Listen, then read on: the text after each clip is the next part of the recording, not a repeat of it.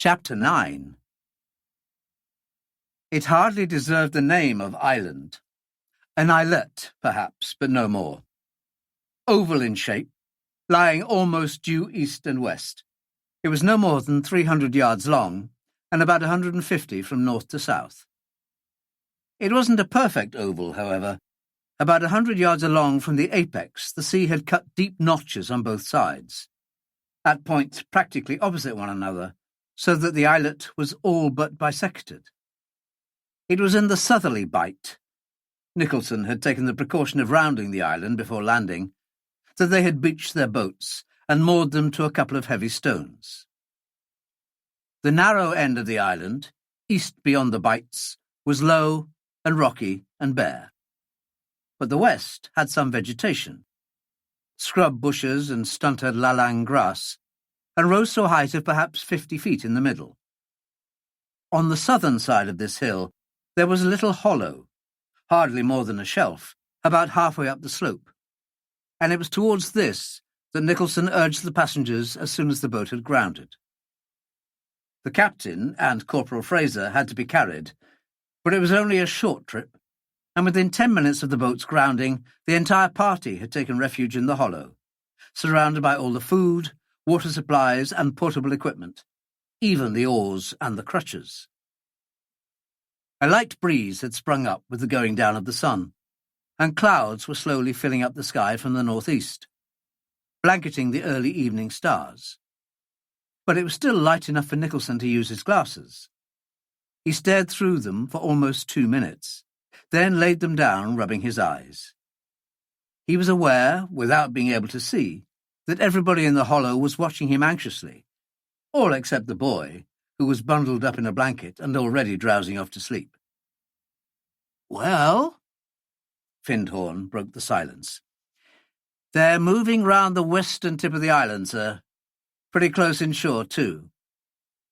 "I can't hear them." "Must be using their batteries. Why, I don't know. Just because they can't see us, it doesn't mean that we can't see them. It's not all that dark." Van Effen cleared his throat. "And what do you think the next move is going to be, Mr. Nicholson?" "No idea. It's up to them, I'm afraid. If they had either their big gun or AA gun left, they could blast us out of here in 2 minutes." Nicholson gestured at the low ridge that bounded the hollow to the south, barely visible in the gloom even 6 feet away. "But with a little luck, I think that'll stop rifle bullets." "And if it doesn't?" "Time enough to worry about that when it happens," Nicholson answered shortly. "Maybe they'll try to land men at various points and surround us. Maybe they'll try a frontal attack." He had the glasses to his eyes again. "Whatever happens, they can't just go home and say they left us here. They'd get their heads in their hands, perhaps literally. Either that or harakiri all over the shop." "They won't go home." Captain Findhorn's voice was heavy with certainty. "Too many of their shipmates have died." For some time there'd been a murmur of voices behind them, and now the murmur died away and Siran spoke. "Mr. Nicholson." Nicholson lowered his binoculars and looked over his shoulder. "What do you want?" "My men and I have been having a discussion. We have a proposition to make to you." "Make it to the captain. He's in charge." Nicholson turned away abruptly and raised the binoculars again. "Very well. It is this, Captain Findhorn. It is obvious, painfully obvious, if I may say so, that you do not trust us. You force us to occupy a separate lifeboat, and not, I think, because we don't bathe twice a day. You feel, wrongly I assure you, that you must watch us all the time. We are a heavy, responsibility, a liability, I should say. We propose, with your permission, to relieve you of this liability." "For heaven's sake, get to the point!" Findhorn snapped irritably. "Very well. I suggest you let us go. Have no more worry about us. We prefer to be the prisoners of the Japanese." "What?" The angry interjection came from Van Effen. "God in heaven, sir, I'd shoot the lot of them first." "Please." Findhorn waved a hand in the darkness, looking curiously at Siran, but it was too dark to see his expression. "As a matter of interest, how would you propose to surrender yourselves? Just walk off down the hill towards the beach?" "More or less." "And what guarantee would you have that they wouldn't shoot you before you surrendered? Or if you did succeed in surrendering, that they wouldn't torture or kill you afterwards?" "Don't let them go, sir." Van Effen's voice was urgent. "Do not distress yourself," Findhorn said dryly. "I've no intention of complying with his ridiculous request. You stay, Siran, although heaven knows we don't want you. Please don't insult our intelligence." "Mr. Nicholson," Siran appealed, "surely you can—" "Shut up," Nicholson said curtly. "You heard what Captain Findhorn said. How naive and dim-witted do you think we are? Not one of you would risk his precious neck if there was the slightest chance of being shot or ill-treated by the Japs. It's 100 to 1. I assure you—" Siran made to interrupt, but Nicholson stopped him. "Save your breath," he said contemptuously. "Do you think anyone would believe you? You're obviously in cahoots with the Japs one way or another, and we have enough on our plates without making ourselves the present of another 7 enemies." There was a pause. Then Nicholson went on thoughtfully. "A pity you promised this man to the gallows, Captain Findhorn. I think Van Effen went to the heart of the matter at once. It would simplify things all round if we shot the lot of them now. We'll probably have to do it later on anyway." There was a long pause. Then Findhorn said quietly, "You are very silent, Siran. You miscalculated, perhaps? Almost your last blunder? You can be very grateful, Captain Siran, for the fact that we are not callous murderers of your own stamp. But please bear in mind that it will require very little provocation indeed for us to carry out the suggestion just made." "And just move back a bit, will you?" Nicholson asked. "Right to the edge there. And maybe a quick search of your pockets wouldn't do any harm either." "Already done, Mr. Nicholson," the captain assured him. "We took a whole arsenal off them after you left the saloon last night. Still see that sub?" "Almost due south of us now, sir. About 200 yards offshore."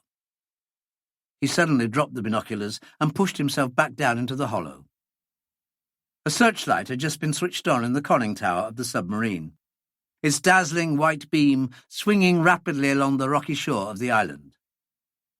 Almost at once it found the little notch in the shoreline where the lifeboats lay, steadied there for a couple of seconds, then started moving slowly up the hill, almost in a line with the hollow where they lay hidden. "Brigadier?" Nicholson's voice was sharp, urgent. "It'll be a pleasure," Farnhome grunted. He slid the carbine forward along the ground, cradled it to his shoulder, sighted and fired all in one swift movement. It was set for single-shot firing, but the single shot was enough. Through the fading echoes of the crash of the carbine, they caught the distant tinkle of glass, and the white glare of the light faded quickly to a dull red glow, then died away altogether. "Stay with us a few more days, will you, Brigadier?" Findhorn said dryly. "I can see that we're going to need you around." Hardly a very bright move on their part, was it, Mr. Nicholson? I mean, they've already had a sample from the Brigadier here. Bright enough, Nicholson differed. A calculated risk, and it paid off. They've found out where the boats are, and they know now, from the flash of the Brigadier's rifle, where we are. Two facts it might have cost a landing party a long time and a good few lives to find out. But it was really the boats they were worried about, not us. If they can stop us from leaving the island, they can get us at their leisure, preferably in daylight. I'm afraid I agree with you, Findhorn said slowly. The boats come next. Sink them from the sub, you reckon? We can't stop them if they do. Not from the sub. Nicholson shook his head. They can't see the boats, and it would take them all night to sink them with random fire. 100 lucky shots at least. A landing party to knock the bottom out of the boats and spike the air tanks is more likely. Or tow them, or row them out to sea. But how do they get ashore? Vanya asked. Swim if they have to. But they don't have to. Most subs carry collapsible or inflatable dinghies of some kind. For a sub operating in close waters, almost certainly in contact with their own troops on a score of different islands, it would be essential. No one spoke for several minutes. The little boy was muttering to himself in his sleep, and Siran and his men were whispering in the far corner of the hollow, their words indistinguishable. Then Willoughby coughed to catch their attention. The flood of time is rolling on, etc., etc., he quoted. I have an idea. Nicholson smiled in the darkness. Careful, Willie. Base envy hates that excellence it cannot reach, Willoughby said loftily. My plan has the simplicity of true genius. Let us sail away. Brilliant. Nicholson was heavily sarcastic. Muffled oars in the moonlight. How far do you reckon we get? Tush, you underrate me. Willoughby soaring in the realms of pure thought, and our worthy chief officer still trudging in the mire. We use the engine, of course. Oh, of course. And how do you propose to persuade our pals out there to wear earplugs? I don't. Give me an hour on that exhaust pipe and baffle plates, and I guarantee you won't hear that engine 100 yards away. Lose some speed, of course, but not much. And even if they do hear it, you know yourself how difficult it is to get a bearing on a faint sound over the sea at night. Freedom beckons, gentlemen. Let us no longer delay. Willie, Nicholson said gently, I have news for you. The human ear is not to be depended on for finding bearings at night. But then the Japs don't have to depend on it. They use hydrophones, which are very accurate indeed, and which couldn't care less whether you muffle the exhaust or not, as the propeller thrash in the water will serve them excellently. Damn them, Willoughby said with feeling. He lapsed into silence, then spoke again. Let no one despair. Willoughby shall think of something else. I've no doubt you will, Nicholson said kindly. Don't forget that the northwest monsoon only lasts for another couple of months or so, and it would be handy if— Down! Everybody down! The first bullets were thudding soggily into the earth around them, ricocheting with a vicious whine off the rocks, and whistling evilly overhead as they heard the barrage opening up from the deck of the submarine. It had moved a good deal closer inshore, and it sounded as if at least a dozen different guns, machine guns, 2 at least included, were all firing at once.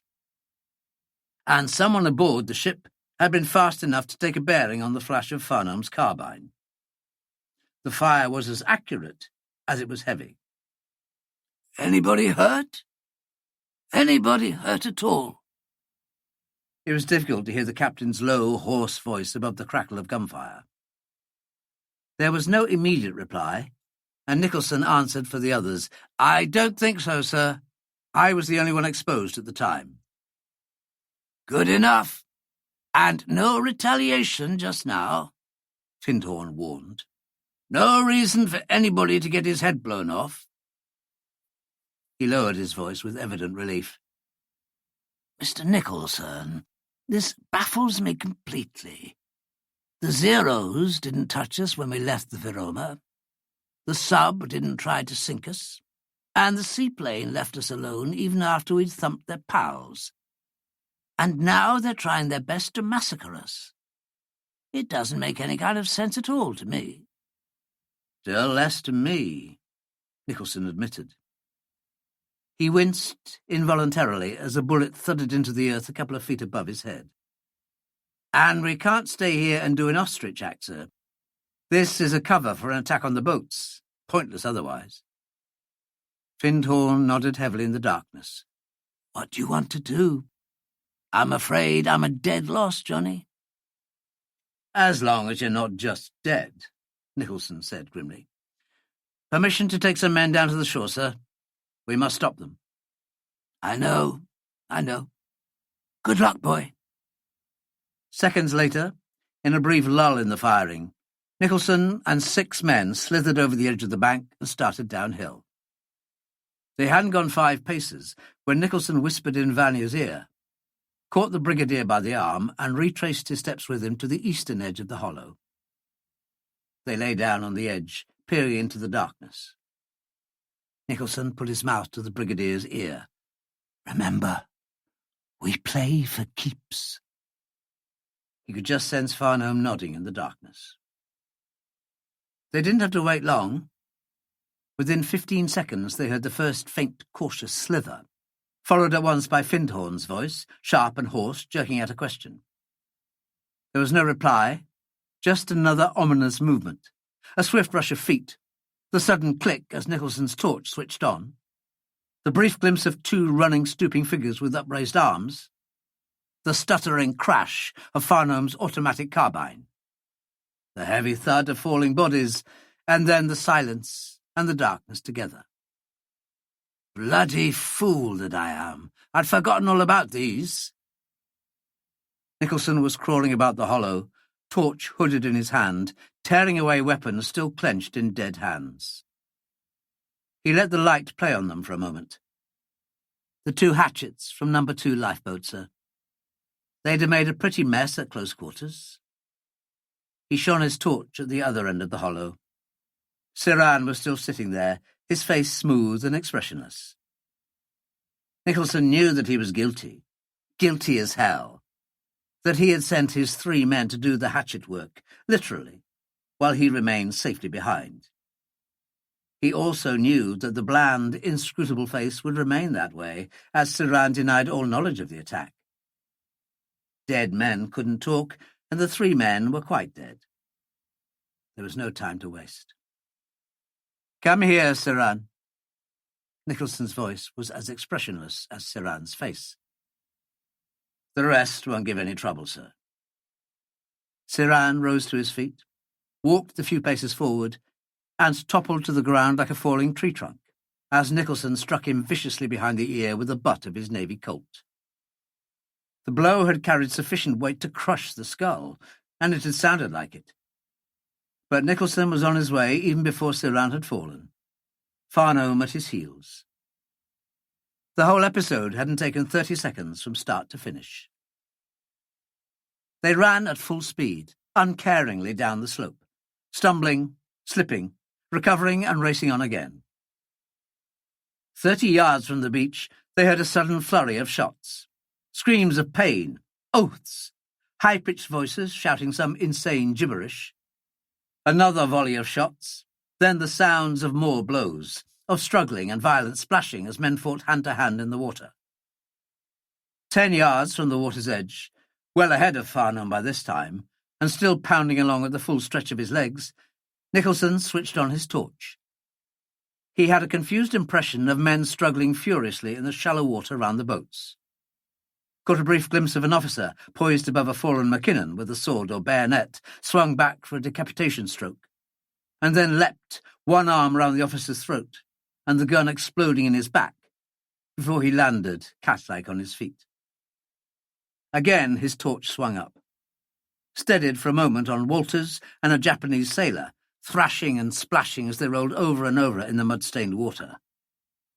Nothing to be done there, as easy to kill the one as the other. The beam lifted and stopped again. One of the lifeboats, well aground, was lying almost parallel to the shore. Two Japanese sailors, knee-deep in the water and sharply profiled in the harsh glare of the torch, were standing close by the stern, one of them stooping with bent head, the other upright, arm upraised, his right hand far behind his head. For a long second of time, all volition inhibited by the light that bonded their shrinking eyes, the two men held their respective positions, a frozen sequence from some nightmare ballet. And then, in perfect unison, petrified stillness yielded to convulsive action. The stooped man straightening with his right hand clutching something snatched from the net bag tied to his belt, the other dropping his left shoulder and lunging forward as his throwing arm came flashing over. And Nicholson, even as he brought his Colt up, his finger tightening on the trigger, knew that he was already too late. Too late for Nicholson, too late for the Japanese sailors. For a second time they stiffened into immobility, brought up short by the savage jerk of some invisible hand.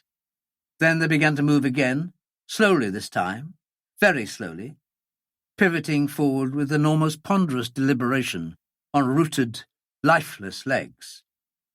Nicholson's torch had switched off, and the crash of Farnham's carbine was only an echoing memory as they fell on their faces, one full length into the water, the other jackknifing heavily over the gunwale of the lifeboat and crashing onto the stern sheets. The sound of his falling lost in a flat explosive crack and sheet of blinding white as the grenade exploded in his hand. After the bright light of the bursting grenade, the darkness was doubly dark. Darkness everywhere, on land, over the sea, and in the sky, complete, and, for the moment, impenetrable. Away to the southwest, a last few stars winked faintly in an indigo sky. But they too were going, extinguished one by one as the unseen blanket of cloud closed with the horizon. Dark and very silent. There was no sound, no movement at all. Nicholson risked one quick sweep with his lighted torch, then clicked off the switch. His men were all there, all on their feet, and the enemy were the enemy no longer, just little dead men lying still in the shadows. They had had next to no chance at all. They had expected no attack, deeming the Veroma's crew safely pinned in the hollow by the submarine's covering fire. They had been silhouetted against the sea, always lighter by night than the land, and they had been caught at a crippling disadvantage in the moment of stepping from their rubber boats into the sea. Anybody hurt? Nicholson kept his voice low. Walters is, sir. Vanier matched his tone with Nicholson's. Pretty badly, I think. Let me see. Nicholson moved across to the source of the voice, hooded the torch with his fingers, and clicked the switch.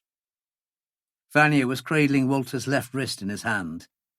It was a gaping, gory wound just below the ball of the thumb, and half the wrist was severed.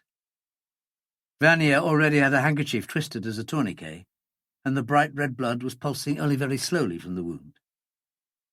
Nicholson switched off the light. Knife? Bayonet? Walter's voice was a good deal steadier than Vanier's had been. He prodded something lying still and shapeless at his feet in the water. I took it from him. So I gathered, Nicholson said dryly. Your wrist's a mess. Get Miss Drachman to fix it for you. It'll be some time before you can use that hand, I'm afraid. Which was one way of saying never, Nicholson thought bitterly to himself. The clenching tendons had been severed clean through, and it was a certainty that the radial nerve had gone also. Paralysis, in any event. Better than the heart, Walter said cheerfully. I really need that. Get up there as fast as you can. The rest of you go with him. And don't forget to announce yourselves. For all the captain knows, we lost, and he's got a gun lying handy. Bosun, you stay with me.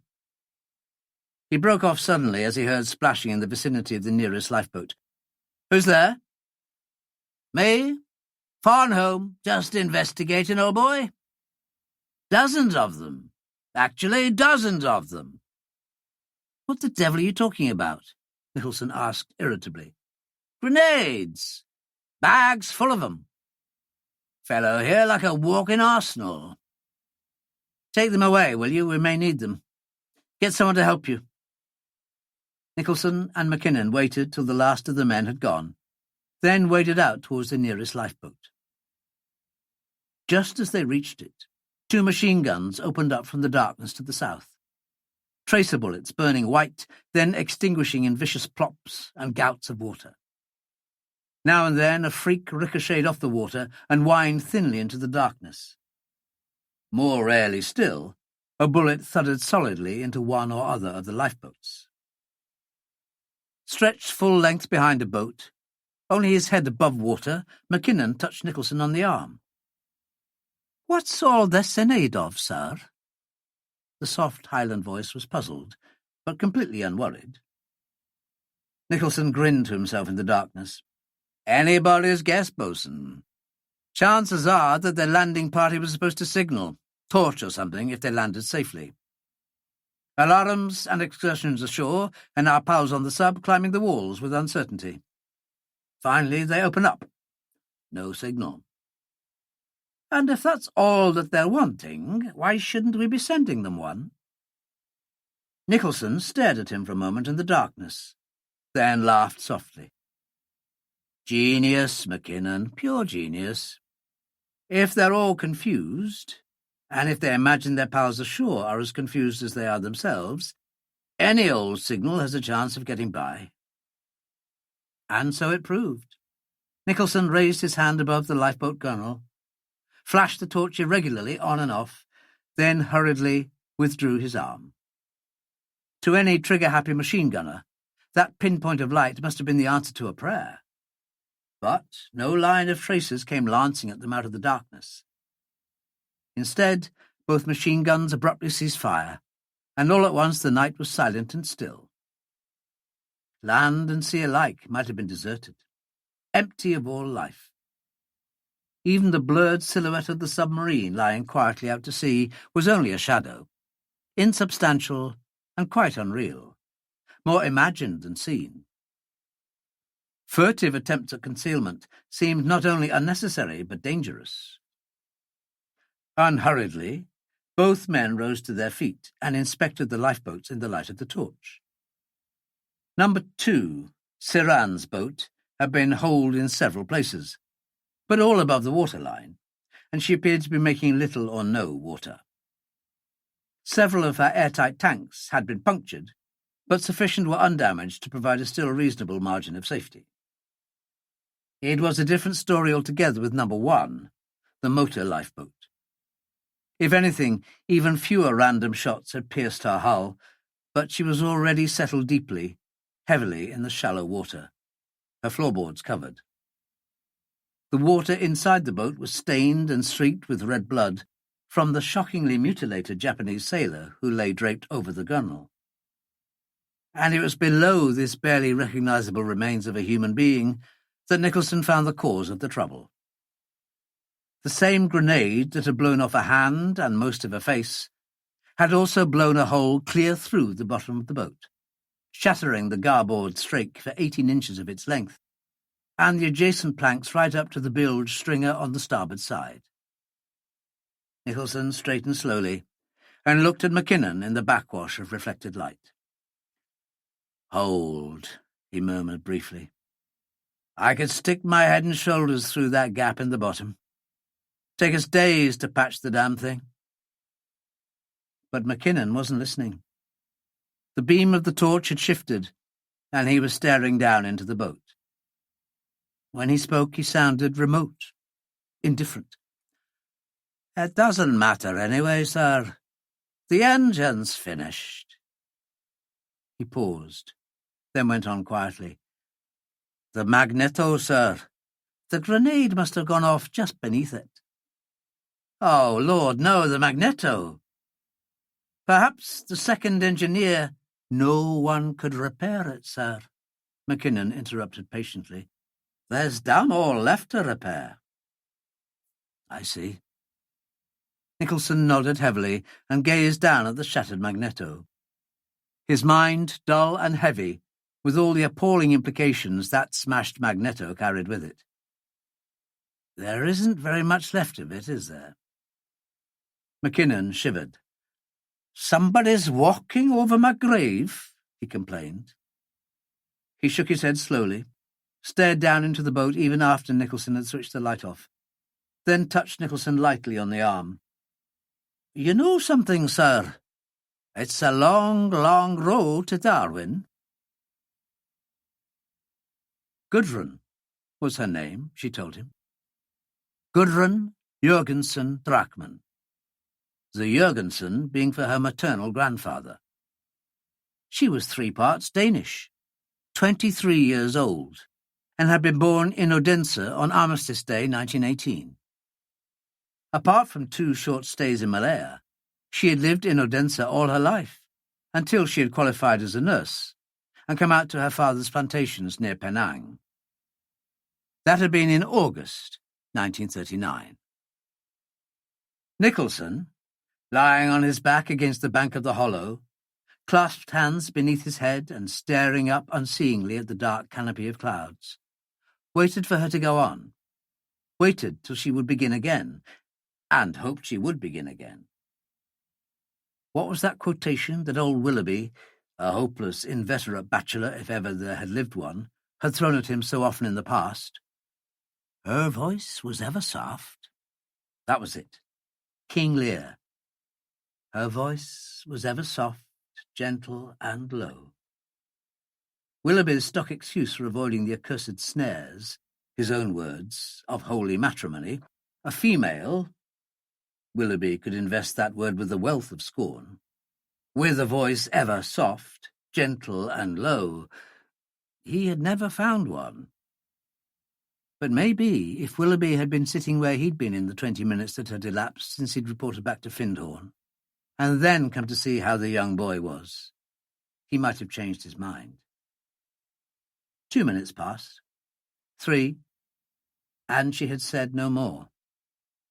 By and by, Nicholson stirred and turned towards her. You're a long way from home, Miss Drachmann. Denmark. You liked it? It was just something to say, but the vehemence of her answer surprised him. I loved it. There was finality in her voice, the tone of someone speaking of something lost beyond recall. Damn the Japanese! Damn that waiting submarine, Nicholson thought viciously. He changed the subject abruptly. And Malaya. Hardly the same high regard for that, eh? Malaya?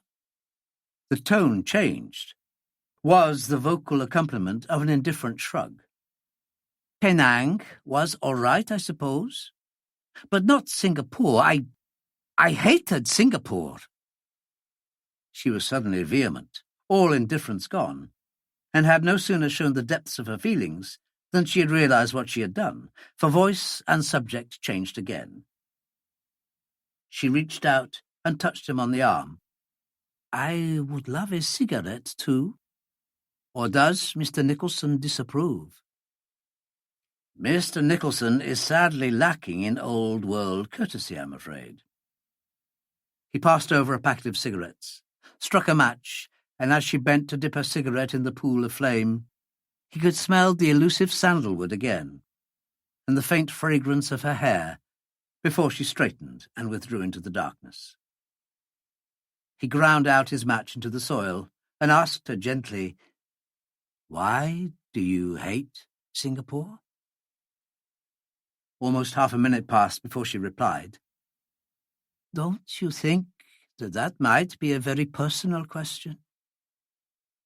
Very possibly.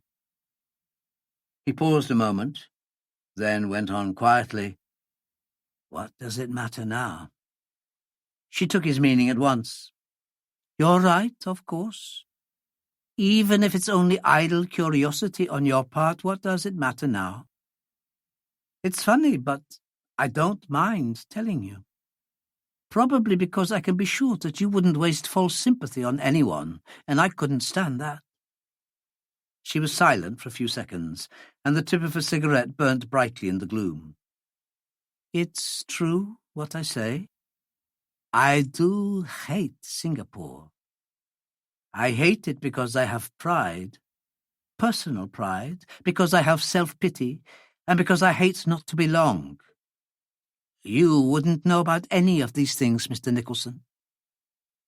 You know an awful lot about me, Nicholson murmured mildly. Please, go on. I think you know what I mean, she said slowly. I am European, was born in Europe, brought up and educated in Europe, and thought of myself only as a Dane, as did all the Danish people. I was welcome in any house in Odense. I have never been asked to any European's house in Singapore, Mr. Nicholson. She tried to keep her voice light. A drug on the social market, you might say. I wasn't a nice person to be seen with. It's not funny when you hear someone say, "A touch of the tar brush, old man," and say it without bothering to lower their voice, and then everybody looks at you and you never go back there again. I know my mother's mother was Malay, but she is a wonderful, kind old lady, and easy. Take it easy. I know it must have been rotten. And the British were the worst, weren't they? Yes, they were. She was hesitant. Why do you say that? When it comes to empire building and colonialism, we are the world's best and the world's worst. Singapore is the happy hunting ground of the worst, and our worst is something to wonder at. God's chosen people, and with a dual mission in life, to pickle their livers in an impossibly short time, and to see to it that those who are not of the chosen remain continually aware of the fact. The sons of Ham to be hewers of wood and drawers of water to the end of their days. Good Christians all, of course, and staunch pillars and attenders of the church, if they can sober up in time on the Sunday morning. They're not all like that, not even in Singapore, but you just didn't have the luck to run into any of the others. I didn't expect to hear you say that. Her voice was slow, surprised. Why not? It's true. That's not what I mean. It's just that I didn't expect to hear you talking like... Oh, well, never mind. She laughed self-consciously. The colour of my skin is not all that important. That's right. Go on, give the knife a good twist. Nicholson ground out his cigarette beneath his heel. His voice was deliberately rough, almost brutal. It's damned important to you, but it shouldn't be. Singapore's not the world. We like you, and we don't give two hoots if you're heliotrope. Your young officer, Mr. Vanier, he gives two hoots, she murmured. Oh, don't be silly, and try to be fair. He saw that gash, and he was shocked, and ever since he's been ashamed of showing that shock. He's just very young, that's all. And the captain thinks you're the cat's pyjamas. Translucent amber. That's what he says your skin's like. Nicholson tut-tutted softly. Just an elderly Lothario.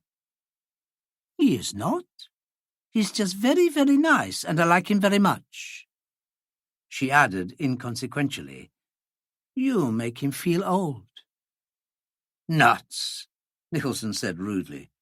A bullet in the lungs would make anyone feel old. He shook his head. Oh, Lord, there I go again. Sorry, didn't mean to snap at you. Daggers away, shall we, Miss Drachman? Gudrun? The one word was both his answer and a request. and completely innocent of any hint of coquetry. Gudrun, I like it, and it suits you. But you don't, what is the word, reciprocate. There was mischief now in the husky voice. I have heard the captain call you Johnny. Nice, she said consideringly. In Denmark, it is the kind of name we would give to a very little boy. But I think I might manage to become used to it. No doubt, Nicholson said uncomfortably. But you see... Oh, but of course. She was laughing at him. He knew, and he felt still more uncomfortable. Johnny, in front of the members of your crew? Unthinkable. But then, of course, it would be Mr. Nicholson, she added demurely. Or perhaps you think Sir would be better? Oh, for heaven's sake, Nicholson began, then stopped short and found himself echoing the girl's barely audible laughter. Call me anything you like. I'll probably deserve it. He rose to his feet, crossed to the front of the hollow where the Muslim priest was keeping watch, spoke briefly to him, then moved down the hill to where Van Effen was keeping watch over the one serviceable lifeboat. He sat there with him for a few minutes, wondering what point there was anyway in guarding the boat, then made his way back up to the hollow. Gudrun Drachmann was still awake, sitting close by the little boy. He sat down quietly beside her. There's no point in sitting up all night, he said gently. Peter will be all right. Why don't you go to sleep? Tell me straight. Her voice was very low. How much chance have we got? None. Honest and blunt enough, she acknowledged. How long? Noon tomorrow, and that's a very late estimate. The submarine will almost certainly send a landing party ashore first, or try to. Then they'll call up help. But probably the planes will be here at first light anyway. Perhaps the men from the submarine will be enough. Perhaps they won't require to call up help. How many? We'll cut them to ribbons, Nicholson said matter-of-factly. They'll need help, all right. They'll get it. Then they'll get us. If they don't kill us all by bombing or shelling, they may take you and Lena and Miss Plenderleith prisoner. I hope not. I saw them at Cotabaru. She shivered at the memory. I hope not, too. And little Peter? I know. Peter. Just another casualty, Nicholson said bitterly. Who cares about a 2-year-old kid? He did. He knew. He was becoming more attached to the youngster than he would ever have admitted to anybody. And one day, had Caroline lived...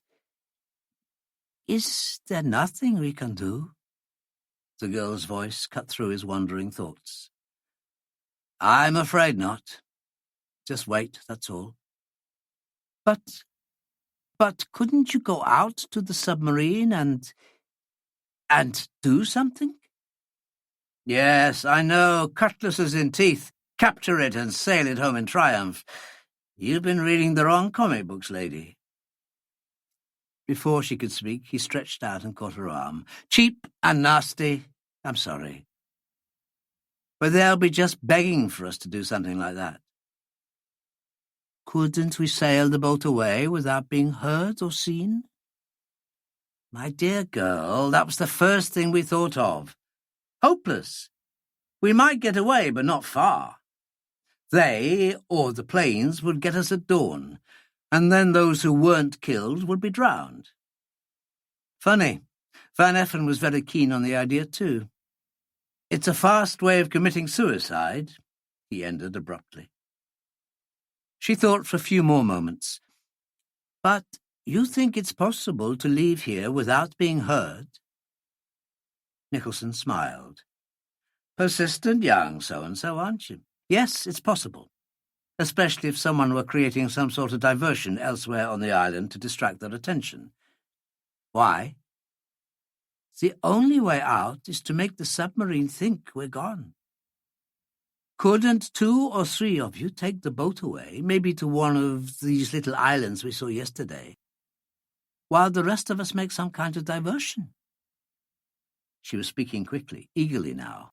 When the submarine saw you were gone, it would go away and go straight to these little islands. The obvious place to go.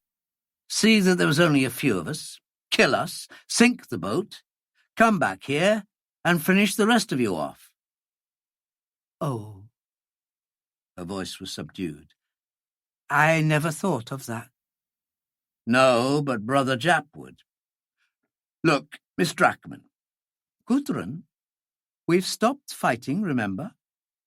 Sorry, Gudrun. Will you stop trying to beat your head against a brick wall? You'll just give yourself a headache. We've thought of everything ourselves, and it's no good. And if you don't mind now, I'll try to get some sleep. I have to relieve Van Effen in a little while. He was just dropping off when her voice came again. Johnny? Oh, Lord, Nicholson moaned. Not another flash of inspiration. Well, I've just been thinking again, and you're certainly a trier. Nicholson heaved a sigh of resignation and sat up. What is it? It wouldn't matter if we stayed here, as long as the submarine went away, would it? What are you getting at? Answer me, please, Johnny. It wouldn't matter, no. It would be a good thing, and if we could hole up here unsuspected for a day or so, they'd probably call off the search, from this area at least. How do you propose to make them sail away, thinking we're gone?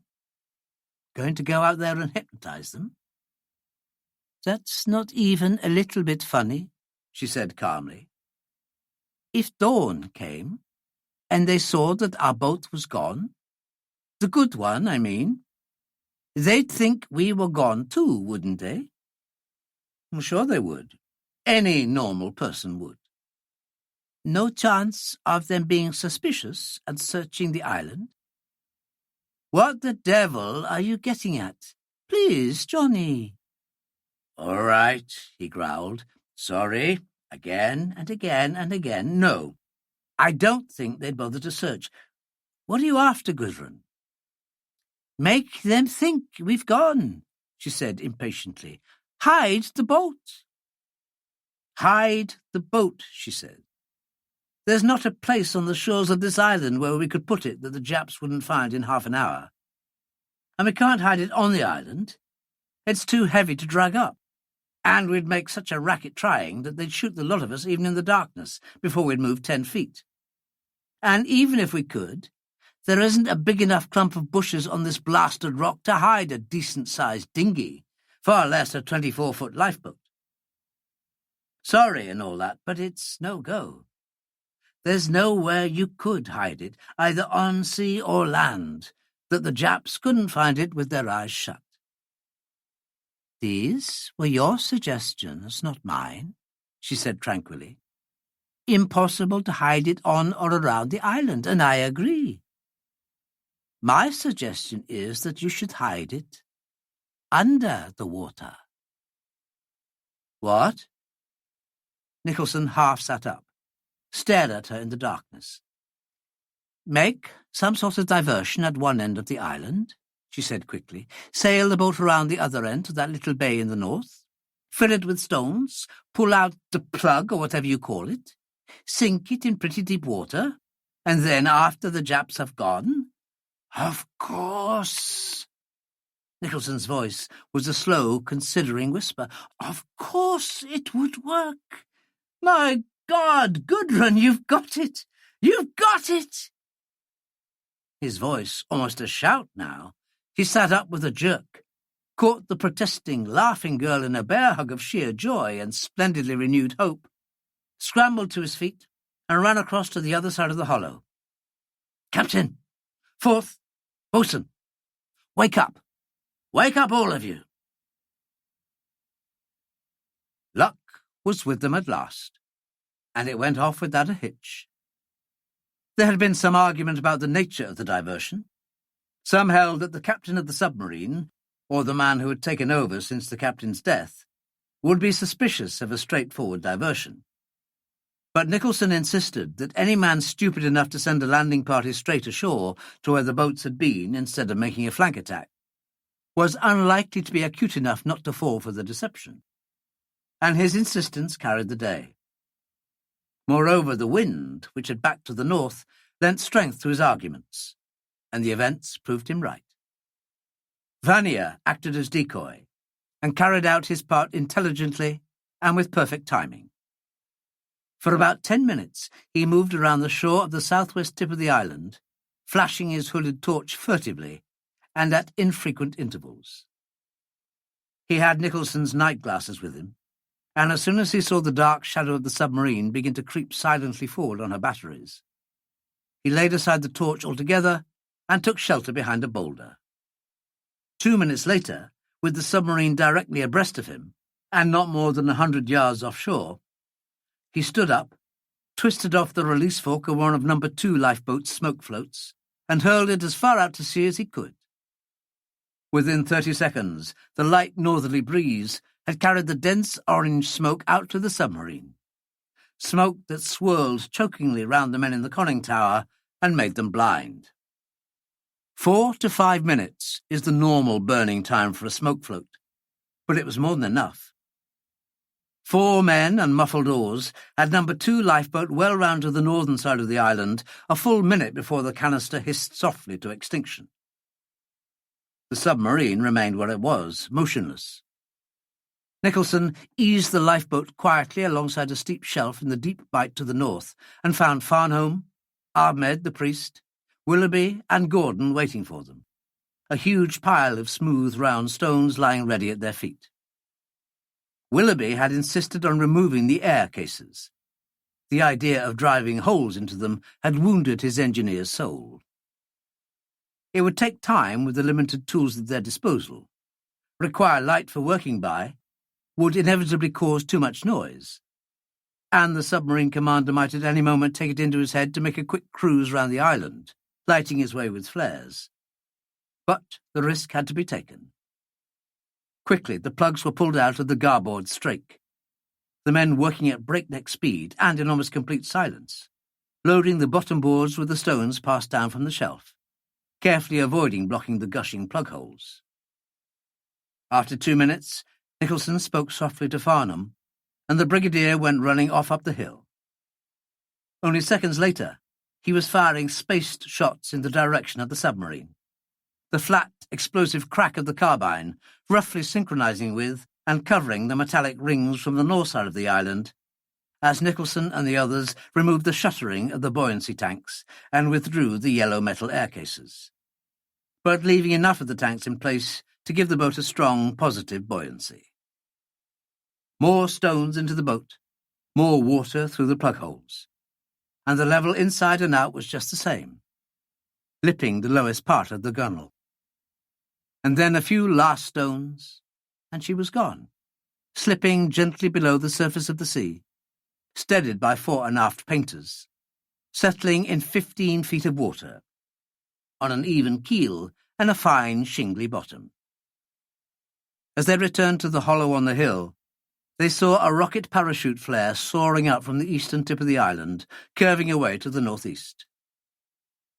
Vanier had timed it well, and if the submarine investigated there, it would find it as quiet and empty of life as was now the other end. It would also have the effect of confusing them utterly, filling their minds with half a dozen conflicting suspicions, and when morning came, would lend colour to the obvious conclusion that the survivors on the island had outwitted them and made off during the night. And that was the conclusion to which they unmistakably came in the morning. A grey, overcast dawn with a strengthening wind and no sign of the sun. As soon as it was light, the carefully hidden watchers on the island, securely screened behind thick bushes, could see the figures manning the conning tower raising binoculars to their eyes. The submarine had moved much farther out during the night, and gesticulating at each other. Shortly afterwards, the sound of the diesel motors could be heard, and the submarine moved off, circling quickly round the island. Abreast the remaining lifeboat once more, it came to a stop, and the AA gun lined up on the boat and started firing. Artificers must have repaired the damaged firing mechanism during the night. Only 6 shots in all were fired, but they were enough to reduce the boat to a holed and splintered wreck. And immediately after the last shell had exploded in the shallows, the heavy diesels throbbed again, and the submarine moved off due west, travelling at high speed, and investigated the 2 little islands there. Half an hour later, it was lost to sight over the southern horizon. Chapter 10. The lifeboat lay motionless and dead on the motionless mirror of the sea. Nothing moved, nothing stirred, not the faintest ghost of a cat's paw to ruffle the shining steel-blue metal of the ocean that reflected every tiniest detail of the clinker sides with faithful and merciless accuracy. A dead boat on a dead sea, in a dead and empty world. An empty sea, a vast, shimmering plain of nothingness that stretched away endlessly on every side, until it blurred in the far distance into the hazed rim of a vast and empty sky. No cloud in sight, and none for 3 days past. An empty and a terrible sky, majestic in its cruel indifference, and all the emptier for the blinding sun that beat down like an open furnace on the sweltering sea beneath. A dead boat, too, it seemed, but not empty. It seemed full, rather, packed to capacity. But the impression was misleading.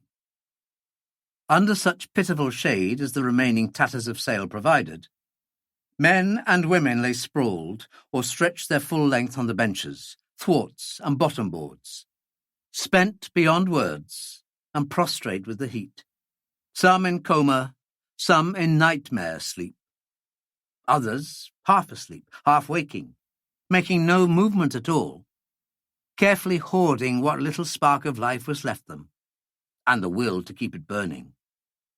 They were waiting for the sun to go down. Of all that emaciated, sun-blackened shipload of survivors, only 2 could be seen to be alive. They were in as bad case as the others, gaunt-cheeked, hollow eyes, with cracked and purpled lips, and ugly red suppurating blisters where their salt water and heat-rotted clothes had laid open patches of untanned skin to the burning sun. Both men were right aft in the boat, and they could be seen to be alive only because they were sitting upright in the stern sheets. But for all the movement they made, they too might have been dead, or carved from stone. One man sat with his arm leaning on the tiller, though there had been neither wind to fill the torn sails, nor men with strength to man the oars for almost 4 days. The other had a gun in his hand, unwavering, rock-like, and only his eyes showed that he was alive. There were 20 people in the boat. There had been 22 when they had set sail from that little island in the South China Sea 6 days ago, but only 20 now. 2 had died. There never had been any hope for Corporal Fraser. He had already been weakened and ravaged with fever long before the cannon shell from the Zero had all but blown his left arm off, as he had fought back at it with his puny rifle from the wheelhouse top of the Veroma. There had been no medical supplies, no anaesthetics at all left, but he had hung on for a lifetime of 4 days, and had died only 48 hours ago, cheerfully, and in great agony, his arm blackened right to the shoulder. Captain Findhorn has said as much of the burial service as he could remember.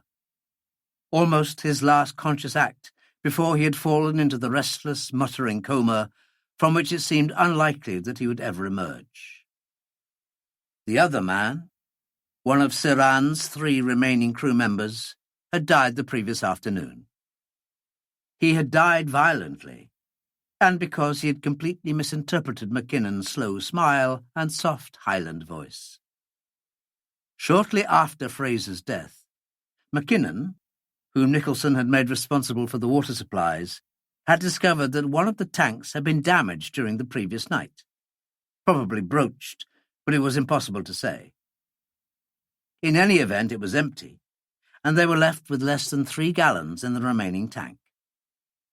Nicholson had at once suggested that each person in the boat should be limited to 1.5 ounces of water twice a day, taken from the graduated drinking cup, part of every lifeboat's standard equipment. All except the little boy. He was to have as much as he wanted. There had been only 1 or 2 murmurs of dissent, but Nicholson had ignored them completely. The following day, when Mackinnon had handed Miss Drachman the child's 3rd drink of the afternoon, 2 of Ceran's men had made their way down the boat from their place in the bows, armed with a heavy metal crutch apiece. Mackinnon had glanced quickly at Nicholson. Seeing that he was asleep, he had kept guard almost all the previous night, and quietly asked him to get back, the revolver in his hand backing up his suggestion. One man had hesitated, but the other had flung himself forward, snarling like an animal, the crutch sweeping down in a vicious arc that would have crushed the boatswain's skull like a rotten melon if it had landed. But Mackinnon had flung himself to one side, even as his finger had squeezed down on the trigger, and the man's own impetus carried him headlong over the stern. He was dead before he hit the water. Then Mackinnon had wordlessly lined up the Colt on the other man. But the gesture was unnecessary. The man was staring down at the thin blue smoke still wisping from the barrel of the gun, and his face was contorted with fear. He turned quickly and stumbled back to his seat in the bows. After that, there had been no more trouble about the water. At the beginning, 6 days ago, there had been no trouble at all. Morale had been high, hopes higher, and even Ceran, still suffering from the after-effects of concussion, had been as cooperative as possible and seen to it that his men were the same. Ceran was nobody's fool and realized as clearly as any that their survival depended upon common and combined effort. An alliance of expediency. It would last just as long as it suited him. They had left 36 hours after the submarine, 24 hours after the last reconnaissance plane had passed over the tiny island and failed to find any sign of life. They had sailed at sunset, in a light following swell, and the monsoon blowing steadily from the north. All night long, and nearly all of the following day, they had run free before the wind. And all this time the skies had remained empty, and the only boat they had seen had been a prahu, lying far to the east. In the evening, with the eastern tip of Banka Island just lifting over the red and gold horizon to the west, they had seen a submarine surface not 2 miles away, then move away steadily to the north. Perhaps it had seen them, perhaps not. The lifeboat might have been lost against the darkening sea and sky to the east, and Nicholson had dropped the telltale orange sails, the lug stamped with the even more damning V.A., as soon as the submarine had broken water. Either way, it showed no suspicion, and was lost to sight before the sun had gone down. That night, they had gone through the Macclesfield Channel. This, they had thought, would be the most dangerous and difficult part of all, and had the wind dropped or backed or veered a few points either way, they would have been lost and found in clear sight of land when morning came. But the trades had held steadily from the north. They had left Liat on the port hand shortly after midnight and cleared the island of Lepar long before sunrise. It was just on noon of that same day that their luck finally ran out. The wind had dropped then, suddenly and completely, and all day long they lay becalmed, not more than 25 miles from Lepar Island. Late in the afternoon, a slow, lumbering seaplane, it might have been the same one as they had seen previously, appeared out of the west, circled overhead for almost an hour, then moved off without making any attempt to molest them. The sun was just sinking, and a faint breeze beginning to spring up, again from the north, when another aeroplane appeared, again out of the west, flying about 3,000 feet and straight at them. No seaplane this, but a Zero, and in no mood for either preliminaries or time-wasting. Less than a mile away it had dropped its nose and come screaming down out of the sky, twin cannon at its wing roots stabbing daggers of red in the gathering dusk. Cannon shells stitching parallel patterns of splashes and spouting spray across the placid surface of the sea right up to the centre of the helplessly waiting lifeboat. Through it and away beyond. Or perhaps not so helpless. Not while the brigadier held a machine carbine in his hands. For the Zero swung round in a tight turn and headed off back again towards the west in the direction of Sumatra, its sleek fuselage black streaked with pouring engine oil. Less than 2 miles away it met the seaplane returning, and the two planes disappeared together into the pale golden afterwash of sunset. The boat had been holed severely in 2 places, but remarkably only one person hurt. Van Effen's thigh had been badly gashed by a jagged splinter of shrapnel. Not an hour afterwards, the wind had started gusting up to force 6 or 7, and the sudden tropical storm was upon them almost before they had realized what was coming. It lasted for 10 hours. 10 interminable hours of wind and darkness and rain strangely cold. Then interminable hours of yawing and pitching, while the exhausted boat's company bailed for their lives all night long, as pooping seas swept over the stern sheets and swirled over the sides, and water gushed continuously through the jury patches in the bottom of the lifeboat. The supply of wooden plugs in the repair outfit hadn't gone very far. Nicholson sailed south before the storm, with the jib down and the lug sail reefed until he had steerage way, and just no more. Every mile south was a mile nearer the Sunda Strait, but he could have done nothing else than let the storm drive him along even if he had wished to. Holed by the stern and deep down by the stern, a sea anchor streamed aft would have pulled them under, and it was quite impossible to heave to with the bow anchor out. Enough speed, enough steerage way to get them round would have meant enough sail to dismast the boat or capsize her on the turn, and without that steerage way, the sluggish, waterlogged boat would have broached to and been driven under in the troughs. The long agony of the night had ended as abruptly as it had begun, and it was then that the real agony had started.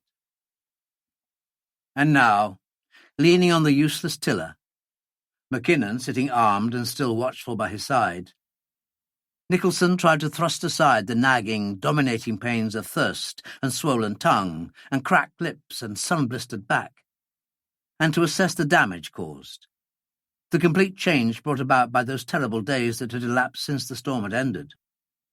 Endless, torturing hours under the pitiless lash of the sun. A sun at once dreadfully impersonal and malignant beyond belief. A sun that steadily grew more and more intolerable until it drove helpless, uncaring men over the edge of breakdown and collapse, physical, moral, and mental. The old spirit of comradeship had gone, vanished completely as if it had never been. Where earlier every man had sought only to help his neighbour, now most sought only to help themselves, and their indifference to their neighbour's welfare was absolute. As each man received his pitiful portion of water, or condensed milk, or barley sugar — the biscuits had come to an end 2 days ago — a dozen greedy, hostile eyes followed every movement of thin, clawed hands and thirst-cracked lips, intent on making sure that he received his exact ration and not a drop or nibble more.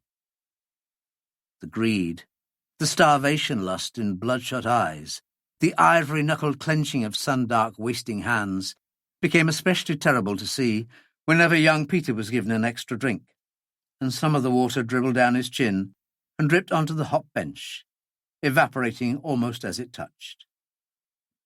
They were at the stage now when even death appeared an almost attractive alternative, to the excruciating torture of their thirst. Mackinnon had need of the gun in his hand. The physical change for the worse was, if anything, even more serious than the moral collapse. Captain Findhorn was deep sunk in coma, but a restless, pain-filled coma, and Nicholson had taken the precaution of tying him loosely to the gunwale and one of the thwarts. Jenkins, too, was tied down, although still conscious. Conscious, but in a private hell of indescribable agony. There were no bandages, no protection left for the terrible burns he had received just before they had abandoned the Viroma, and the blazing sun had lacerated every inch of exposed flesh until he had gone crazy with the pain. His fingernails were blood-stained from his insane clawing of raw, burning flesh. His wrists were now lashed together, the rope tied to a thwart, not to prevent further pain-maddened scratching, but to prevent him from throwing himself overboard, as he had twice tried to do. For long minutes he would sit without moving. Then he would fling all his strength against the rope that held his bleeding wrists, his breathing hoarse and quick with agony. Already Nicholson was wondering whether he should just cut him loose, wondering what moral justification he had for condemning the seaman to die a slow, lingering death on the rack, instead of letting him finish it all, finish it quickly and cleanly in the waiting waters over the side. For he was going to die anyway. He had the look of death about him. Evans' gashed arm and Walter's savagely mutilated wrist were becoming steadily worse. All medical supplies were gone. Their recuperative powers were gone, and salt water drying in tattered bandages had inflamed the open wounds.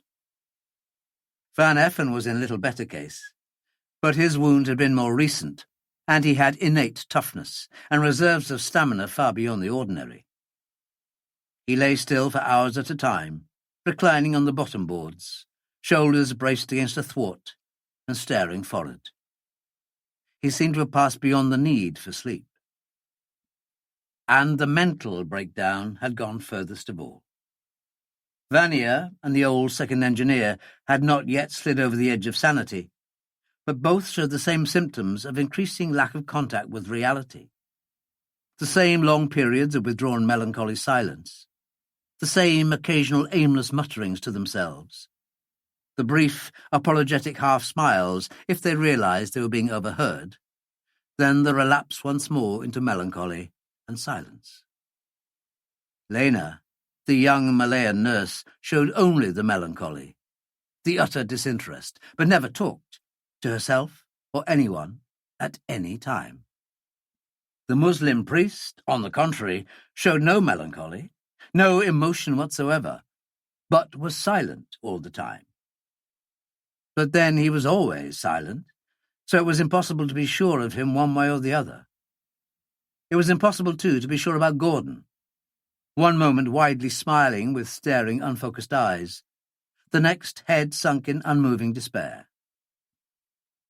Nicholson, who had the profoundest distrust for Gordon's calculated cunning, and who had tried more than once, without success, to persuade Findhorn to get rid of him, watched him with expressionless face. The symptoms might be real enough, but they might equally well be the symptoms of a man who had read some quasi-medical article on manic depressives and hadn't quite got the hang of it. But there was, tragically, no doubt about the young soldier, Sinclair. All contact with reality lost, he was quite insane, and had all the classic symptoms of acute schizophrenia. But the collapse, the physical and mental breakdown, was not complete. Not quite. Apart from Nicholson, there were two men who remained quite untouched by weakness and doubt and despair.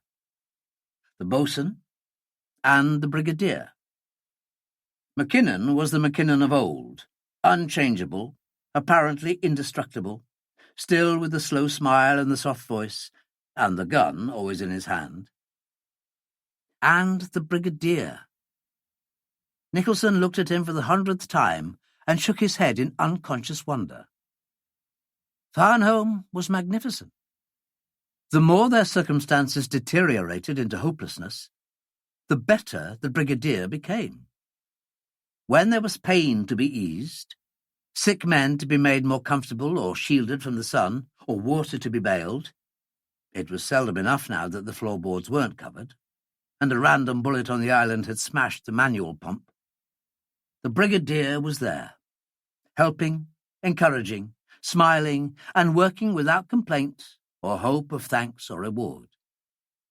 For a man of his age — Farnham would never see 60 again — it was a quite incredible performance. Nicholson watched him in a kind of bewildered fascination. The fiery and fatuous Colonel Blimp of the "Up and at 'em, sir" school he had met aboard the sinking Kerry Dancer might never have existed.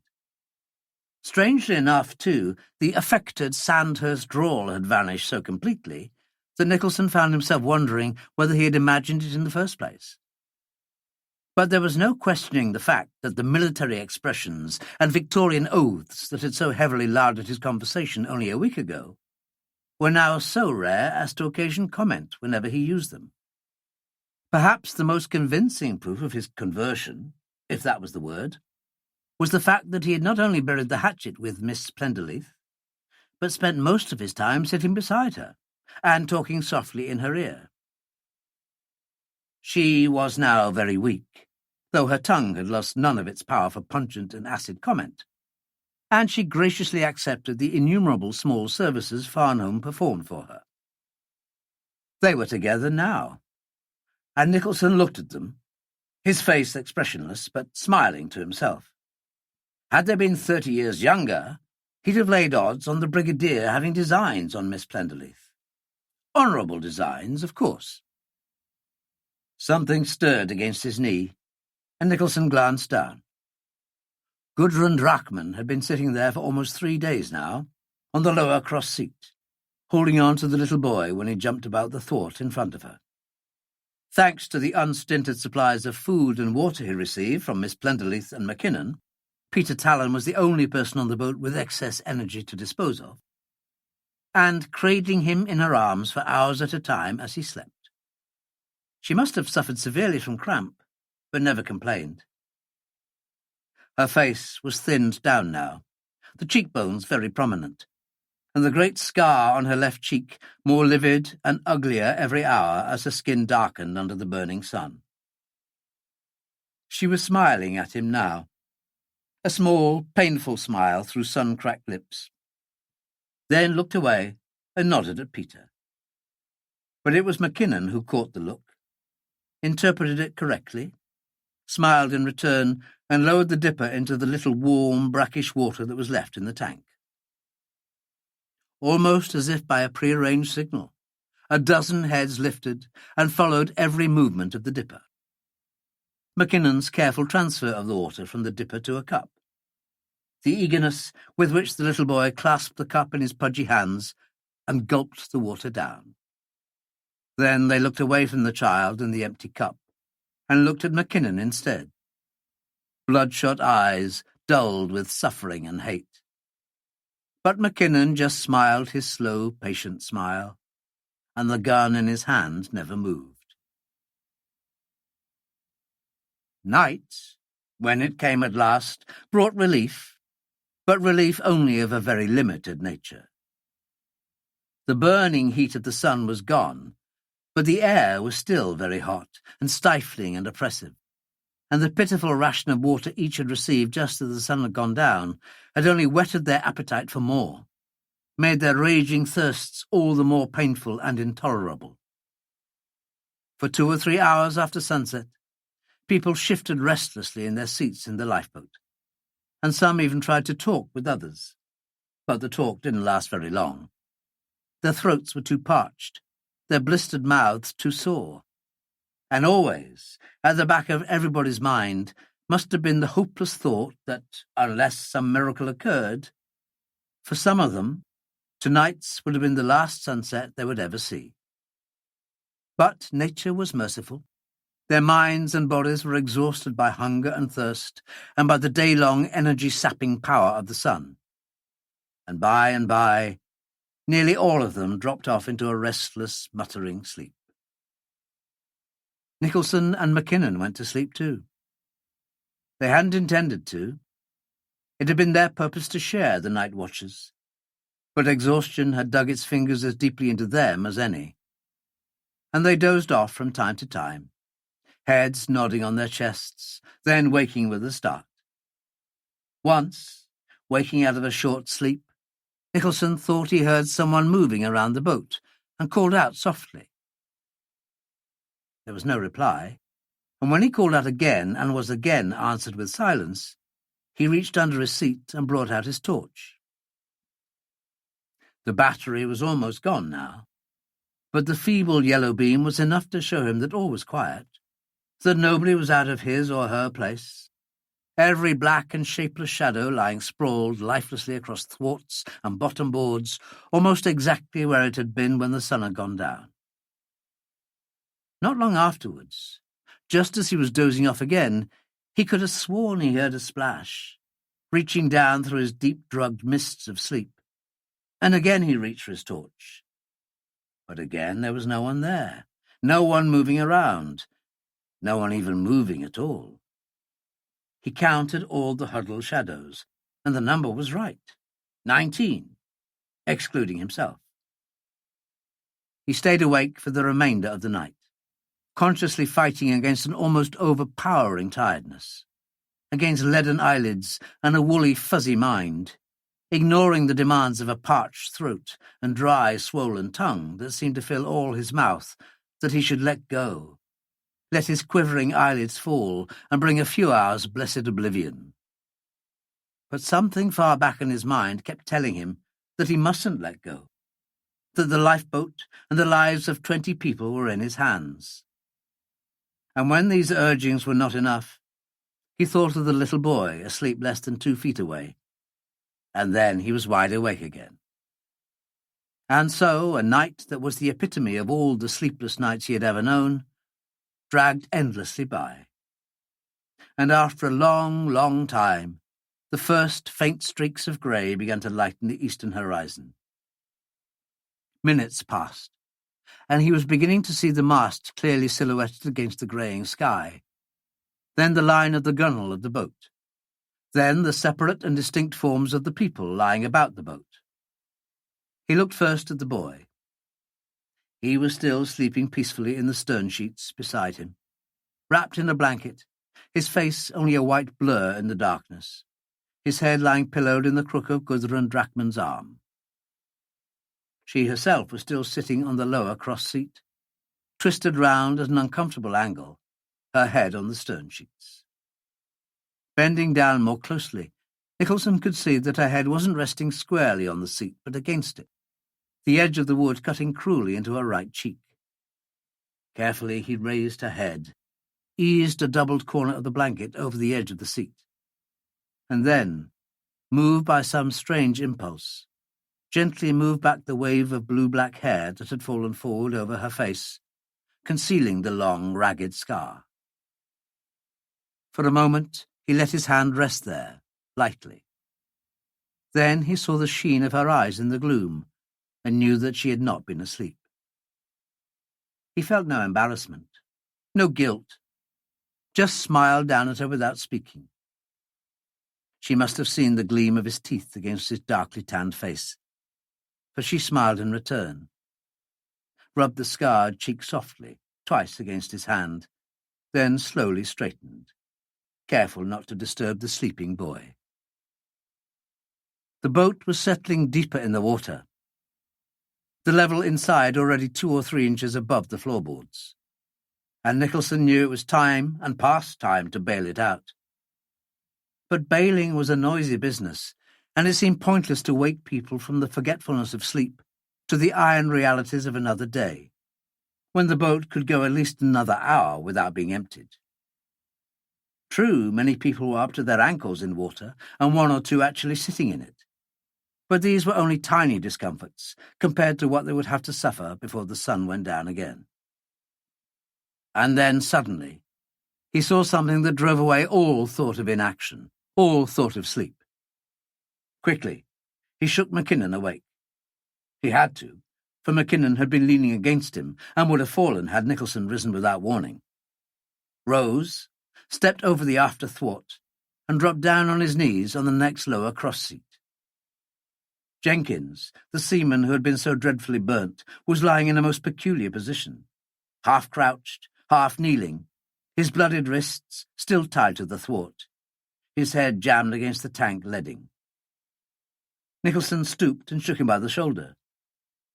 The seaman fell further over on his side, but made no other movement.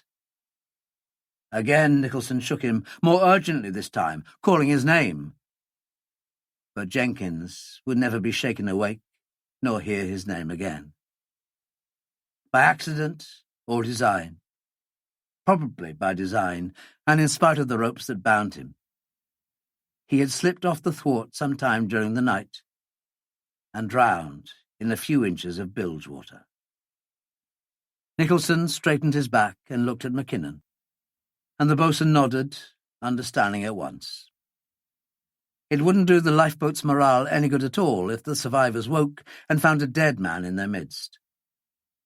And that they should slip him quietly over the side without even a shred of a burial service seemed a small price to pay for preserving the already fading reason of more than one who might lose it entirely if he opened his eyes only to find already in their midst what he knew must eventually come to wall. But Jenkins was heavier than he looked, and his body was awkwardly jammed between the thwarts.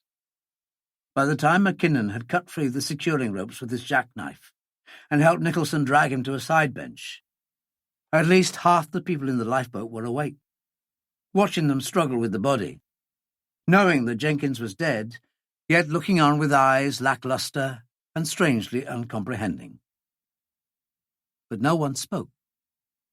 It seemed as if they might get Jenkins over the side without any hysterical outbursts or demonstrations, when a sudden high-pitched cry from forward, a cry that was almost a scream, made even the most tired and lethargic jerk their heads round and stare up towards the bows of the boat.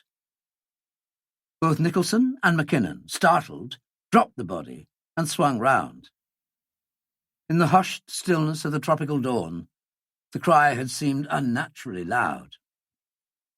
The cry had come from the young soldier, Sinclair, but he wasn't looking at Jenkins, or anywhere in that direction. He was on his knees on the floorboards, rocking gently to and fro, staring down at somebody lying stretched on his back. Even as Nicholson watched, he flung himself to one side and pillowed his head on his forearms and the gunwale, moaning softly to himself. In 3 seconds, Nicholson was by his side, gazing down at the man in the bottom of the boat. Not all of his body was lying on the boards. The backs of his knees were hooked over a thwart, the legs pointing incongruously skywards, as if he had fallen backwards from the seat on which he had been sitting. The back of his head rested in a couple of inches of water. It was Ahmed, the priest, Farnham's strange and taciturn friend, and he was quite dead. Nicholson stooped over the priest, quickly thrust his hand inside the man's black robe to feel for the heart, and as quickly withdrew. The flesh was cold and clammy. The man had been dead for hours. Unconsciously, almost, Nicholson shook his head in bewilderment, glanced up at Mackinnon, and saw his own expression reflected there. He looked down again, bent over the body to lift up the head and the shoulders, and it was then that the shock came. He couldn't shift the body more than a couple of inches. Again he tried, and again he failed. At his signal, Mackinnon lifted one side of the body, while Nicholson knelt down till his face was almost in the water. And then he saw why he had failed. The jackknife between the shoulder blades was buried clear up to the hilt, and the handle was caught between the planks of the bottom boards.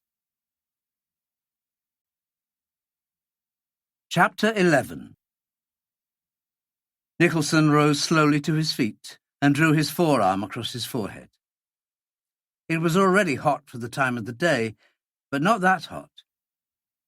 His right arm hung loosely by his side, the butt of the Colt gripped tightly in his hand. He had no recollection of pulling it out of his belt. He gestured at the fallen priest. "This man is dead." His quiet voice carried easily in the hushed silence. "He has a knife in his back. Someone in this boat murdered him." Dead? You said he was dead? A knife in his back?" Farnhome's face wasn't pleasant as he pushed forward and knelt at the priest's side. He was on his feet in a moment, his mouth a thin white line in the darkness of his face. "He's dead, all right. Give me that gun, Nicholson. I know who did it. Leave that gun alone." Nicholson held him off with a stiff arm, then went on. "Sorry, Brigadier. As long as the captain's unwell, I am in charge of this boat. I can't let you take the law into your own hands." "Who did it?" "Siran, of course." Farnham was back on balance again, but there was no masking the cold rage in his eyes. "Look at the damn murdering hound, sitting there smirking. The smiler with the knife beneath the cloak." It was Willoughby who spoke. His voice was weak and husky, but he was quiet and composed enough. The night's sleep seemed to have done him some good. "It's not under anyone's cloak," Nicholson said matter-of-factly. "It's sticking in Ahmed's back. And it's because of my damn criminal carelessness that it is," he added, in the bitterness of sudden recollection and understanding. "I forgot that there was a boat jackknife as well as 2 hatchets in No. 2 lifeboat. Why Siran, Brigadier?" "Good God, man, of course it's Siran." Farnhome pointed down at the priest. "We're looking for a cold-blooded murderer, aren't we? Who else but Siran?" Nicholson looked at him. "And what else, Brigadier?" "What do you mean, what else?" "You know very well. I wouldn't shed any more tears than you if we had to shoot him, but let's have some little shred of evidence first." "What more evidence do you want? Ahmed was facing aft, wasn't he? And he was stabbed in the back. So somebody in the front of the boat did it. And there were only 3 people farther forward than Ahmed, Siran and his 2 killers." "Our friend is overwrought." It was Siran who spoke, his voice as smooth and expressionless as his face. "Too many days in an open boat in tropical seas can do terrible things to a man." Farnhome clenched his fist and started forward, but Nicholson and Mackinnon caught him by the arms. "Don't be a fool," Nicholson said roughly. "Violence won't help matters, and we can't have fighting in a small boat like this." He released his grip on Farnhome's arm and looked thoughtfully at the man in the bows. "You may be right, Brigadier. I did hear someone moving about the boat up forward last night, and I did hear something like a thud. Later on, I heard a splash. But I checked where the priest had been sitting." "His bag is gone, Nicholson. I wonder if you can guess where." "I saw his bag," Nicholson said quietly. "Canvas and very light. It wouldn't sink." "I'm afraid it would, sir." Mackinnon nodded towards the bows. "The grapnel's gone." "Weighted to the bottom, eh, bosun? That would sink it all right." "Well, there you are, then," Farnhome said impatiently. "They killed him, took his bag, and flung it over the side. You looked both times you heard a noise, and both times you saw Ahmed sitting up. Somebody must have been holding him up, probably by the handle of the knife stuck in his back. Whoever was holding him must have been sitting behind him, in the bows of the boat. and there were only these 3 damned murderers sitting there. Farnham was breathing heavily, his fists still white-knuckled, and his eyes not leaving Sir-Anne's face. "It sounds as if you were right," Nicholson admitted. "How about the rest of it?" "How about the rest of what?" "You know quite well. They didn't kill him just for the exercise. What was their reason?" "Well, how the devil should I know why they killed him?" Nicholson sighed. "Look, Brigadier, we're not all morons. Of course you know. You suspected Sir-Anne immediately. You expected Ahmed's bag to be missing, and Ahmed was your friend." Just for a moment, something flickered far back in Farnham's eyes, a faint shadow of expression that seemed to be reflected in the sudden tense tightening of Sir-Anne's mouth, almost as if the 2 men were exchanging a guarded look, maybe of understanding, maybe of anything. But the sun was not yet up, and Nicholson couldn't be sure that he wasn't imagining the exchange of glances. And besides, any idea or suspicion of collusion between the 2 was preposterous. Give Farnham a gun, and Sir-Anne would be only a memory. "I suppose you have a right to know." Farnham appeared to be holding himself tightly under control, but his mind was racing furiously, fabricating a story that would bear examination. "It won't do any harm, not now, not any more." He looked away from Sir-Anne and stared down at the dead man at his feet, and his expression and tone softened. "Ahmed was my friend, you say?" "He was, but a very new friend, and only then because he desperately needed a friend. His name is Jan Becker, a countryman of Van Effen's here. Lived in Borneo, Dutch Borneo, near Samarinda for many years. Representative of a big Amsterdam firm, and supervisor of a whole string of river rubber plantations. And a lot more besides." He paused, and Nicholson prompted him. "Meaning?" "I'm not quite certain. He was some kind of agent for the Dutch government.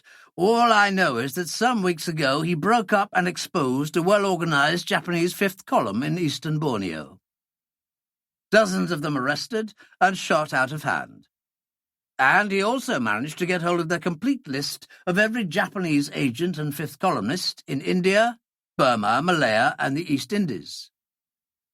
He carried it in his bag, and it would have been worth a fortune to the Allies.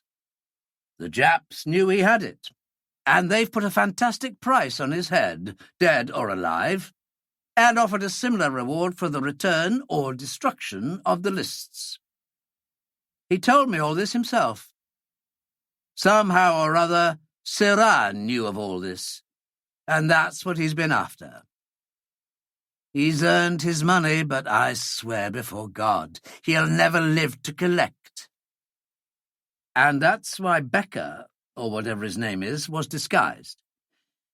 "It was my idea," Farnham said heavily. "I thought I was being very, very clever. Muslim priests are as good as any other priest in the world. A renegade whiskey-drinking priest is an object of contempt, and everybody shuns him. I tried as best I could to be the kind of dissolute drinking companion a man like that would have. We weren't clever enough. I don't think we could have been anyway. The alarm call was out for Becker the length and breadth of the Indies." "He was a very lucky man to have got even this far," Nicholson acknowledged. "That's why the Japs have been at such pains to get us." "Heavens above, man! Surely it's all obvious enough now."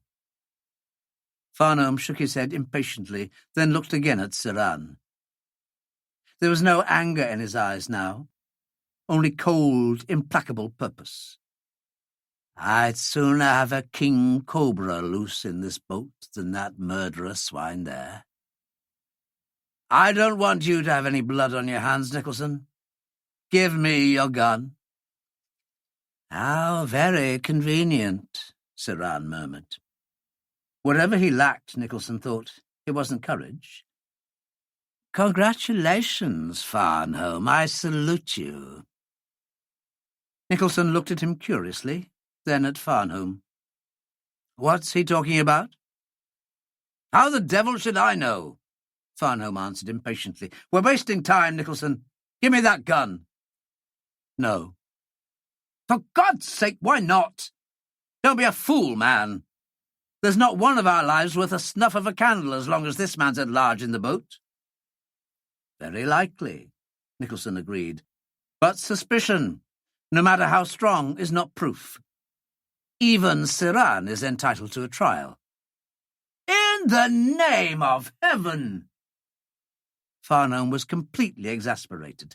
Don't you know that there's a time and place for these quaint old Anglo-Saxon notions about fair play and justice? This is neither the time nor the place. This is a matter of survival. Nicholson nodded. I know it is. Sir wouldn't recognise a cricket bat if he saw one. Get back in your seat, Brigadier, please. I'm not completely indifferent to the safety of the others in the boat. Cut one of the heaving lines in 3, bosun, and make a job on these characters. It doesn't matter if the knots are a bit tight. Indeed. Sir raised his eyebrows. And what if we refuse to subject ourselves to this treatment? Suit yourselves, Nicholson said indifferently. The Brigadier can have the gun. Mackinnon made a very thorough job of immobilizing Sir and his 2 men, and took a great deal of grim satisfaction in hauling the ropes tight. By the time he was finished, the 3 men were trussed hand and foot and quite unable to move. As a further precaution, he had secured the 3 rope ends to the ring bolt in the forward apron. Farnhome had made no further protest. It was noticeable, however, that when he resumed his seat on the benches beside Miss Plenderleath, he changed his position so that he was between her and the stern, and from there he could watch both her and the bows of the boat at the same time. His carbine was lying on the seat beside him. His work done, Mackinnon came aft to the stern sheets and sat down beside Nicholson. He brought out dipper and graduated cup, ready to serve out the morning ration of water, then turned suddenly to Nicholson. Half a dozen people in the boat were talking. The babble wouldn't last long after the sun cleared the horizon. And his low-pitched words could not have been heard 2 feet away. It's a desperate long way to Darwin, sir, he said obliquely. Nicholson lifted his shoulders in a half-shrug and smiled. But his face was dark with worry. You too, bosun. Maybe my judgment was wrong. I'm sure that Sir will never stand trial, but I can't kill him. Not yet. He's just waiting his chance, sir. Mackinnon was as worried as Nicholson. A killer. You heard the Brigadier's story. That's the trouble. I did hear his story.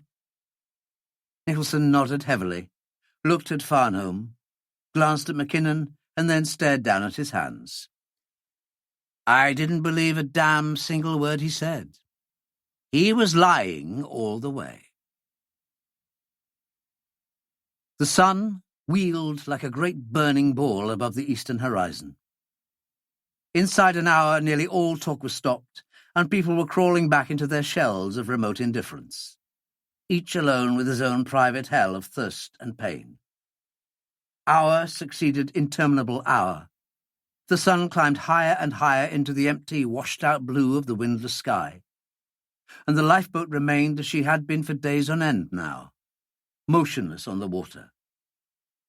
That they had moved many miles south in those days, Nicholson was well aware, for the current set due south from Stratbanker to the Sunda Strait 11 months out of 12. But there was no movement relative to the water surrounding them, nothing that the human eye could see. Nobody moved aboard the boat any more than the boat moved on the surface of the sea. With the sun swinging high towards the zenith, the slightest effort brought exhaustion in its wake. a panting of breath that whistled shrilly through a bone-dry mouth and cracked and blistered lips. Now and again the little boy moved about and talked to himself in his own private language. But as the day lengthened and the hot and humid air became more and more oppressive and suffocating, his activities and his talk lessened and lessened, until finally he was content to lie still on Gudrun's lap, gazing up thoughtfully into the clear blue eyes. But by and by his eyelids grew heavy and dropped, and he fell asleep. Arms outstretched in dumb show, Nicholson offered to take him and give her a rest, but she just smiled and shook her head. It suddenly came home to Nicholson with a sense of something like wonder that she nearly always smiled when she spoke. Not always, but he'd yet to hear his first complaint from her, or see the first expression of discontent. He saw the girl looking at him strangely, and he forced a smile on his face, then looked away. Now and again a murmur of voices came from the side benches on the starboard side. What the Brigadier and Miss Plenderleath found to talk about, Nicholson couldn't even begin to guess. But find it they did, and plenty of it. In the gaps in their conversation, they just sat and looked into one another's eyes, and the Brigadier held her thin, wasted hand in his all the time. 2 or 3 days ago, it had struck Nicholson as mildly humorous, and he had had visions of the Brigadier in a bygone and gentler age, immaculately dressed in white tie and tails and carnation in his buttonhole, hair and moustache as jet black as they were now snowy white, his handsome cab ready while he himself stood at the stage door entrance, waiting. But he couldn't see anything funny in it, not any longer. It was all rather quiet and pathetic. A Darby and Joan waiting patiently for the end, but not at all afraid. Slowly Nicholson's gaze travelled round the boat. There wasn't much change from yesterday that he could see, except that everybody seemed just that much weaker, that much more exhausted than they had been, with hardly the strength left to move into the few solitary scraps of shade that remained. They were very low. It didn't need any expert medical eye to see that the distance from listlessness to lifelessness was only a very short step indeed.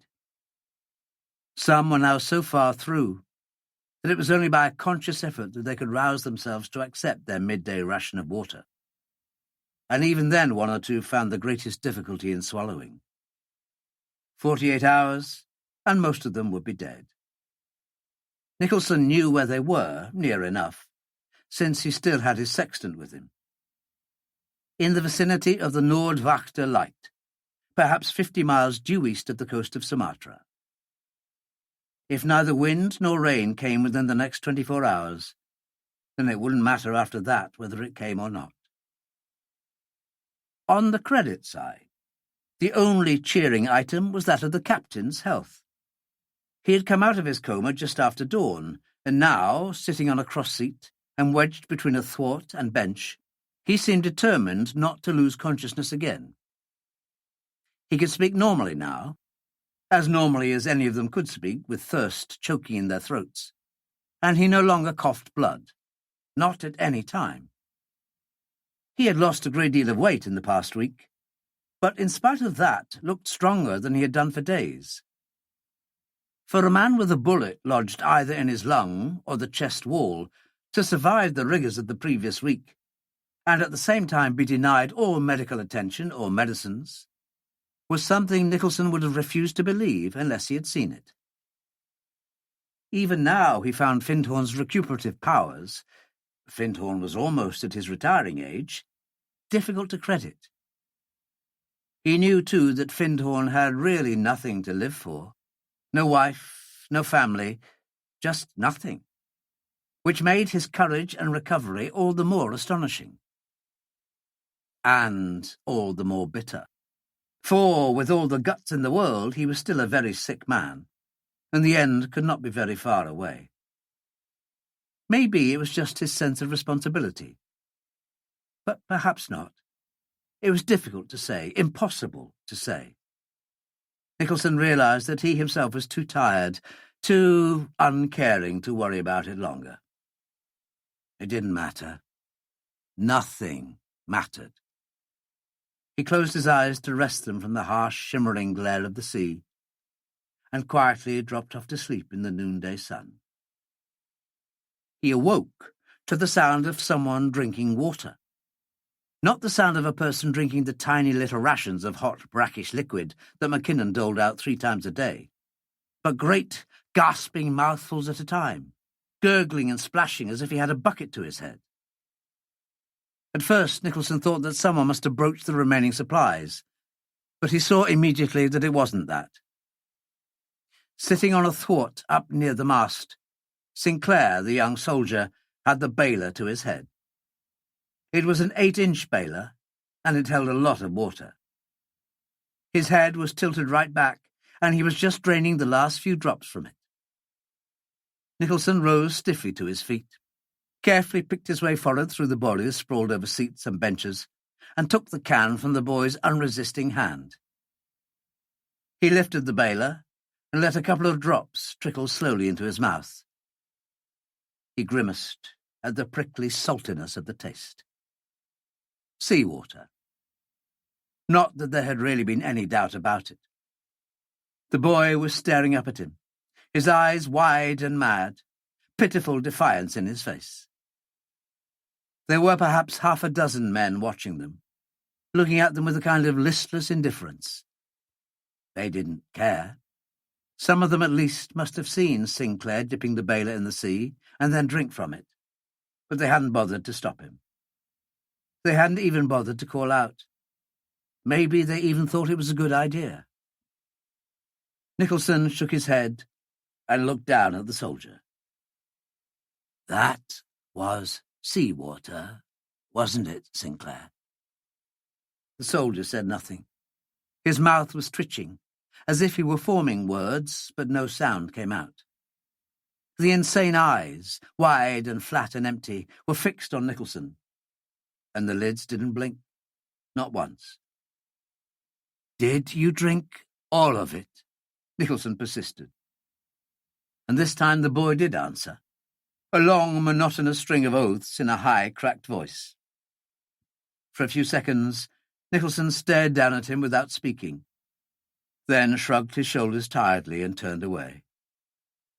Sinclair half rose from his thwart, clawed fingers reaching for the bailer, but Nicholson easily pushed him away, and he sank back heavily on his seat, bent forward, cradled his face in his hands, and shook his head slowly from side to side. Nicholson hesitated for a moment, then made his way back to the stern sheets. Midday came and went. The sun crossed over its zenith, and the heat grew even more intense. The boat now was as soundless as it was lifeless, and even Farnholme's and Miss Plenderleith's murmurings had ceased, and they had dropped off into an uneasy sleep. And then, just after 3 o'clock in the afternoon, when even to the most resolute it must have seemed that they were lost in an endless purgatory, came the sudden change. Little enough in itself, the change was as dramatic as it was abrupt, but a change so slight that at first it failed to register or have its significance encompassed by exhausted minds. It was Mackinnon who noticed it first, noticed it, and knew what it meant. And he sat bolt upright in the stern sheets, blinking at first in the sea-mirrored glare of the sun, then searching the horizon from north to east. Seconds later, he dug his fingers into Nicholson's arm and shook him awake. "What is it, bo'sun?" Nicholson asked quickly. "What's happened?" But Mackinnon said nothing, just sat there looking at him, cracked, painful lips drawn back in a grin of sheer happiness.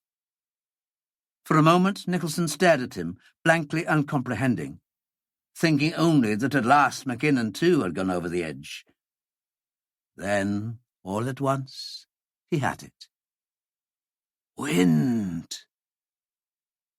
His voice was only a faint, cracked whisper, but his face, a face that could feel the first tentative stirrings of a breeze degrees cooler than the suffocating heat of only minutes previously, showed how he felt.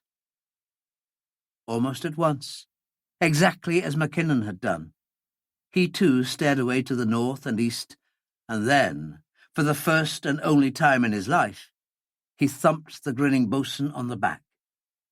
"Wind, Mackinnon! And cloud! Can you see it?" His pointing arm stretched away to the northeast. Away in the far distance, a bluish-purple bar of cloud was just beginning to lift over the horizon. "I can see it, sir. No doubt about it at all. Coming our way all right. And that wind strengthening all the time. Feel it?" He shook the sleeping nurse by the shoulder. "Gudrun! Wake up! Wake up!" She stirred, opened her eyes and looked up at him. "What is it, Johnny?" "Mr. Nicholson to you." He spoke with mock severity, but he was grinning with delight. "Want to see the most wonderful sight anyone ever saw?" He saw the shadow of distress cross the clear blue of her eyes, knew what she must be thinking, and smiled again. "A rain cloud, you chump! A wonderful, wonderful rain cloud! Give the captain a shake, will you?" The effect on the entire boat's company was astonishing. The transformation almost beyond belief.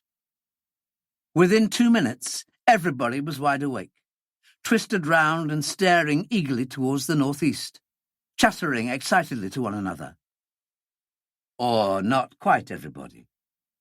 Sinclair, the young soldier, paid no heed at all, just sat staring down at the bottom of the boat, lost in a vast indifference. But he was the solitary exception. For the rest, they might have been condemned men granted the right to live again. And that was almost literally true. Findhorn had ordered an extra ration of water all round. The long bar of clouds was perceptibly nearer. The wind was stronger and cool on their faces. Hope was with them again, and life once more worth the living. Nicholson was dimly aware that this excitement, this physical activity, was purely nervous and psychological in origin, that unknown to them it must be draining their last reserves of strength, and that any disappointment, any reversal of this sudden fortune, would be the equivalent of a death penalty. But it didn't seem likely. "How long, do you think, my boy?" It was Farnham talking. "Hard to say." Nicholson stared off to the northeast. "Hour and a half, perhaps. Maybe less if the wind freshens." He looked at the captain. "What do you think, sir?" "Less?" Findhorn nodded.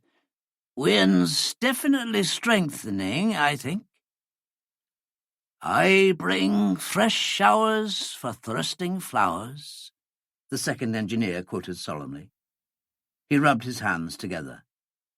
"For flowers, substitute Willoughby. Rain, rain, glorious rain." "A bit early to start counting your chickens yet, Willie," Nicholson said warningly. "What do you mean?" It was Farnham who replied, his voice sharp. "Just that rain clouds don't necessarily mean rain, that's all." Nicholson spoke as soothingly as he could. "Not at first, that is." "Do you mean to tell me, young man, that we'll be no better off than we were before?" There was only one person on the boat who addressed Nicholson as young man. "Of course not, Miss Plenderleith. These clouds look thick and heavy, and it'll mean shelter from the sun for one thing. But what the captain and I are really interested in is the wind. If it picks up and holds, we can reach the Sunda Straits sometime during the night."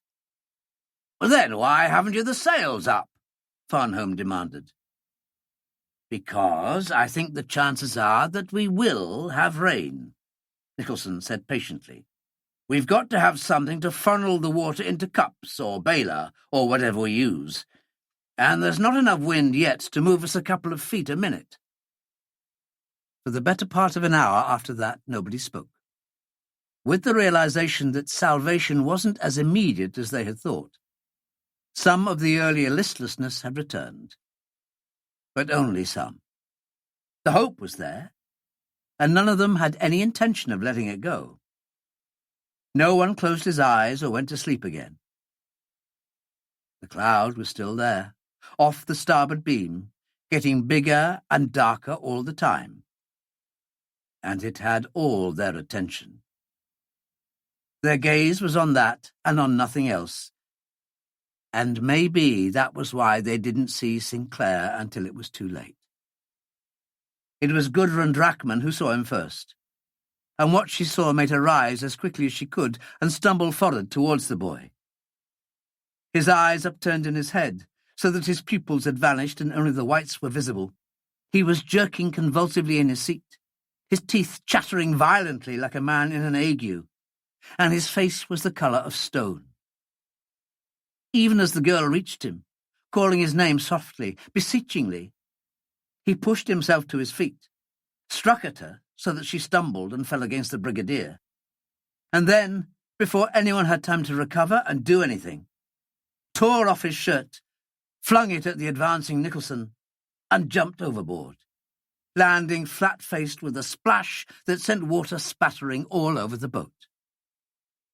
For a few seconds, no one moved. It had been all so swift and unexpected that they could have imagined it. But there was no imagination about the empty thwart in the boat, the spreading ripples on the glassy surface of the sea. Nicholson stood motionless, arrested in mid-step, the ragged shirt caught in one hand. The girl was still leaning against Farnhome, saying, "Alex! Alex!" over and over again, meaninglessly. And then there came another splash from right aft, not so loud this time. The boatswain had gone after him. The second splash brought Nicholson back to life and action with a perceptible jerk. Stooping quickly, he caught hold of the boat hook and turned quickly to the side of the boat, kneeling on the bench. Almost without thinking, he had dragged his pistol from his belt and was holding it in his free hand. The boat hook was for Mackinnon, the pistol for the young soldier. The panic-stricken grip of a drowning man was bad enough. God only knew what that of a drowning madman might be like. Sinclair was thrashing about in the water about 20 feet from the boat, and Mackinnon, just surfaced, was splashing determinedly towards him. Like nearly all islanders, swimming was not one of his better accomplishments. When Nicholson caught sight of something that struck at him like an ice-cold chill, he swung the boat hook in a wide, curving arc that brought it crashing into the water only inches from Mackinnon's shoulder. Instinctively, the boatswain caught hold of it and twisted round, his dark face a mass of startled incomprehension.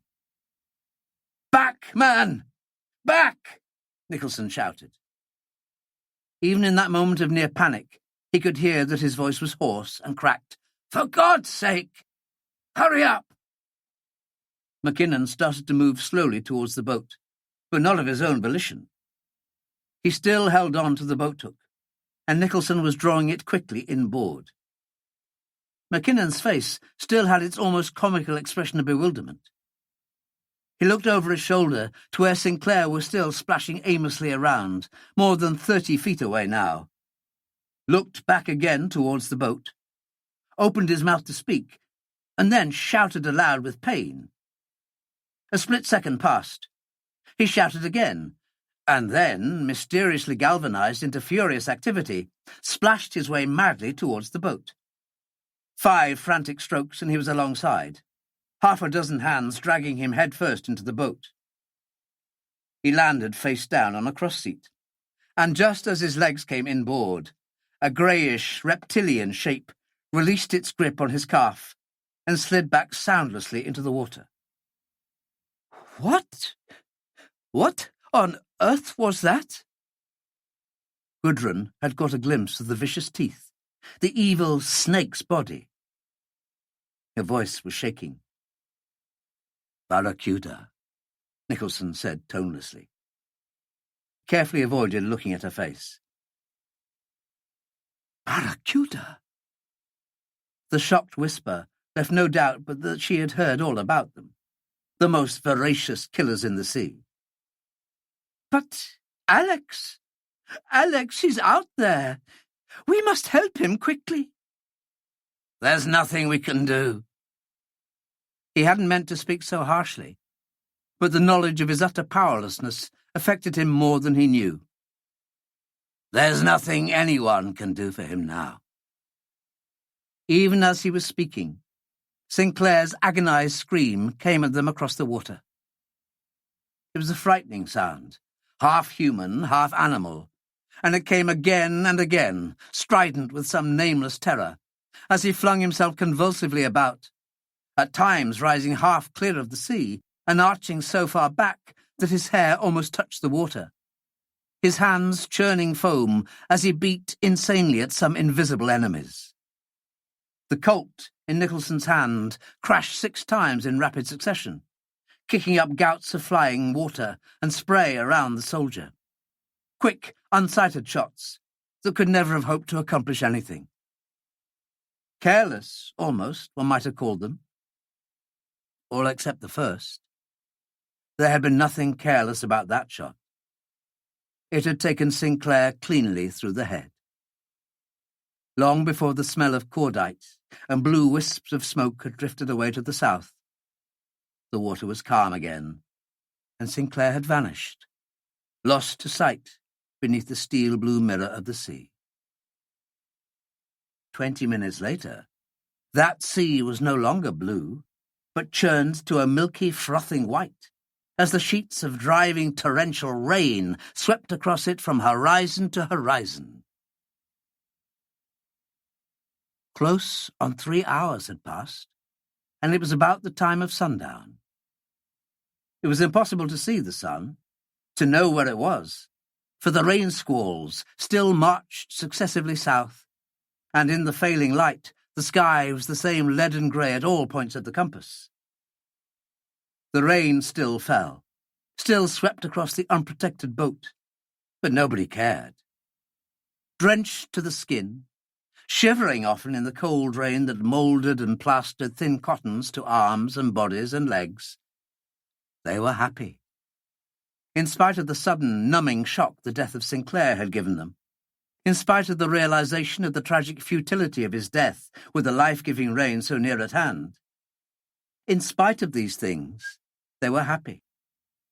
They were happy because the law of self-preservation still yielded place to none.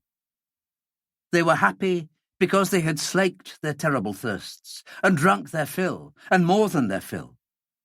Because the cold rain cooled down their burns and blistered skins. Because they had managed to funnel over 4 gallons of fresh rainwater into one of the tanks. They were happy because the lifeboat, driven by the spanking breeze, had already covered many of the miles that stretched between where they had lain becalmed and the now steadily nearing coast of western Java. And they were deliriously happy, happier than they had dreamed that they could ever be again, because salvation was at hand, because miracles still happened, and their troubles were over at last. It was, as ever, Mackinnon that had seen it first. A long, low shape through a distant gap in the rain squalls, just over 2 miles away.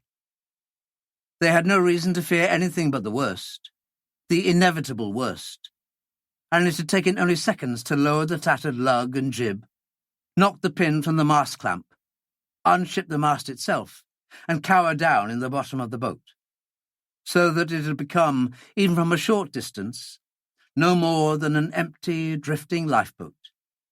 Difficult to see in the mists of driving rain, possibly not worth investigating even if it had been seen.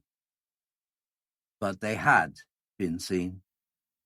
The long grey shape had altered course to intercept their line of drift, and now they could only thank God that it had altered its course, Bless the sharp-eyed lookouts who had impossibly picked out their little grey boat against its vast grey background. It was Nicholson who had at first incredulously identified it. Then Findhorn, Mackinnon, Vanier, Evans, and Walters had all recognised it too. This was not the first time they had seen one of them, and there could be no possible doubt about it. It was a US Navy torpedo boat, and their torpedo boats couldn't be confused with anything afloat. The long, sweeping flare of the bows, the 70-foot plywood shell driven by its 3 high-speed marine motors, its quadruple torpedo tubes and 50-caliber machine guns were quite unmistakable. It was flying no flag at all, but almost as if to remove any last doubts they might have had about its nationality, a seaman aboard the torpedo boat broke out a large flag that streamed out stiffly in the wind of its passing. It was approaching at a speed of something better than 30 knots, nowhere near its maximum, and the white water was piled high at its bows. Even in the gathering gloom, there was no more mistaking the flag than there was the torpedo boat. The Stars and Stripes is probably the most easily identifiable flag of all. They were all sitting up in the lifeboat now, and 1 or 2 were standing, waving at the MTB. A couple of men on the MTB waved back, one from the wheelhouse, the other standing by one of the forward turrets. Aboard the lifeboat, people were gathering their few pitiful possessions together, preparatory to boarding the American vessel, and Miss Plenderleith was in the act of skewering her hat more firmly onto her head, when the MTB abruptly slowed down her big Packard motors, jammed them into reverse, and came sliding smoothly alongside, only feet away, dwarfing the little lifeboat. Even before she stopped completely, a couple of heaving lines came sailing across the gap of water and smacked accurately fore and aft into the lifeboat. The coordinated precision, the handling of the boat clearly bespoke a highly trained crew. And then both boats were rubbing alongside. Nicholson had his hand on the MTB's side, the other raised in greeting to the short, rather stocky figure that had just appeared from behind the wheelhouse. "Hello there!" Nicholson grinned widely, and stretched out a hand in greeting. "Brother, are we glad to see you?" "Not half as glad as we are to see you." There was a gleam of white teeth in a sunburnt face, an almost imperceptible movement of the left hand, and the 3 sailors on deck were no longer interested bystanders, but very alert, very attentive guards, with suddenly produced submachine guns rock-steady in their hands. A pistol, too, had appeared in the speaker's right hand. "I fear, however, that your rejoicing may prove to be rather shorter-lived than ours. Please to keep very still indeed." Nicholson felt as if he had been kicked in the stomach. With a queer sort of detachment, he saw that his hand was no longer resting loosely against the ship's side, but was bar-taut, each separate tendon standing out rigidly from the back of his hand. In spite of all the water he had drunk, his mouth felt suddenly as dry as a kiln. But he managed to keep his voice steady enough. "What kind of bad joke is this?" "I agree." The other bowed slightly, and for the first time Nicholson could see the unmistakable slant, the tight-stretched skin at the corner of the eyes. "For you, it is not funny at all. Look." He gestured with his free hand, and Nicholson looked. The Stars and Stripes was already gone, and even as he watched, the rising sun of Japan fluttered up and took its place. "A regrettable stratagem, is it not?" the man continued. He seemed to be enjoying himself thoroughly. "As is also the boat, and, alas, the passably Anglo-Saxon appearance of my men and myself. Though specially chosen on account of this last, I can assure you we are not especially proud of it. All that, however, is by the way."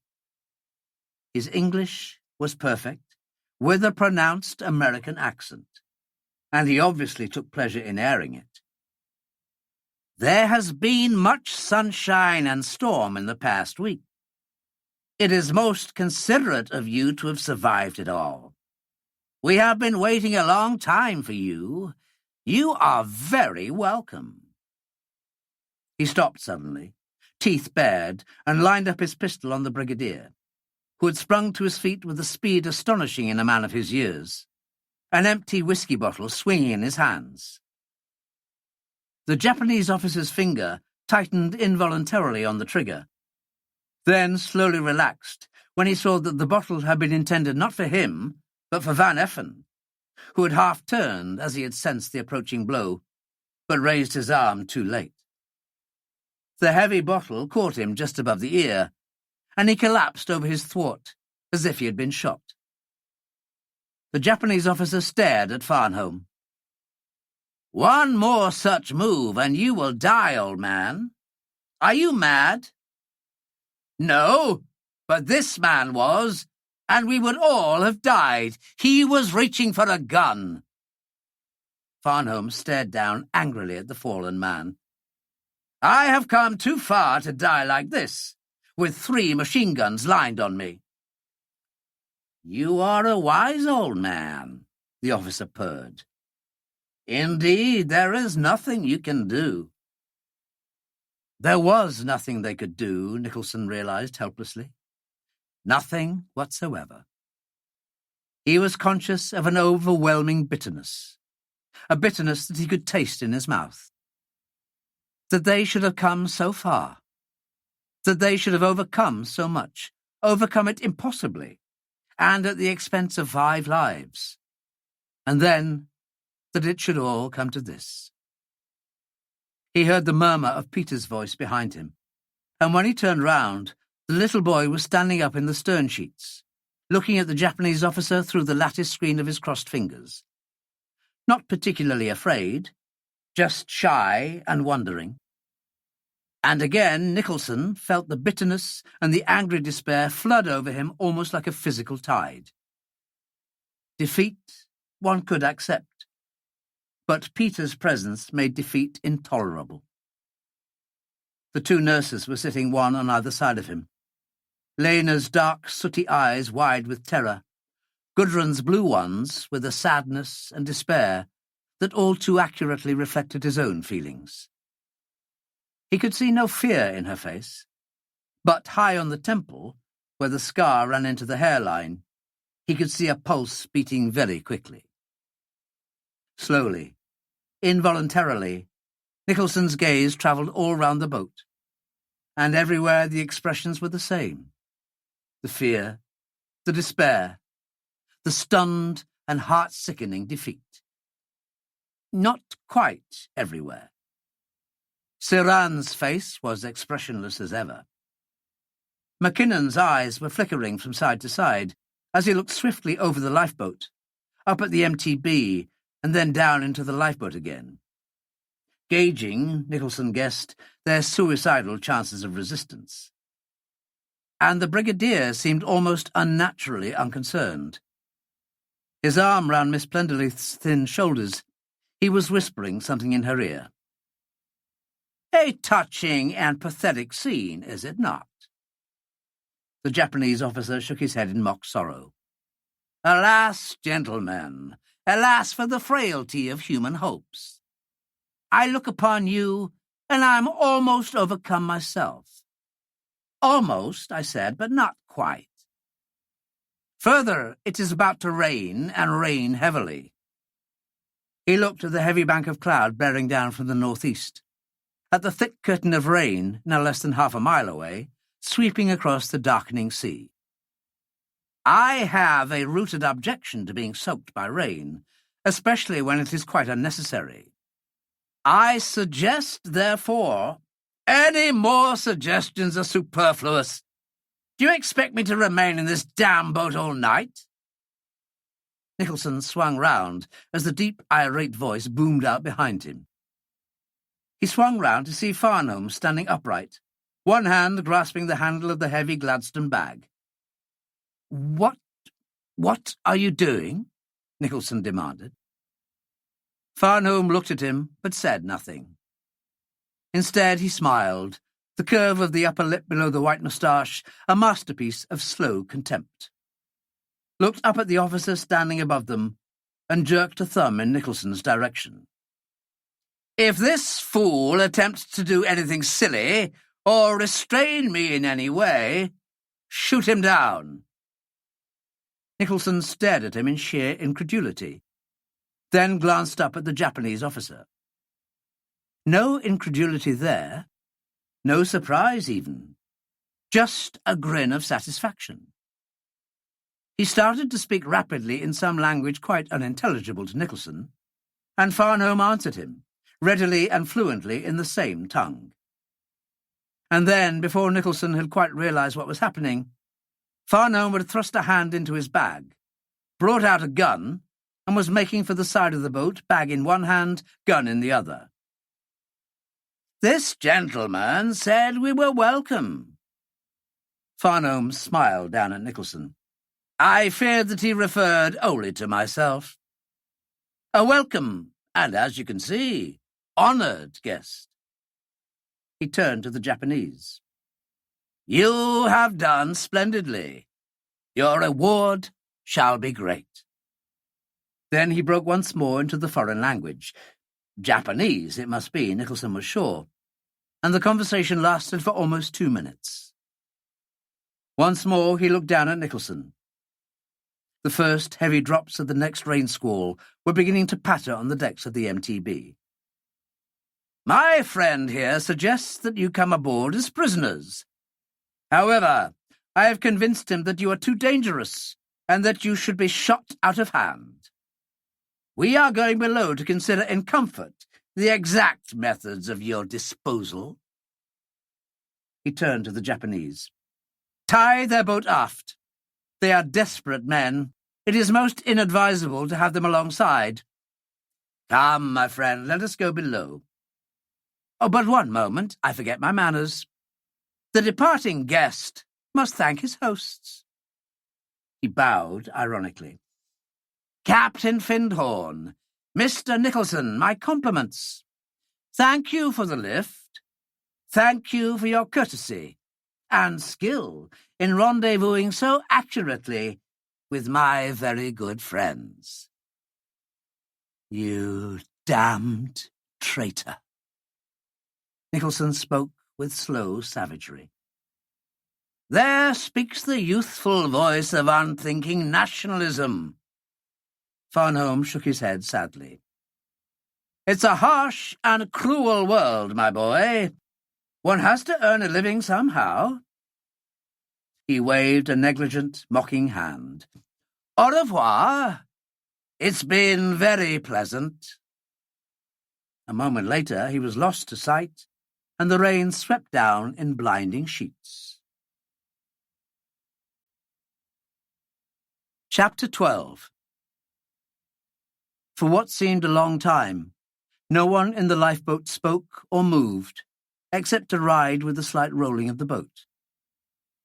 Oblivious of the cold, driving rain, they just stared blankly, stupidly, at the spot where Farnham had been standing before he had disappeared. It probably wasn't a long time, it just seemed that way. It was probably only a matter of seconds before Nicholson heard Miss Plenderleith call him by name and say something. But in the swish of the heavy rain in the sea, and frenetic drumming on the torpedo boat's deck, her voice was only a meaningless murmur.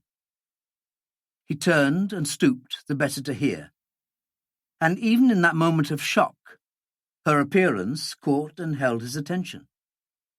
She was sitting on the port side bench, her back as straight as a wand, her hands clasped primly in her lap, her face quiet and composed. She might have been sitting in her drawing-room at home, but for one thing. Her eyes were flooded with tears, and even as he watched, 2 large drops trickled slowly down the lined cheeks and fell onto her hands. "What's the matter, Miss Plenderleith?" Nicholson asked gently. "What is it?" "Take the boat farther back," she said. Her eyes stared sightlessly ahead, and she gave no signs of seeing him. "He told you? Farther back? At once?" "I don't understand." Nicholson shook his head. "Why do you want us—" He broke off abruptly, as something hard and cold struck painfully at the back of his neck. He whirled round and stared up at the Japanese who had just prodded him with the barrel of his machine gun, at the smooth yellow face shining in the rain. "No speaking Englishman." His English was far poorer than his officer's. He looked dangerous. The kind of man who might welcome the opportunity to use the gently waving gun in his hand. "No speaking anyone. I do not trust you. I will kill." "You heard what I said?" Miss Plenderleith's voice was firm and clear, without the vestige of a tremor. "Please." The sailor moved his gun till it was lined up on Miss Plenderleith's head, and a dozen pairs of eyes watched as the knuckles of his right index finger whitened under the pull. His lips were drawn back in an evil smile, and Nicholson knew that the Japanese, many of them at least, required far less provocation to kill. But Miss Plenderleith just stared up at him with an expressionless face. Almost certainly she wasn't seeing him anyway. And he suddenly lowered the gun with some angry exclamation and took a pace backwards. He jerked his head at the other armed sailor. The officer had taken the third with him when he had gone below, and gestured that the rope made fast to the lifeboat's bow should be brought farther aft. Nicholson and Mackinnon paid the lifeboat along the torpedo boat's side, and very soon they were streaming off its stern at the end of a couple of fathoms of rope. The two sailors stood side by side on the poop of the torpedo boat, side by side, cocked carbines ready in their hands. Their eyes searched the lifeboat hungrily, searched for the slightest movement, for anything at all that would give them an excuse to use their guns. The torpedo boat was moving again, engines throttled back to dead slow, but still enough to send it cutting through the water at 3 or 4 knots. It headed northeast, into the sea and the heavy rain. Rain so heavy that, from the lifeboat, the bows of the torpedo boat were almost lost in the murk and the gloom. The lifeboat itself was beginning to pitch at the end of the tautened rope, but not heavily. Miss Plenderleith had her back to the rain and the guards. Perhaps there were still more tears on her cheeks. It was difficult to say. The heavy rain was soaking through the straw brim of her hat, and all her face was wet. But her eyes were clearer now, and they were looking straight at Nicholson. He caught her glance, saw her drop it to the carbine lying by her side where Farnham had left it, saw her raise her eyes to his again. "Don't look at me," she murmured. "Pay no attention to me. Can they hear me?" Nicholson stared ahead at the guards, his face bleak. The tiny shake of his head must have been imperceptible to them. "Can you see the gun? Behind my bag?" Nicholson looked idly at the bench where Miss Plenderleith was sitting and looked away again. Behind the canvas and leather bag, where Miss Plenderleith kept her knitting and all her worldly possessions, he could see the heel of the butt of the carbine. Farnham's gun, the carbine he had used so effectively against... Suddenly, there flooded into Nicholson's mind the recollection of all the times the Brigadier had used that gun, of the damage he'd done with it, how he'd blown up the big gun on the submarine, how he'd beaten off the attack by the Zero that had attacked the lifeboat, how he'd saved his, Nicholson's, life on the beach of that little island. And all at once, he knew that there was something fantastically wrong with this desertion and betrayal, that no man could so wholly alter. "Can you see it?" Miss Plenderleith repeated urgently. Nicholson was startled, but didn't show it. He nodded slowly, carefully. The butt of the carbine was less than a foot from his hand. "It's cocked," Miss Plenderleath said quietly. It's ready to fire. Foster said it was ready to fire. This time Nicholson did look at her, slow astonishment and wonder in his face, his eyes blinking in the driving rain as he tried to read her expression. And then he had forgotten all about Miss Plenderleath, and he was half out of his seat, staring intently forward, his hand automatically reaching for the carbine. Even at that distance of 40 or 50 feet, the sound of the explosion was deafening, and the sheer physical shock of the pressure wave like an invisible blow in their faces. Smoke and flames belched out through a great hole blown in the starboard side, and almost at once the torpedo boat was heavily on fire amidships. The guards, their charge completely forgotten, had swung round to face forward, but one of them, caught off balance by the force of the explosion, stumbled, flung away his machine gun in a clawing, desperate attempt to regain balance and save himself, failed, and fell backwards over the stern into the sea. The other had only taken a couple of running paces forward when the blast of the carbine in Nicholson's hand pitched him forward on his face, dead. Even as he was falling, Mackinnon was plunging towards the bows, an axe in his hand, and one vicious blow on the tow rope, taut stretched across the gunwale, severed it completely. Immediately, Nicholson pushed the tiller hard over to starboard, and the lifeboat slewed away heavily to the west. The torpedo boat still throbbed northeast on unaltered course, and within half a minute all signs of it, even the flames that twisted high above the bridge, were completely lost in the rain squalls and the rapidly falling darkness. Swiftly, and in a strange unanimity of silence, they stepped to the mast, hoisted the lug and jib, and bore off into the rain and the gloom with as much speed as they could command from their tattered sails. With the port gunwale dipping perilously low, Nicholson steered a point north of west.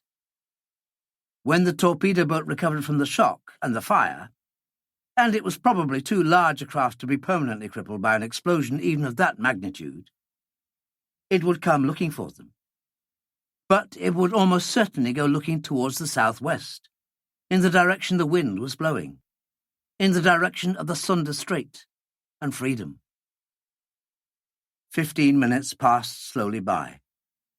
15 minutes in which there was only the swift slap of the waves against the hull, the flapping of shredded sails, the creaking of blocks and the tap-tapping of the yard against the mast. Now and again someone will be about to speak, to seek out the reason for the explosion aboard the torpedo boat.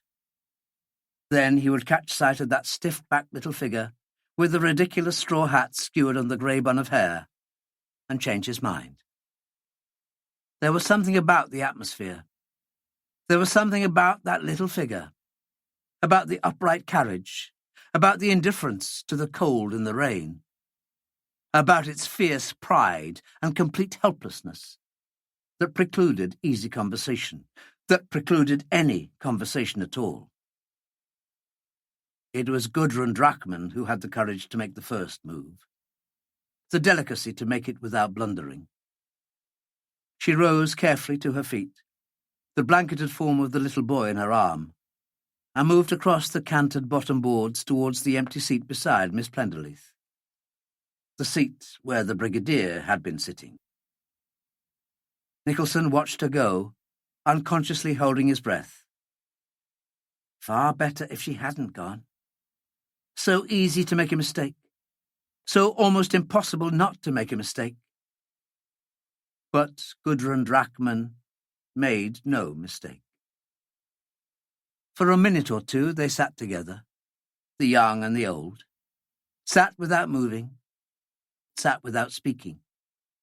Then the little boy, half asleep in his wet blanket, stretched out a chubby hand and touched Miss Plenderleath on her wet cheek. She started, half turned in her seat, then smiled at the boy and caught his hand in hers. And then, almost without thinking, she had the little boy on her lap and was hugging him in her thin arms. She hugged him tightly, but it was as if the child knew that there was something far amiss. He just stirred sleepily and looked at her gravely under heavy eyelids. Then, just as gravely, he smiled at her, and the old lady hugged him again even more tightly, and smiled back down at him, smiled as if her heart was breaking. But she smiled. "Why did you come and sit here?" she asked the girl. "You and the little one. Why did you come?" Her voice was very low. "I don't know." Gudrun shook her head, almost as if the thought were occurring to her for the first time. "I'm afraid I just don't know." "It's all right. I know." Miss Plenderleith took her hand and smiled at her. "It's very curious. It is really very curious that you should come, I mean. He did it for you. He did it all for you. For you and the little one." "You mean fearless Foster?" The words were ridiculous, but not the way Miss Plenderleith said them. She said them as if she were saying a prayer. "Fearless Foster Farnhome. That was what we used to call him when we were in school. He was afraid of nothing that walked on earth." "You have known him so long, Miss Plenderleith." "He said you were the best of us all." Miss Plenderleith hadn't even heard the question. She shook her head musingly, her eyes soft with remembrance. "He teased me about you this afternoon. He said he didn't know what the young men of the present generation were coming to, and by heaven, if he were 30 years younger, he'd have had you to the altar years ago." "He was very kind." Gudrun smiled without any embarrassment. "I'm afraid he didn't know me very well." "That's what he said. That's exactly what he said." Miss Plenderleith gently removed the child's thumb from his mouth. He was almost asleep. "Foster always said that education was very important, but that it didn't really matter, because intelligence was more important than that, and that even intelligence didn't count for so much, that wisdom was far more important still. He said he had no idea in the world whether you had education or intelligence or wisdom, and that it couldn't matter less. A blind man could see that you had a good heart, and the good heart was all that mattered in this world." Miss Plenderleith smiled, her grief momentarily lost in nostalgic remembrance. "Foster used to complain that there were very few good-hearted people like himself left." "Brigadier Farnhome was very kind," Gudrun murmured. "Brigadier Farnhome was a very clever man," Miss Plenderleith said in gentle reproof. "He was clever enough to— well, never mind. You and the little boy. He was very fond of the little boy." "Trailing clouds of glory do we come," Willoughby murmured. "What's that?" Miss Plenderleith looked at him in surprise. "What did you say?" "Nothing. Just a passing thought, Miss Plenderleith." Miss Plenderleith smiled at him, then sat gazing down at the little boy. Silence again, but a comfortable silence now. It was Captain Findhorn, speaking for the first time, who broke it, who asked the question they all wanted answered. "If we come home again, we will owe it all to Brigadier Farnhome. I do not think any of us will ever forget that. You have told us why he did it. You seem to have known him far better than any of us, Miss Plenderleith. Can you tell me How he did it? Miss Plenderleith nodded. I'll tell you. It was very simple, because Foster was a very simple and direct man. You all noticed that big Gladstone bag he carried? We did. Findhorn smiled. The one he carried his, supplies in. That's right, whiskey. Incidentally, he hated the stuff, used it only for local colour. Anyway, he left all the bottles and all the other contents of his bag behind on the island, in a hole in the rocks, I believe. Then he— What? What did you say? It was Van Effen speaking, still groggy from Farnham's blow on the head, leaning so far forward on his seat that he winced with the pain of his injured leg. He left all his stuff behind. That's what I said. Why should you find that so surprising, Mr. Van Effen? No reason at all, I suppose. Van Effen leaned back and smiled at her. Please, continue. Well, that's all, really. He'd found lots of Japanese grenades on the beach that night, and he stuffed 14 or 15 into his Gladstone bag. Into his bag? Nicholson patted the seat beside him. But they're under here, Miss Plenderleith. He found more than he told you. Miss Plenderleith's voice was very low. He took them all aboard with him. He spoke Japanese fluently, and he had no difficulty in persuading them that he was carrying Jan Becker's plans with him. When he got below, he was going to show them the plans, put his hand inside the bag, press a grenade release catch, and leave his hand there. He said it would only take 4 seconds. There was no moon that night, and no stars, only the dark, scudding cloud rack overhead, and Nicholson drove the lifeboat on for hour after hour, by guess and by God. The glass of the compass bowl had cracked. Nearly all the spirit had escaped, and the card was gyrating so uncontrollably that trying to read it in the feeble light of a failing torch was quite impossible.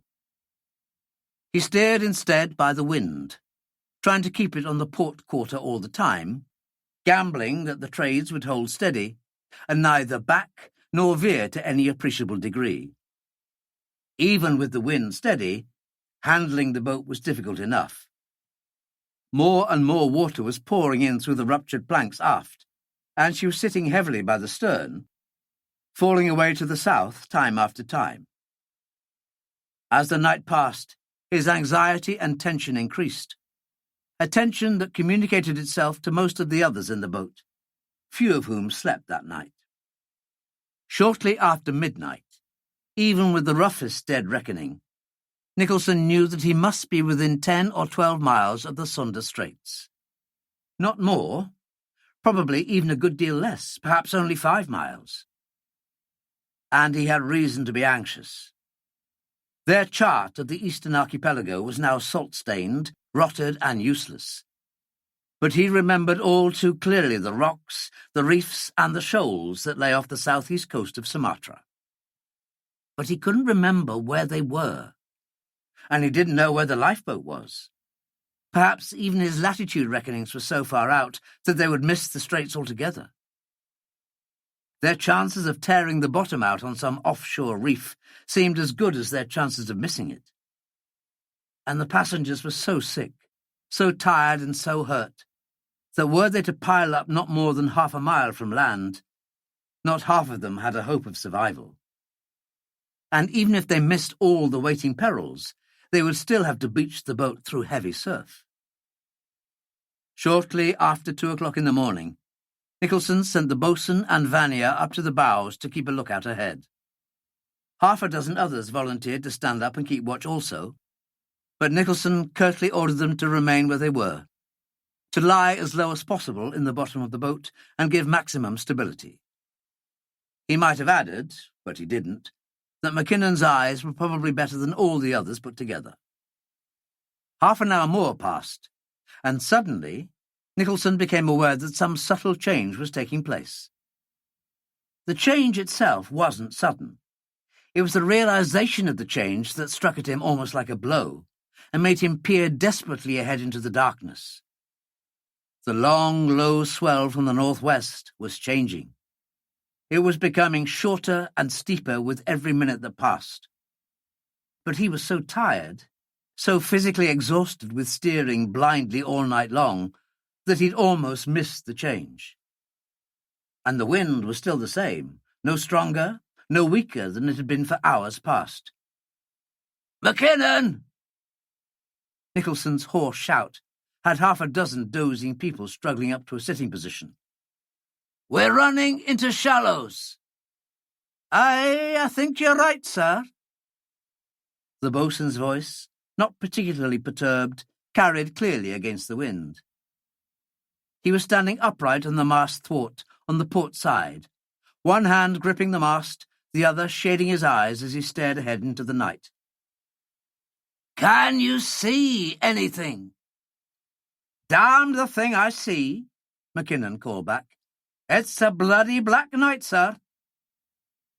"Keep looking." "Vanya!" "Sir?" The voice was excited, but steady enough for all that. On the brink of breakdown less than 12 hours ago, Vanya had made a remarkable recovery, and seemed to have regained more life and energy than any of them. "Get the lug down fast as you can. Don't furl it, no time. Van Iffen, Gordon, give him a hand." The lifeboat was beginning to pitch quite violently in the rapidly shortening seas. "See anything yet, bosun?" "Nothing at all, sir." "Cut Serran loose, and his 2 men. Send them back amidships." He waited for half a minute, until the 3 men came stumbling aft. "Serran, you and your men get a crutch apiece. Gordon, you get another. When I give the words, you will ship oars and start pulling." "Not tonight, Mr. Nicholson." "You said?" "You heard what I said. I said not tonight." The tone was cool and insolent. "My hands are numb, and I'm afraid I just don't feel like cooperating." "Don't be a bloody fool, Serran. Lives depend on this." "Not mine." Nicholson could see the white gleam of teeth in the darkness. "I am an excellent swimmer, Mr. Nicholson." "You left 40 people to die, didn't you, Serran?" Nicholson asked obliquely. The safety catch of his Colt clicked, unnaturally loud in the sudden silence. A second passed. 2, 3. Then Serran slammed a crutch home into its socket, reached for an oar, and muttered orders to his 2 men. "Thank you," Nicholson murmured. He raised his voice. "Listen, all of you. I think we're nearing shore. The chances are that there will be rocks or reefs off the beach, or a heavy surf running. The boat may founder or capsize. Not likely, but it may. It'd be a ruddy miracle if it doesn't," he thought bleakly. "If you find yourselves in the water, stick together. Hang on to the boat, the oars, lifebelts, or anything that will float. And whatever happens, hang on to each other. Do you all understand?" There was a low murmur of assent. Nicholson flashed his torch round the inside of the boat. From what he could see in the sickly yellow light, everybody was awake. Even their sodden, shapeless clothes couldn't disguise the peculiar tenseness of their attitudes. Quickly, he switched off the light. Weak though the beam was, his pupils were narrowing enough to affect his night vision, and he knew it. "Still nothing, bosun?" he called out. "Nothing at all, sir. It's as black as a... Wait a minute."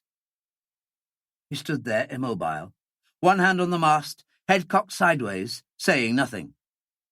"What is it, man?" Nicholson shouted. "What can you see?" Breakers, Mackinnon called. Breakers or surf? I can hear it. Where? Where are they? Ahead. Can't see them yet. A pause. Starboard bow, I think. Cut the jib, Nicholson ordered. Mast down, Vanier. He leaned far over on the tiller, bringing the lifeboat round to face wind and sea. She answered the helm slowly, soggily. There were at least 50 gallons of seawater swishing about the after end of the boat, but she came round eventually. Even waterlogged and in a running sea, she'd still carried enough way from the thrust of the jib. I can see it now. It was Mackinnon shouting from the bows. Starboard quarter, sir. Nicholson twisted in his seat, looked quickly over his shoulder. For a moment or two he could see nothing. He couldn't even hear anything. And then he could both hear and see it. A thin white line in the darkness, a long continuous line that vanished and appeared again, closer than it had been when it faded. Surf. It must be surf. No breakers ever looked like that in the darkness. Thank God for so much anyway. Nicholson faced forward again. Right, bosun. Let it go. Mackinnon had been waiting the word, the iron-hooped mouth of the sea anchor in his hands. Now he flung it as far forward into the sea as he could, paying out the warp as the sea anchor filled and started dragging. Get those oars out! Nicholson had already unshipped the rudder and drawn the shaft of the steering oar up through the grummet, sculling furiously to keep the lifeboat head-on to sea until the sea anchor took hold. No easy work when he couldn't make out the set of the waves in the darkness, when he'd nothing to guide him but the wind in his face and the waterlogged movement of the boat. He could hear the scraping and muffled oaths as men tried to free trapped oars, then the metallic clunks as they dropped into the crutches. Give way together, he called. Easy now. Easy. He had no hope that they would pull together in the darkness, and he didn't expect it. Just so long as they pulled, he could correct any excesses with his steering oar. He glanced quickly over his shoulder. The line of surf was almost directly astern now, and its low, sullen booming carried clearly to his ears, even against the wind. It could have been 50 yards away. It could have been 250 yards away. It was impossible to tell in the darkness. He faced round again, tried to peer forward, but the wind whipped the rain and the salt spray into his eyes, and he could see nothing. The wind appeared to be strengthening. He cupped his hands to his mouth and shouted, How's it taking, Mackinnon? Oh, it's just fine, sir. Taking grand. Several fathoms of the sea anchor were already stretched out tautly over the bow, and the boatswain had just finished stabbing the attached oil bag with his gully knife. He'd made a thorough job of the stabbing. The oil wouldn't have to last for long, and the more they had over the surface of the sea, the easier would be their passage through the surf. He passed the oil bag over the bows, let some more of the warp pass through his hands, then tied it securely to the mast thwart. They hadn't taken all the beaching precautions a moment too soon. The surf had been much nearer 50 than 250 yards, and already they were almost on it. Carefully, expertly, making the fullest possible use of the oars, steering oar, and sea anchor, Nicholson slowly backed the lifeboat onto the beginning of the smooth convexity of the swell of the surf. Almost immediately, the boat picked up speed, rose and rode in swiftly with a giant wave as the oars came out of the water, and Mackinnon pulled the tripping line of the sea anchor, sped along smoothly and soundlessly as the surf curved its way into seething white destruction. Checked suddenly as oars dipped, and the tripping line was released at Nicholson's sharp command. Then plunged over the breaking crest of the surf and raced into the shelving beach in a phosphorescent smother of foam and spray. There had been no time for the sea to carry the oil so far ahead. with the bar-taut anchor warp holding the stern pointing straight into the shore, and the white water passing them by, outdistancing them in the race for the shore. It was then, and only then, when the worst was safely by, that Nicholson, peering intently astern, saw something that shouldn't have been there. His hoarse shout of warning came almost on the instant of recognition, but it came too late. The jagged rock, or maybe it was a knife edge of coral, sliced the bottom out of the rushing boat, from the stern clear back to the bows. The jarring, breaking shock jerked people free from their clutching handholds, flung them in headlong confusion, all arms and bodies and legs, towards the stern, and hurled 2 or 3 over the side into the water. A second later, the wrecked boat slewed violently to the side and overturned, catapulting everyone into the seething afterwash of the surf. Of the seconds that followed, no one had afterwards any more than a confused, inchoate recollection. A recollection of being rolled over and over by the surging sea, of swallowing seawater, and scrambling to their feet on the shingly, shelving beach, only to be knocked down and buffeted by the inverted lifeboat. Scrambling to their feet again, to have their legs sucked from under them by the retreating seas. Struggling upright again, and wading, staggering ashore, to fling themselves down on the beach in gasping, heart-pounding exhaustion. Nicholson made 3 trips to the beach altogether. The first was with Miss Plenderleith. The shock of the collision had flung her hard against him, even as they went over the stern, and he had instinctively tightened his arm round her as they had gone to the bottom together. She had been almost twice the weight he had expected. She had both her forearms locked through the handles of her heavy canvas travelling bag, and resisted Nicholson's efforts to tear it away with what he could only imagine to be a strength, an unreasoning, suicidal strength, born of fear and panic. But he had got her ashore somehow, still grimly clutching her bag, waited his chance for the receding surf, then plunged back into the sea to help Vanya carry the captain ashore. Findhorn hadn't wanted assistance. He kept on repeating that he didn't want assistance.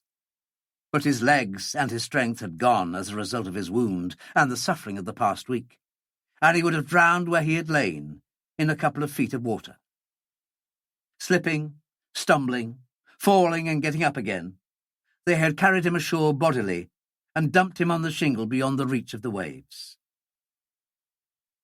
By now, there were almost a dozen of them clustered in a tight knot on the beach, some lying, some sitting, some standing. Indistinct blurs in the darkness who gasped for breath, or moaned or retched seawater in convulsive agony. Chest heaving and gasping for breath himself, Nicholson started to take a quick roll call of those present. But he didn't even get beyond the first name. "Gudrun! Miss Drachman!" There was no reply, just the moaning and the painful retching. "Miss Drachman? Has anyone seen Miss Drachman? Has anyone got Peter?" There was only silence. "For God's sake, somebody answer! Has anyone seen Peter, the little boy? Has anyone seen him?" But there was only the sullen boom of the surf, the rustling shirr of the retreating sea, dragging the shingle down the beach. Nicholson dropped to his knees, felt the forms and faces of those who were lying on the beach. No Peter there, no Gudrun Drachman. He jumped to his feet, knocked staggering someone who was standing in his way, and rushed madly down into the sea, plunged out into the water, and was knocked off his feet by the surge of the incoming surf. He was on his feet again like a cat, all his exhaustion gone, as if it had never existed. He was vaguely conscious of someone plunging into the sea behind him, but paid no attention. 6 running, splashing steps at the full stretch of his legs, and something struck him with cruel, numbing force against the kneecaps. The boat, drifting upside down. He somersaulted in mid-air, struck his shoulder against the keel, landed flat on his back on the water on the other side, with an explosive smack that drove all the breath out of his body. Then was on his way again, propelled by a fear and a nameless anger such as he had never known before. The pain in his chest and his legs was another turn of the rack for every step he took. But he drove himself on remorselessly, as if the fire in his legs and his body's gasping demands for air simply did not exist. Another 2 steps, and he had crashed into something soft and yielding, and knocked it backwards into the next incoming rush of water. He stooped, grabbed hold of a shirt and lifted, bracing the 2 of them against the surge of the sea. "Gudrun!" "Johnny! Oh, Johnny!" She clung to him, and he could feel her trembling. "Peter! Where's Peter?" he demanded urgently. "Oh, Johnny!" The habitual cool self-possession was gone, and her voice was almost a wail. "The boat struck, and...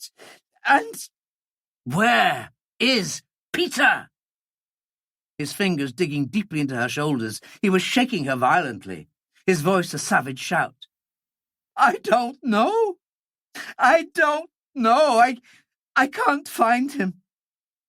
She broke away, dived sideways into the water that was boiling waist-high by them. He caught her, jerked her to her feet, and whirled round. It was Vanya who had followed him into the surf, and he was right behind him. He thrust the girl at him. "Take her ashore, Vanya." "I won't go. I won't." She was struggling in Vanya's arms, but she hadn't the strength left to struggle very much. "I lost him. I lost him." "You heard me, Vanya." Nicholson's voice, as he turned away, was a cutting whip. Vanya mumbled, "Yes, sir," to the retreating back, and started to drag the half-hysterical girl through the surf. Again and again Nicholson plunged into the white water, his hands scrabbling desperately along the shingled bed of the sea. Again and again he came up empty-handed. Once he thought he had found him, but it was only an empty bag. He threw it away like a man demented and flung himself yet farther out into the surf, near the coral that had sunk them. He was up almost shoulder-high in the water now, being swept off his feet with monotonous regularity, swallowing great mouthfuls of sea, shouting the name of the boy over and over again like some crazy litany, driving his exhausted body to incredible, inhuman efforts, driven by a horrifying fear, a dreadful anxiety that left him no longer sane, and anxiety such as he had not known could exist in the heart of any man. 2 minutes, perhaps 3, had elapsed since the boat had struck, and even in his madness he knew that the little boy could not have lived so long in these waters. What little reason he had left told him so, but he ignored it, dived once more through the creaming surf to the shingled floor of the sea. But again, nothing. Below the water or on the surface, only the wind, the rain, the darkness, and the deep-throated booming of the surf. And then, high and clear above the wind and the sea, he heard it. The child's thin, terrified cry came from his right, along the beach about 30 yards away. Nicholson whirled and plunged in that direction, cursing the deep waters that reduced his stumbling run to grotesque slow motion. Again the child cried, not a dozen feet away this time. Nicholson shouted, heard a man's answering call, and then all at once he was upon them, the looming bulk of a man as tall as himself, with the child high up in his arms. "I am very glad to see you, Mr. Nicholson." Van Effen's voice was very faint and far away. "The little one is not harmed. Please to take him from me."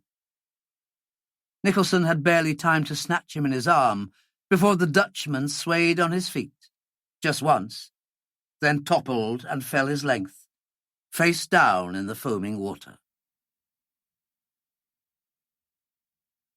Chapter 13. The jungle, dank, dripping and steaming hot, was all around them.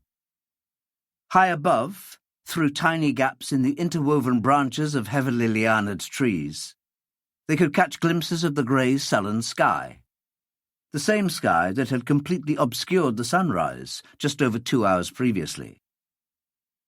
The light that filtered down from these treetops had a strangely unreal quality, sinister and foreboding, but a quality that accorded well with the claustrophobic green walls of the jungle and the scummed miasmal swamps that bounded both sides of the jungle path.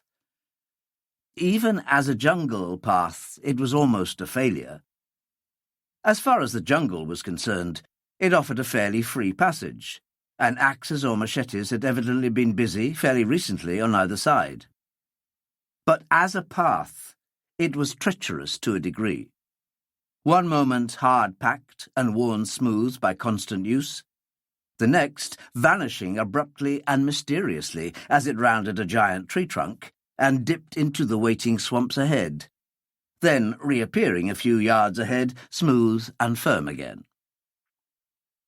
Nicholson and Vanya, already covered to the waists in the rotting, evil-smelling slime, were beginning to discover the techniques for dealing with these sudden breaches in the path. Invariably, they were beginning to find there was an alternative route round these swamp patches, and if they cast around long enough, they usually found it.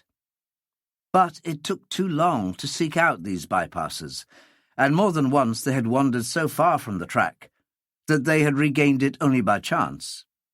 So that now, unless the bypass was almost immediately obvious, they plunged through the swamps and regained firm land on the other side, pausing every time to wipe off as much of the slime as possible, and the ugly grey leeches that fastened to their legs. Then they would hurry on again, following the tortuous path round the massive trees as best they could, in the weird, dim half-light of the tropical forest, trying their best to ignore the strange stirrings and rustlings that paralleled their progress on either side. Nicholson was a seaman, first, last, and all the time. He was little at home on land, still less so in the jungle, and this was not a journey that he would ever have made, would ever have contemplated making, had there been any option. But there had been no option, none whatsoever, a fact that had become cruelly evident soon after the first grey stirrings of dawn had let him look around to assess their position and the condition of the boat's company. Both had been very far from reassuring.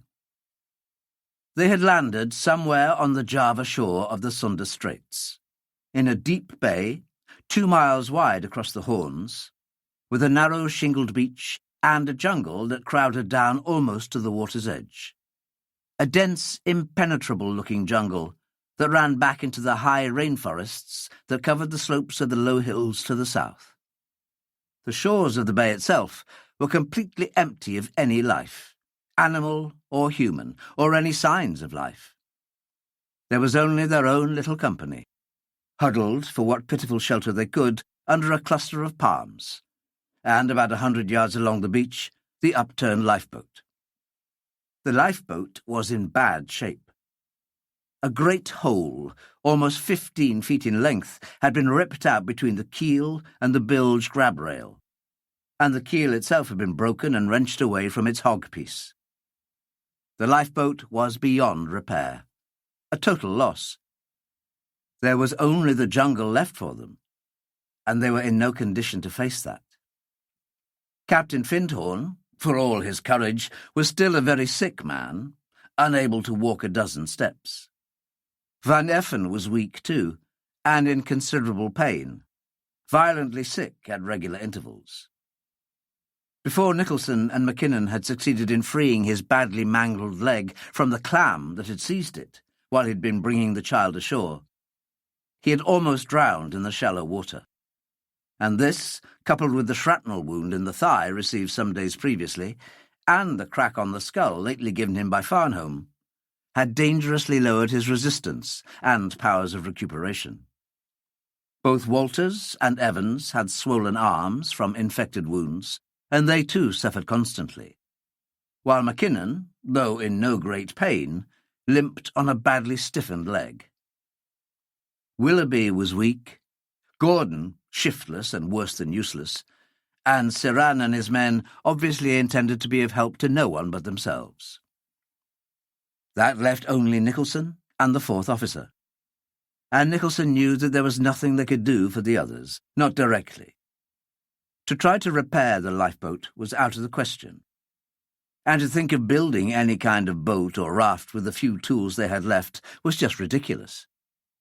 On land they were, and on land they would have to remain. But they couldn't remain on that beach indefinitely. If they did, they would starve. Nicholson had no illusions about their ability to survive for any time at all on the food they could scrape from trees, bushes, on and under the ground. An experienced jungle man might get enough for survival, but the chances were that they would poison themselves in the very first meal they took. Even if they didn't, bark and berries wouldn't keep seriously ill men alive for long.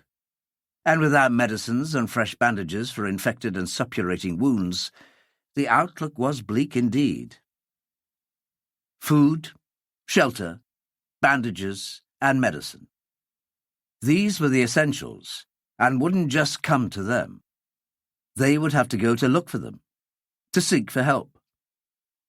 How far distant help might be, and in what direction it would lie, was anybody's guess. The northwest corner of Java, Nicholson knew, had a fair population, and there were, he remembered, 1 or 2 largish towns some way inland. Too far inland. Their best chances lay with the coastal fishing villages. They might encounter hostility instead of help. They might possibly encounter Japanese. In a mountainous land of forest and jungle like Java, they would almost certainly confine their activities to the coastal areas.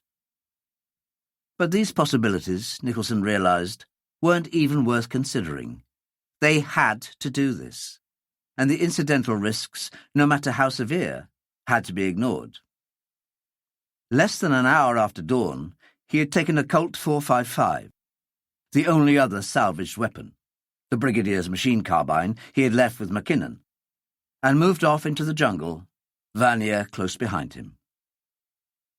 Less than 20 yards inland, just before they had reached the belt of forest, they had struck a well-defined path, running northeast and southwest between the woods and the sea. Automatically, without even looking at one another, they had turned southwest. It wasn't until they had gone some distance that Nicholson realized why they had done it. In the long run, the south represented ultimate escape and freedom. Less than half a mile from where they had left the others, the beach to their left curved away to the west and northwest, following the lower horn of the bay. But the path had carried straight on across the base of the promontory, leaving the scrub and bushes and penetrating deep into the rainforest itself. 90 minutes and 3 miles after leaving the beach, Nicholson called a halt. They had just struggled through a 30-yard patch of watery swamp that had taken them almost up to the armpits, and both men were exhausted. The effort, the sheer labour involved in their grotesquely slow-motion wading through these swamps was energy-sapping enough for men who had had little to drink and almost nothing to eat for a week. But even worse was the steaming jungle, the oppressive heat, the enervating humidity that stung and blinded their eyes with sweat. Safe on a patch of firm ground, Nicholson sat and leaned his back against a thick tree trunk. He wiped some mud off his forehead with the back of his left hand. The right still clutched the gun, and looked at Vanier, who had slid down almost full length on the ground, a forearm across his eyes, his chest rising and falling, deeply, quickly. "Enjoying yourself, Fourth? I bet you never thought your second mate's ticket was a license for traipsing through the Indonesian jungles." Unconsciously, almost, he kept his voice down to a gentle murmur. The jungle and everything about it breathed hostility. "Bloody awful, isn't it, sir?" Vanier stirred, groaned softly as some aching muscle rebelled, then tried to smile. These tree-swinging Tarzans you see in films give you a quite erroneous idea of how progress is made through the jungle. I think this damn path here just goes on forever and ever. You don't think we're travelling in circles, do you, sir? Possible enough, Nicholson admitted. Haven't seen the sun all day, and it's so blasted thick overhead that you can't even see lightness in the sky. We could be going north, south, or west, but I don't think so. I think this path will come out again to the sea. I hope you're right. Vanya was gloomy, but not depressed. Looking at the thin, sun-darkened face, with the now too prominent cheekbones and the blistered, resolute mouth, Nicholson thought that in the past few days the furnace of privation and experience had cast Vanya in a completely different mould, changing him from an irresolute, uncertain boy to a toughened, determined man. A man aware of newfound resources and unsuspected capacities. A man well worth having by his side. A minute, perhaps two, passed in silence. A silence marred only by the diminishing sound of their breathing and the sodden dripping of water in the leaves of the trees. Then, abruptly, Nicholson stiffened, his left hand reaching out to touch Vanya warningly on the shoulder. But the warning was unheeded. Vanya, too, had heard it, was drawing his legs under him and rising steadily, noiselessly to his feet. Seconds later, both men were standing behind the trunk of the tree, waiting. The murmur of voices and the soft pad of footsteps on the matted jungle floor came steadily nearer. The owners of the voices still hidden by the curve in the trail, less than 10 yards away. They would have to wait till the last moment before identifying the approaching men, but it couldn't be helped. Nicholson looked swiftly around for a better place of hiding, but there was none. The tree trunk would have to do, and behind the tree trunk they would wait. The approaching men, it sounded as if there were only two of them, might be Japanese. Even muffled by his shirt front, the click of the Colt's safety catch sliding off sounded unnaturally loud. A month ago he would have shrunk from the thought of shooting unsuspecting men from ambush. A month ago. Suddenly, the approaching men had rounded the bend in the trail and were in full view. 3 men, not 2, and certainly not Japanese, Nicholson realized with quick relief. Relief and a vague surprise. Subconsciously he had expected, if not Japanese, Sumatran natives dressed in the scanty minimum the climate demanded, and carrying spears or blowpipes. 2 of the newcomers were dressed in denims and faded blue shirts. Even more upsetting to preconceived notions was the rifle the eldest of the 3 carried. But it didn't upset the steadiness of the Colt in his hand. Nicholson waited until they were only 10 feet away, then stepped out into the middle of the path, the pistol barrel lined up motionless on the chest of the man with the rifle. The man with the rifle was quick. A break in mid-stride, a flicker of the seamed brown eyes under the straw hat, and the long snout of the rifle was swinging up as the left hand reached down for the barrel. But the young man by his side was even quicker. His sinewy hand darted out and clamped down on the barrel of the other's rifle, checking its upward sweep, and he answered the surprise and anger in the other's face with quick, sharp words. The elder man nodded heavily, looked away, and let the gun droop, till its muzzle almost touched the ground. Then he muttered something to the young man, who nodded and looked at Nicholson, eyes hostile in a calm, smooth face. Begrijp u Nederlands? Dutch. Sorry, I don't understand. Nicholson lifted his shoulders in incomprehension, then looked briefly at Vanya. Take his gun forth, from the side. English? You speak English? The young man's tongue was slow and halting. He was peering at Nicholson with eyes suspicious, but no longer hostile. Then his glance lifted an inch or two above Nicholson's eyes, and he suddenly smiled. He turned and spoke rapidly to the man by his side, then looked at Nicholson. "I tell my father you are English. I know your hat. Of course, you are English." "This?" Nicholson touched the badge on his uniform cap. "Yes. I live in Singapore." He waved his hand vaguely towards the north. "For almost 2 years. Often I see English officers from ships. Why are you here?" "We need help," Nicholson said bluntly. His first instinct had been to temporize, make sure of his ground, but something about the quiet, dark eyes of the young man changed his mind. Not, he realized, wryly, that he was in any position to temporize anyway. "Our ship has been sunk. We have many sick, many hurt. We need shelter, food, medicines." "Give us back the gun," the young man said abruptly. Nicholson didn't hesitate. "Give them back the gun, Forth." "The gun?" Vanier was apprehensive and looked it. "But how do you know—" "I don't. Give them the gun." Nicholson thrust the Colt into his belt. Reluctantly, Vanier handed the rifle back to the man in the straw hat. The man snatched it, folded his arms over his gun, and stared off into the forest. The young man looked at him in exasperation, then smiled apologetically to Nicholson. "You must excuse my father," he said haltingly. "You have hurt his feelings. Men do not take guns from him." "Why?"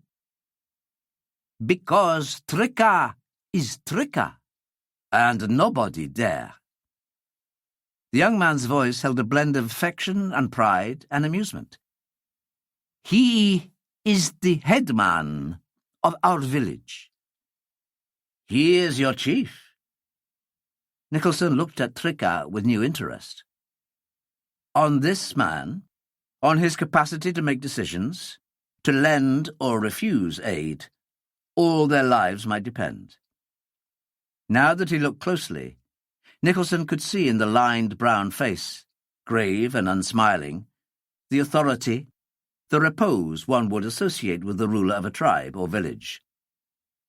Tricka, in appearance, was very like his son, and the boy who stood some distance behind them. A younger son, Nicholson guessed. All three shared the low, wide forehead, intelligent eyes, finely chiselled lips, and thin, almost aquiline nose.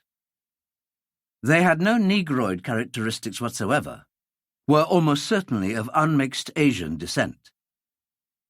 A good man to help you, Nicholson thought, if he would help you.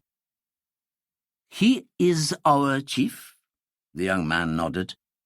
"I am Telak, his eldest son." "My name is Nicholson. Tell your father I have many sick English men and women on the beach, 3 miles to the north. We must have help. Ask him if he will help us." Telak turned to his father, spoke rapidly in a harsh staccato tongue for a minute, listened to his father, then spoke again. "How many are sick?" "5 men. At least 5 men. There are also 3 women. I do not think they could walk far. How many miles is it to your village?" "Miles?" Telak smiled. "A man can walk there in 10 minutes. He spoke again to his father, who nodded several times as he listened, then turned and spoke briefly to the young boy by his side. The boy listened intently, appeared to repeat instructions, flashed his white teeth in a smile at Nicholson and Vanya, turned quickly and ran off in the direction he had come. "We will help you," Telak said. "My young brother has gone to the village. He will bring strong men and litters for the sick. Come, let us go to your friends." He turned, led the way into an apparently impenetrable patch of forest and undergrowth, skirted the swamp through which Nicholson and Vanya had so lately waded, and led them back onto the path again, all inside a minute. Vanya caught Nicholson's eye and grinned. "Makes you feel stupid, doesn't it? Easy enough when you know how." "What does your friend say?" Telak asked. "Just that he wishes we had had you with us earlier on," Nicholson explained. "We spent most of our time wading up to the waists in swamps." Trika grunted an inquiry, listened to Telak, then muttered to himself. Telak grinned. "My father says only fools and very little children get their feet wet in the forest. He forgets that one must be used to it." He grinned again. "He forgets the only time, he was ever in a car. When it moved off, he jumped over the side and hurt his leg badly." Telak talked freely as they walked along through the filtered green light of the jungle. He made it quite obvious that he and his father were in no way pro-British, nor were they pro-Dutch, nor pro-Japanese. They were just pro-Indonesian, he explained, and wanted their country for themselves. But once the war was over, if they had to negotiate with anyone for the freedom of their country, they would rather do it with the British or the Dutch. The Japanese made great protestations of friendship, but once the Japanese moved in on a country, they never moved out again. They asked for what they called cooperation, Telak said, and already they were showing that if they didn't get it one way, willingly, they would get it another, with the bayonet and the Tommy gun. Nicholson looked at him in quick surprise and sudden dismay. "There are Japanese near here? They have landed, then?" "Already they are here," Telak said gravely. He gestured to the east. "The British and Americans still fight, but they cannot last long.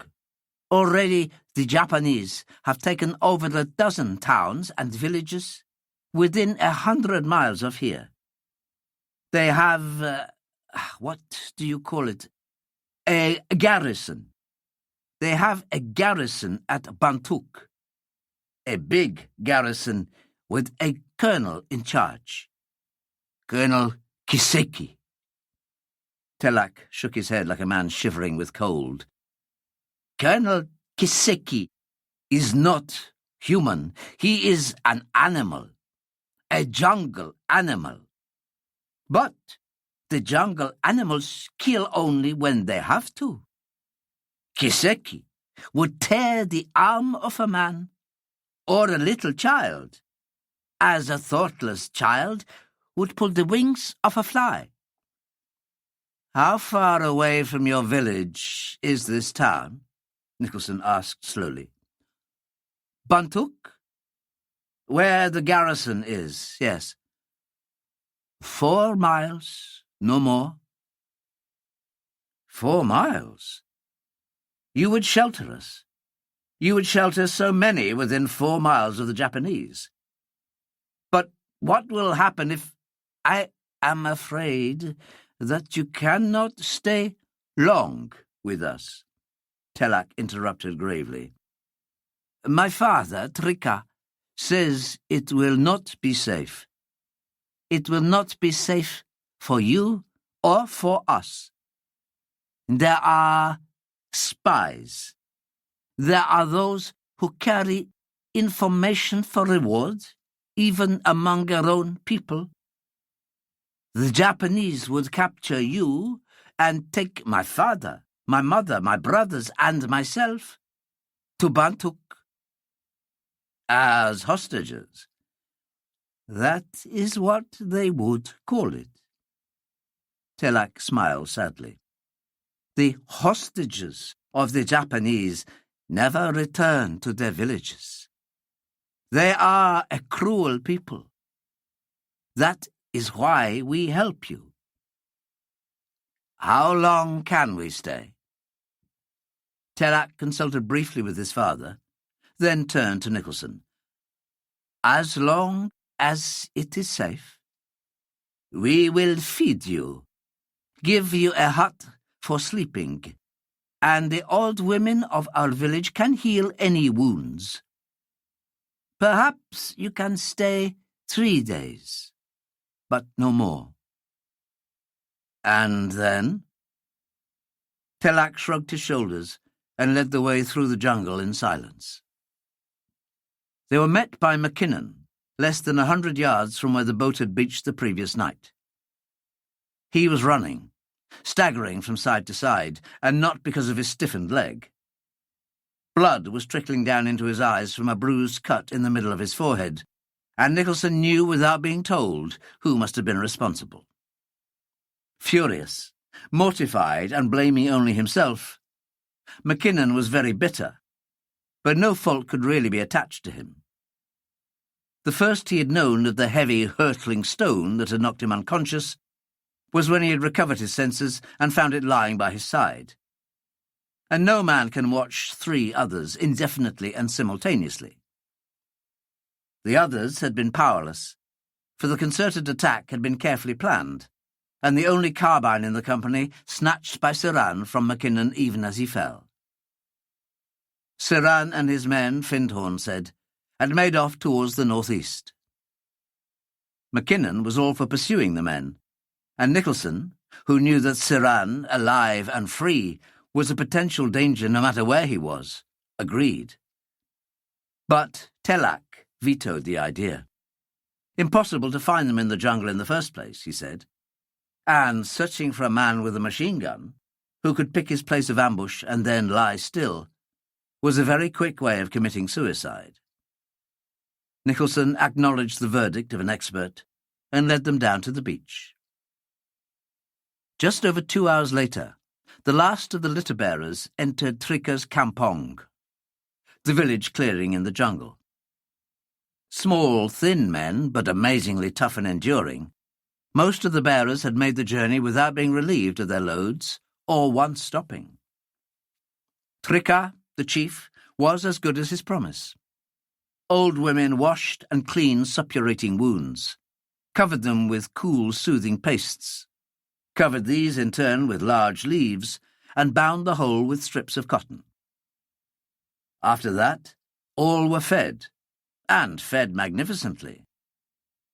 More correctly, they were given a splendid selection of food to eat: chicken, turtle eggs, warmed rice, durians, crushed prawns, yams, sweet boiled roots, and dried fish.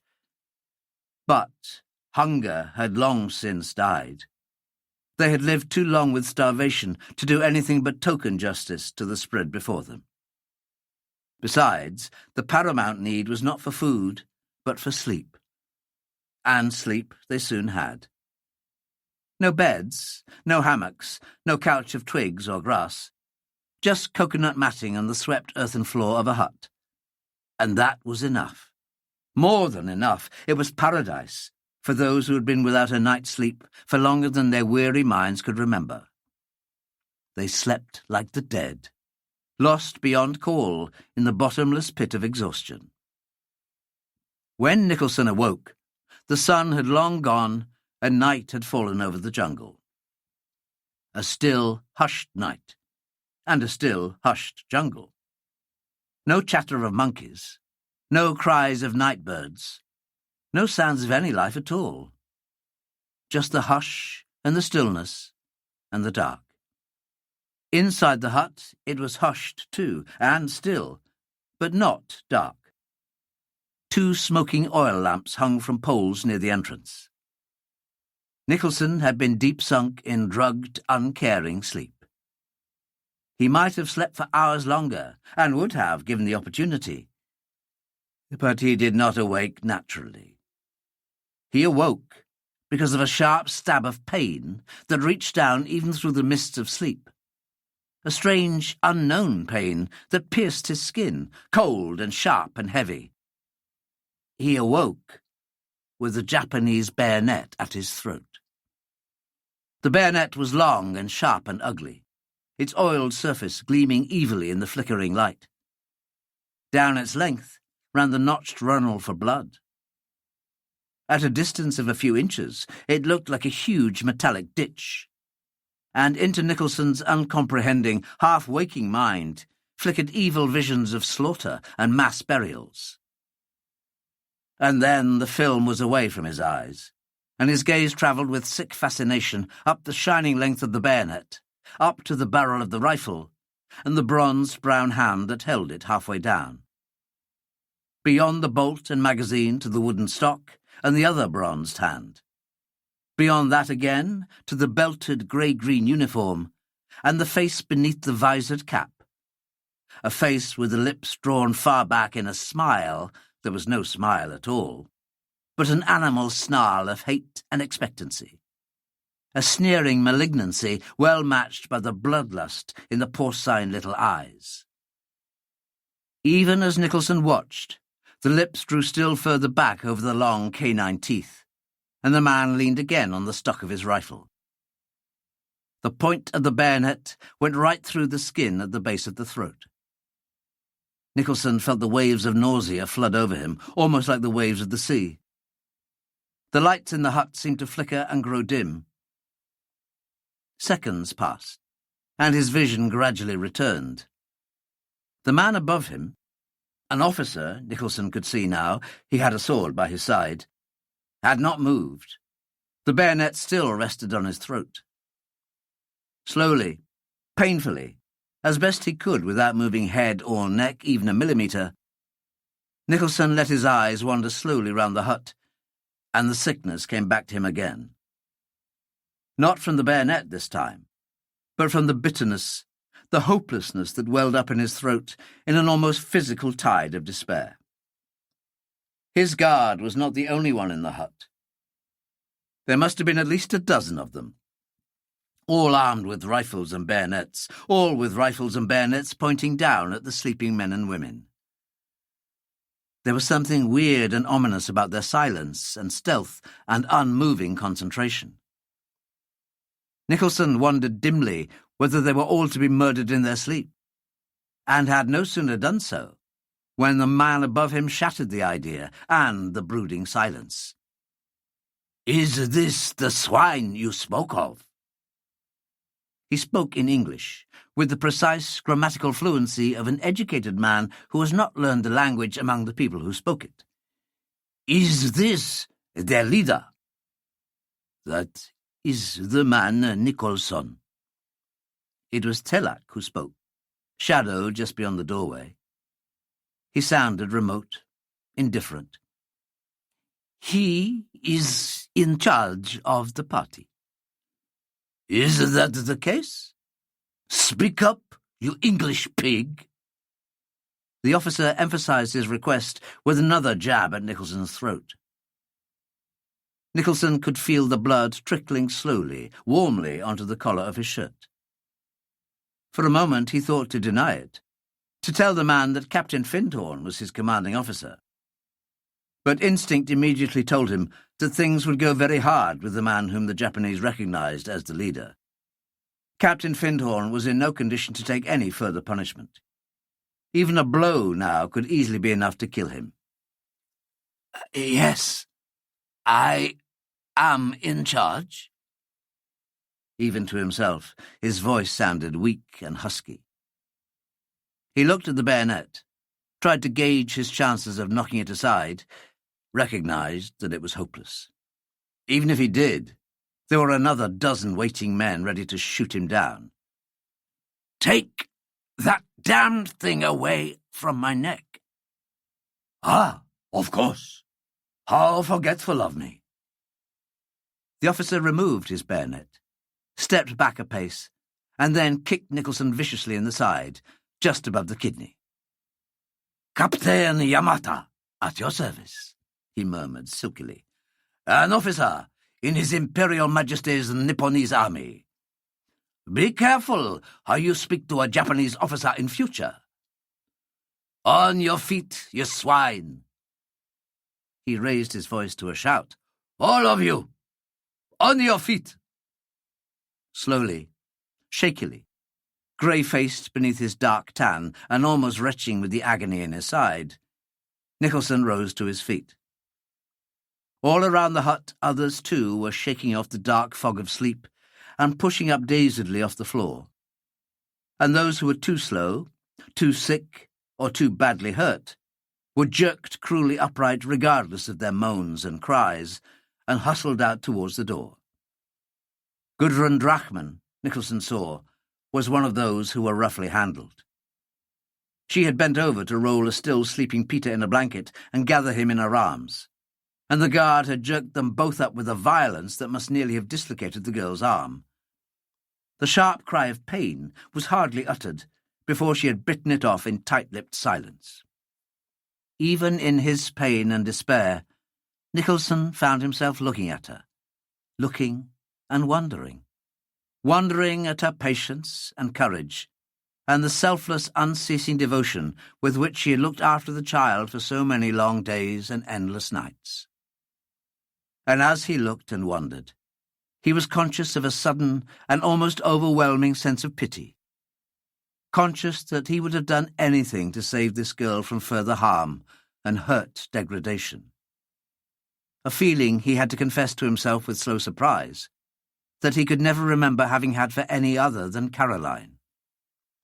He had known this girl for only 10 days, and he knew her better than he would have known most in a dozen lifetimes.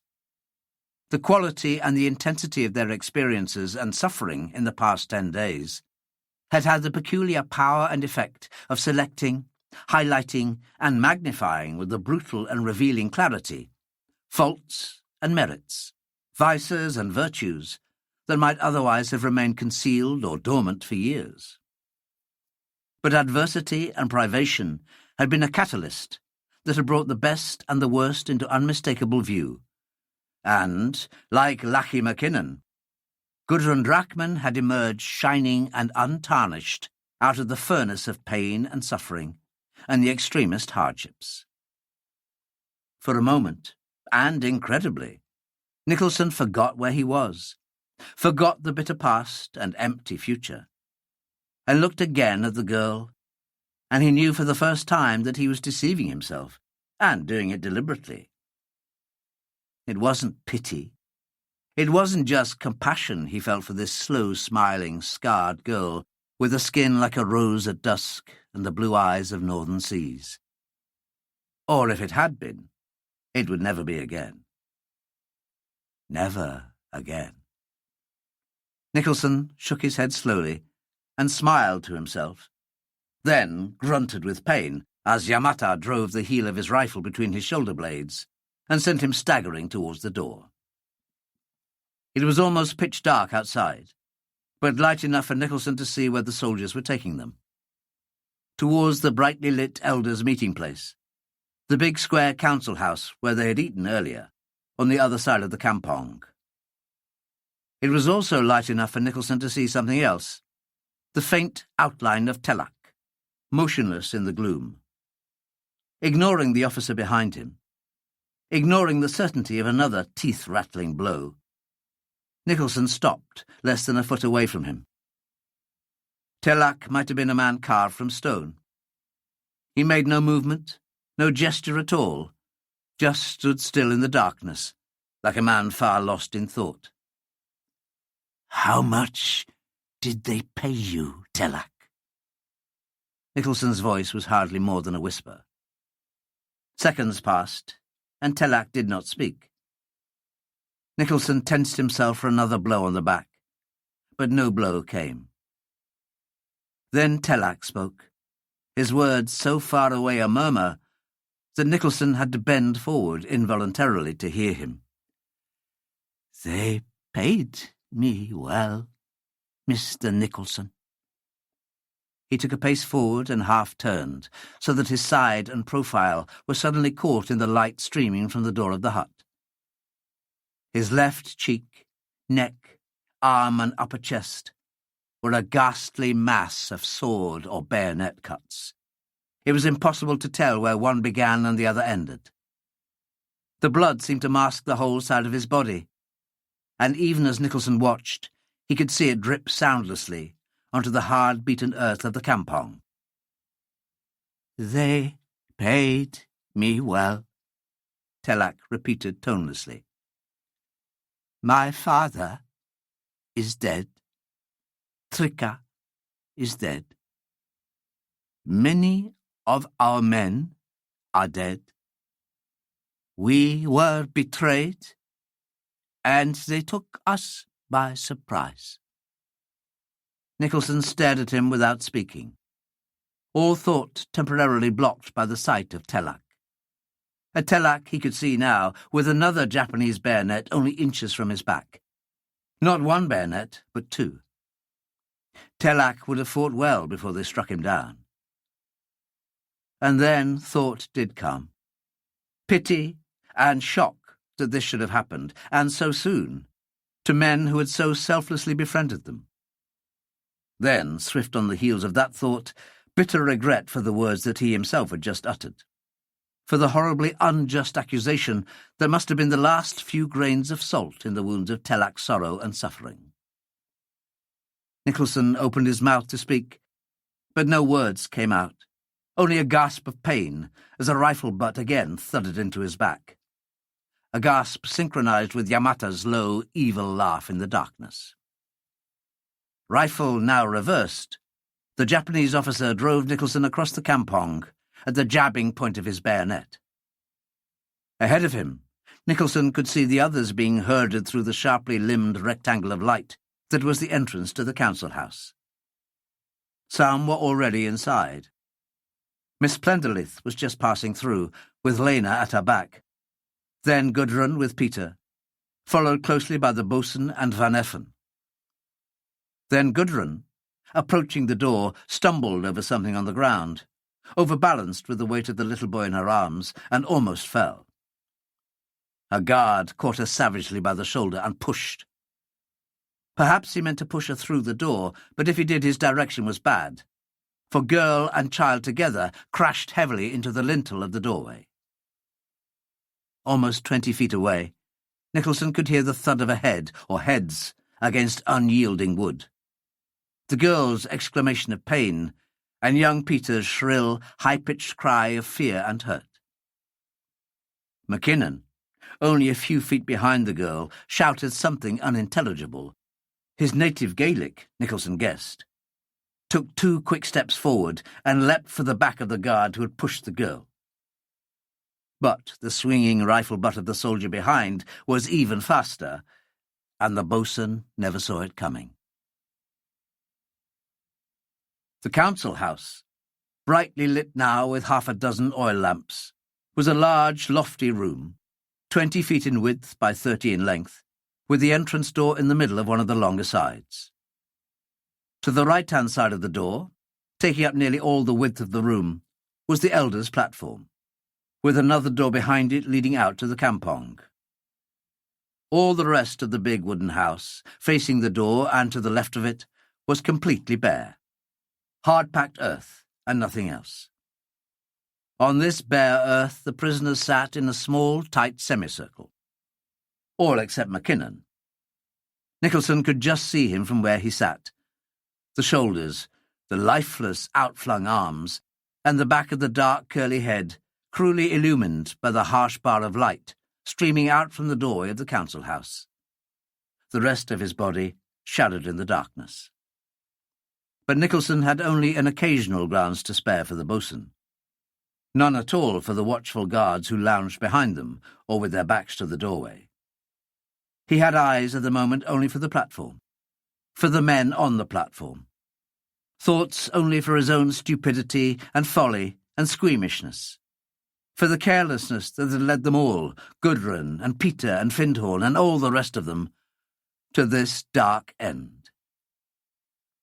Captain Yamata was sitting on the platform, on a low bench, and next to him was Siran. A grinning, triumphant Siran, who no longer bothered to conceal his emotions with an expressionless face. A Siran obviously on the best of terms with the broadly smiling Yamata. A Siran who from time to time removed a long black cheroot from his gleaming teeth and blew a contemptuous cloud of smoke in the direction of Nicholson. Nicholson stared back with bleak, unwavering eyes, his face drained of all expression. There was murder in his heart. It was all too painfully obvious what had happened. Siran had pretended to go north from the beach where they had landed. A subterfuge, Nicholson thought savagely, that any child should have expected. He must have gone some little way to the north, hidden, waited until the litter-bearers had moved off, followed them, bypassed the village, moved on to Bantuk, and warned the garrison there. It had all been so inevitable, so clearly what Siran had been almost bound to do, that any fool should have foreseen it and taken precautions against it. The precautions consisting of killing Siran. But he, Nicholson, had criminally failed to take these precautions. He knew now that if he ever again had the chance, he would shoot Siran with as little emotion as he would a snake or an old tin can. He knew also that he would never have the chance again. Slowly, with as much difficulty as if he were fighting against the power of magnetism, Nicholson dragged his gaze away from Siran's face and looked round the others sitting on the floor beside him. Gudrun, Peter, Miss Plenderleith, Findhorn, Willoughby, Vanier. They were all there, all tired and sick and suffering, nearly all quiet and resigned and unafraid. His bitterness was almost intolerable. They had all trusted him completely, implicitly depended upon him to do all in his power to bring them all safely home again. They had trusted him, and now no one of them would ever see home again. He looked away towards the platform. Captain Yamata was on his feet, one hand hooked in his belt, the other resting on the hilt of his sword. "I shall not delay you long." His voice was calm and precise. "We leave for Bantuk in 10 minutes.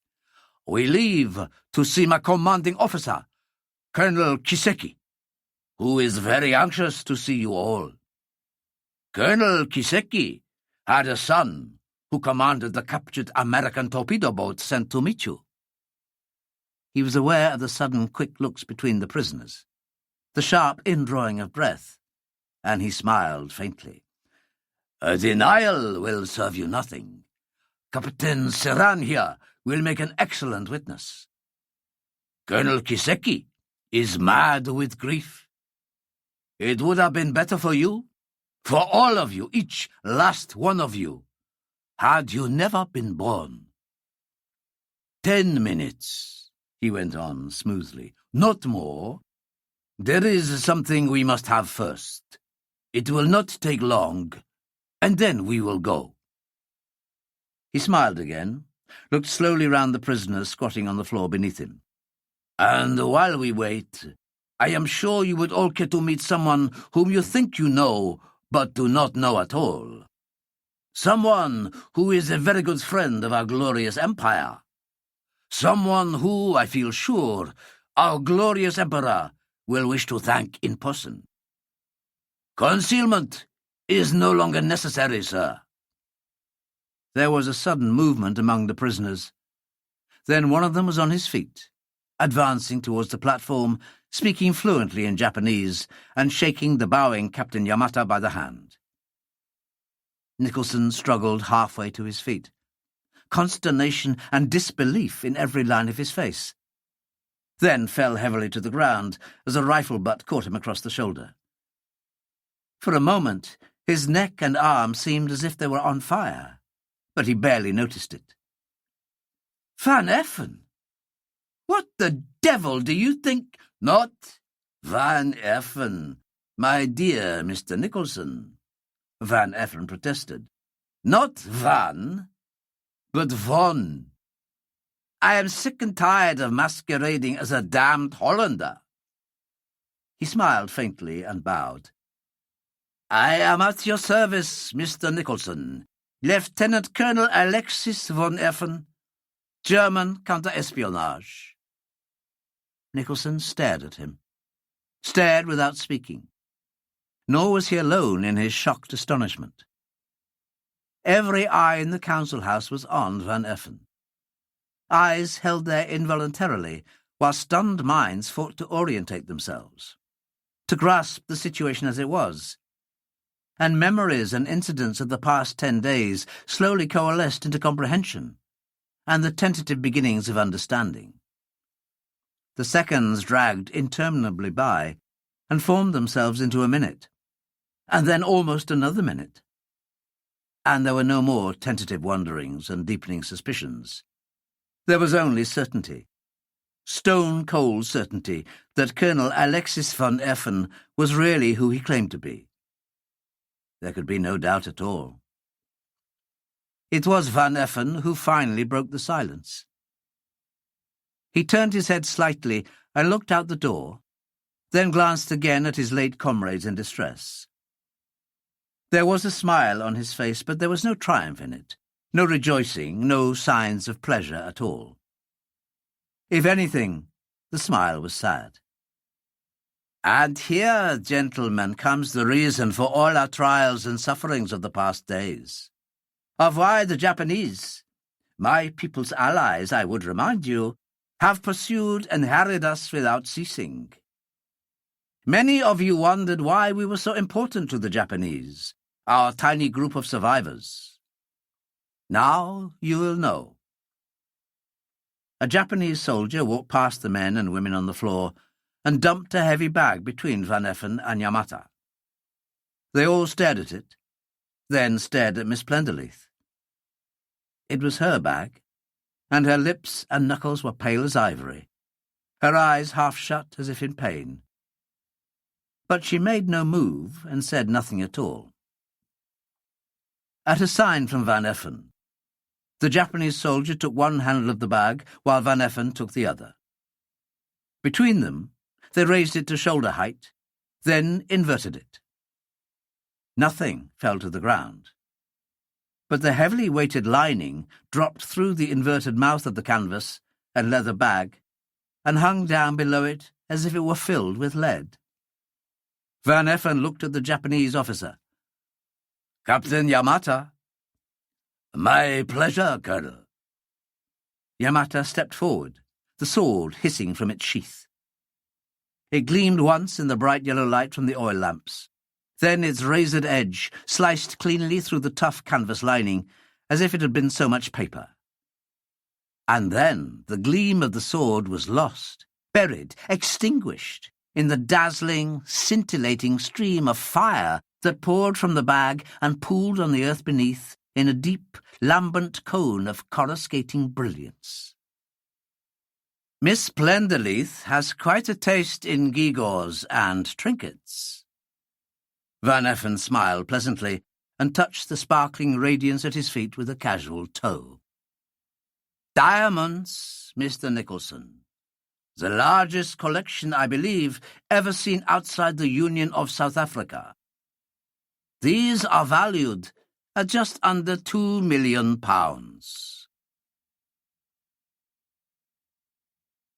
Chapter 14. The soft murmur of Van Effen's voice faded away, and the silence in the council house was heavy and deep. For each man and woman there, the others might not have existed. The great heap of diamonds at their feet, sparkling and flaming with a barbaric magnificence in the light of the flickering oil lamps, had a weirdly hypnotic quality, held every eye in thrall. But by and by Nicholson stirred and looked up at Van Effen. Strangely enough, He could feel no bitterness, no hostility towards this man. They had come through too much together, and Van Effen had come through it better than most. Unselfish, enduring, and helpful all the way. The memory of that was much too recent to be washed away. "Borneo stones, of course," he murmured. "From Banjarmasin by the Kerry dancer. Couldn't have been any other way. Uncut, I suppose. And you say they're worth 2 million? Rough cut and uncut," Van Effen nodded. "And their market value is at least that.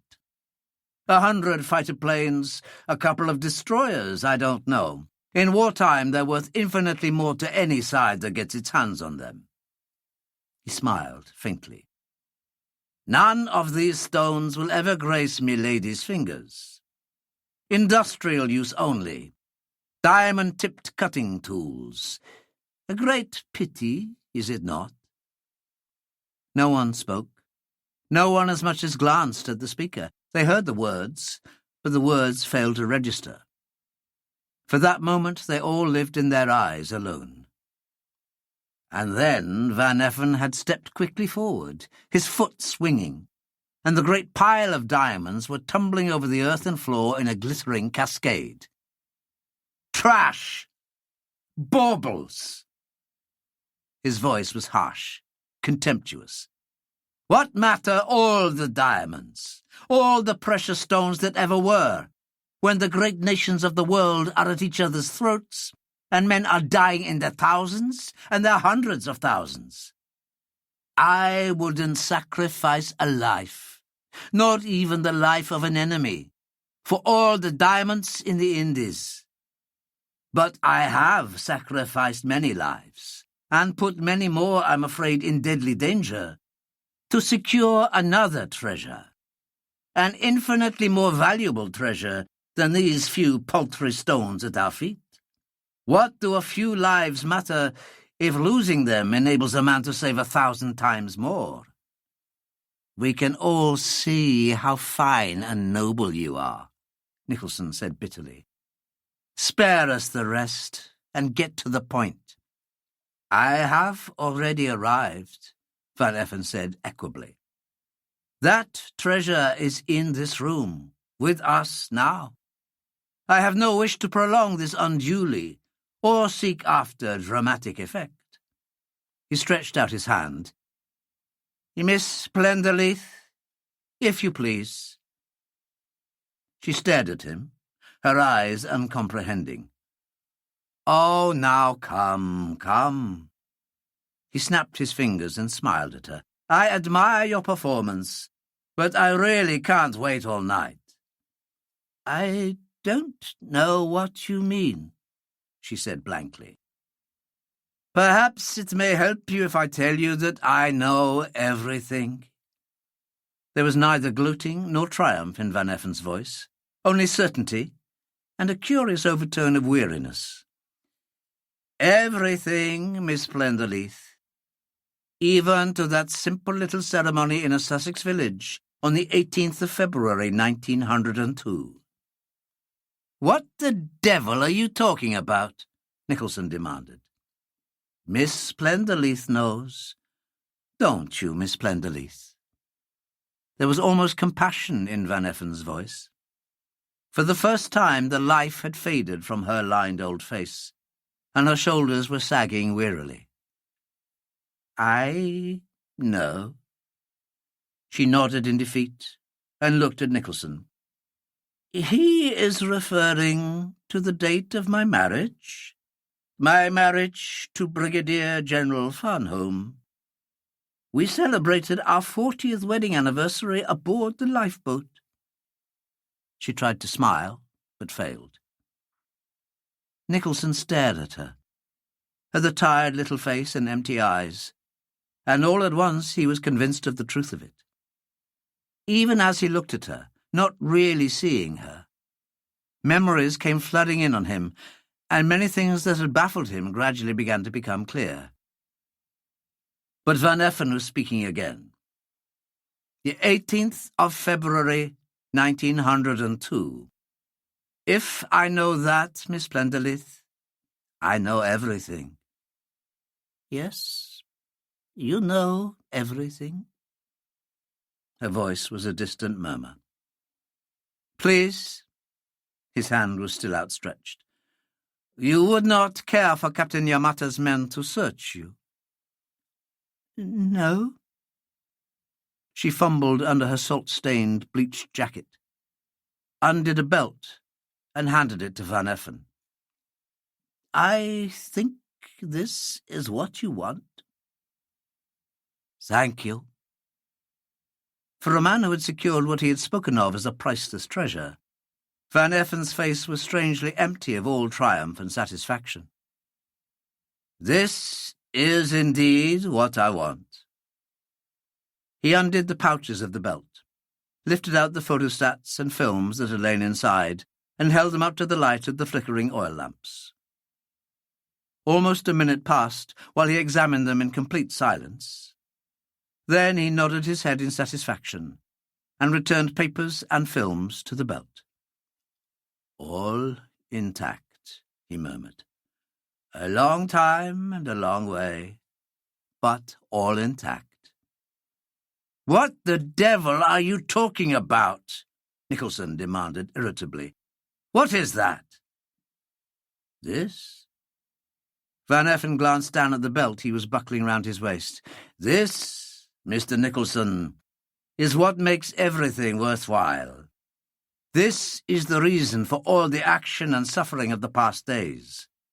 The reason why the Kerry Dancer and the Viroma were sunk. Why so many people have died. Why my allies were prepared to go to any length to prevent your escape into the Timor Sea. This is why Captain Yamata is here now, although I doubt whether even he knows that. But his commanding officer will. This is get to the point, Nicholson snapped. Sorry. Van Effen tapped the belt.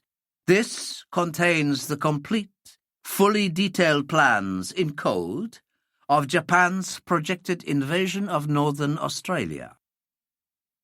Japanese codes are almost impossible to break, but our people know that there is one man in London who could do it. If anyone could have escaped with these and got them to London, it would have been worth a fortune to the Allies. My God! Nicholson felt dazed. Where did they come from? I don't know. Van Effen shook his head. If we had known that, they would never have got into the wrong hands in the first place. The full-scale invasion plans, Mr. Nicholson. Forces employed, times, dates, places, everything. In British or American hands, these would have meant 3 months setback to the Japanese, perhaps even 6. At this early stage of the war, such a delay could have been fatal to the Japanese. You can understand their anxiety to recover these. What's a fortune in diamonds compared to these, Mr. Nicholson? What, indeed, Nicholson muttered. He spoke automatically, a man with his mind far away. But now we have both, the plans and the diamonds. There was still that strange, complete lack of any inflection of triumph in Van Effen's voice. He reached out a toe and touched the pile of diamonds.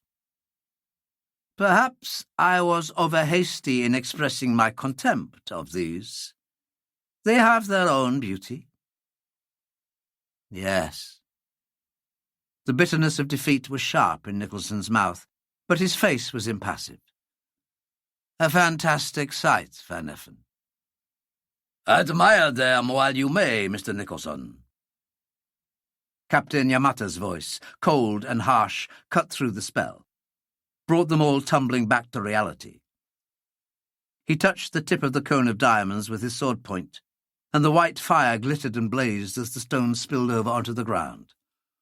They are beautiful. But man must have eyes to see. What's that supposed to mean? Nicholson demanded.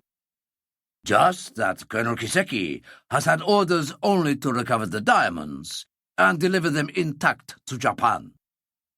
Nothing was said about prisoners. You killed his son. You will see what I mean. I can guess. Nicholson looked at him with contempt.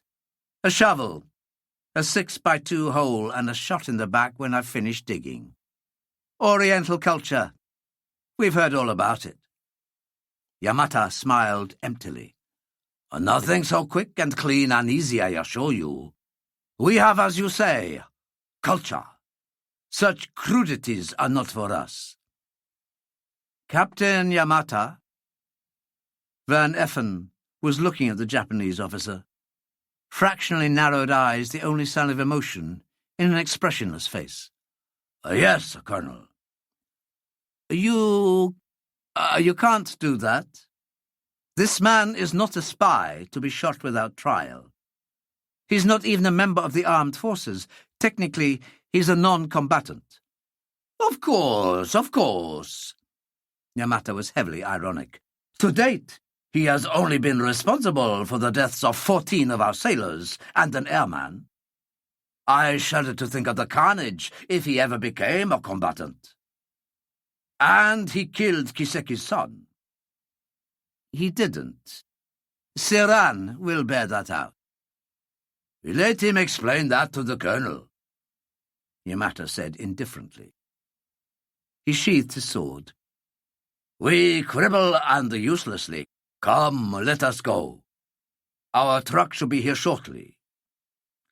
Truck? Van Effen queried. We left it almost a mile away. Yamata grinned. We did not wish to disturb your sleep. What's the matter, Mr. Nicholson? He finished sharply. Nothing, Nicholson answered shortly. He had been staring out through the open doorway, and in spite of himself, a flicker of excitement had crossed his face. But he knew that his eyes had been safely away before Yamata had caught his expression. The truck isn't here yet. I would like to ask Van Effen 1 or 2 questions. He hoped his voice sounded casual. We have a minute or two? Yamata nodded. It might amuse me, but be quick. Thank you. He looked at Van Effen. As a matter of interest, who gave Miss Plenderleith the diamond and the plans? What does it matter now? Van Effen's voice was heavy, remote. It's all past and done with now. Please, Nicholson persisted. It had suddenly become essential to stall for time. I really would like to know. Very well. Van Effen looked at him curiously. I'll tell you. Farnholm had them both, and he had them nearly all the time. That should have been obvious to you from the fact that Miss Plenderleith had them. Where the plans came from, I've told you, I don't know. The diamonds were given him by the Dutch authorities in Borneo. They must have had a great deal of faith in him, Nicholson said dryly. They had. They had every reason to. Farnholm was utterly reliable. He was an infinitely resourceful and clever man, and knew the East, especially the islands, as well as any man alive. We know for a fact that he spoke at least 14 Asiatic languages. You seem to have known a great deal about him. We did. It was our business, and very much to our interest, to find out all we could. Farnholm was one of our arch-enemies. To the best of our knowledge, he had been a member of your Secret Service for just over 30 years. There were 1 or 2 stifled gasps of surprise, and the sudden low murmur of voices.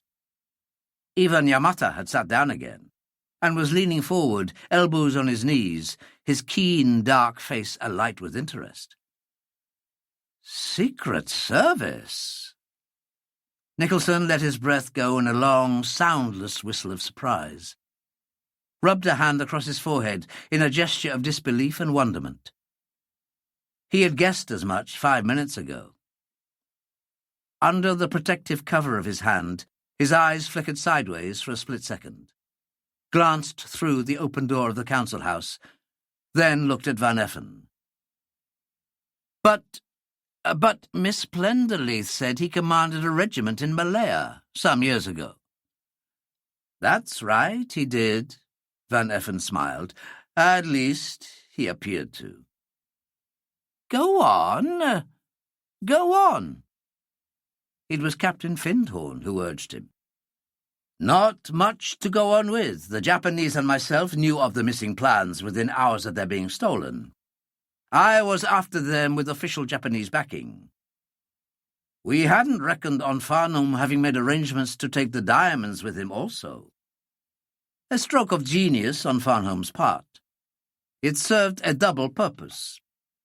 If anyone penetrated his disguise as an alcoholic beachcomber on the run, he could buy his way out of trouble.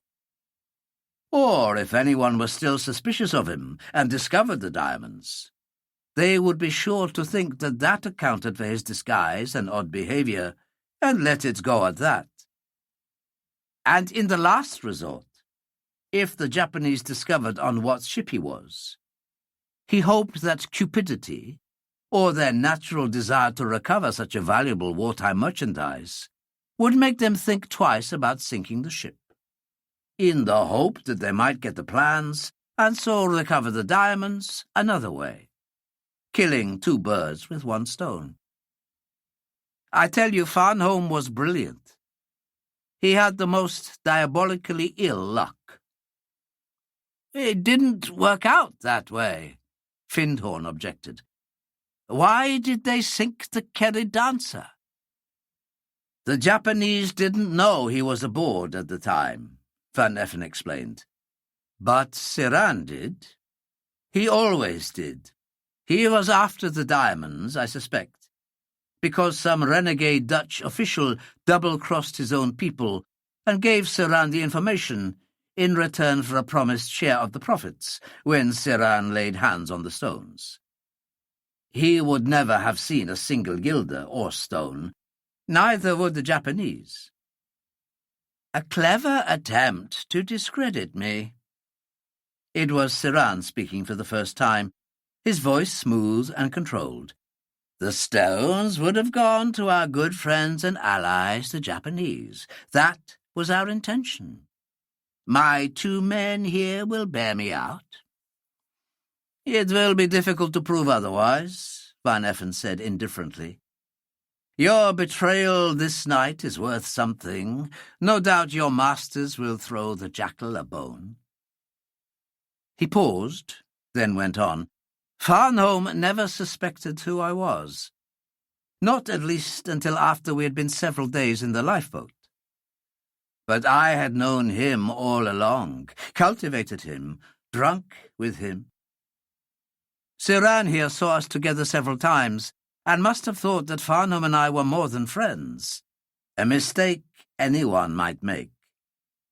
That, I think, is why he rescued me, or rather didn't chuck me overboard when the Kerry Dancer went down. He thought I either knew where the diamonds were, or would find out from Farnham.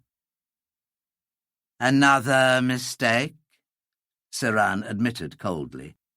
I should have let you drown. You should. Then you might have got the whole 2 million to yourself.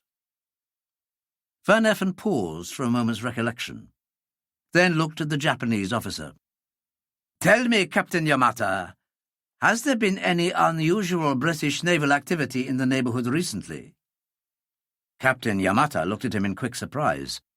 How do you know? Destroyers, possibly. Van Effen had ignored the question. Moving in close at night?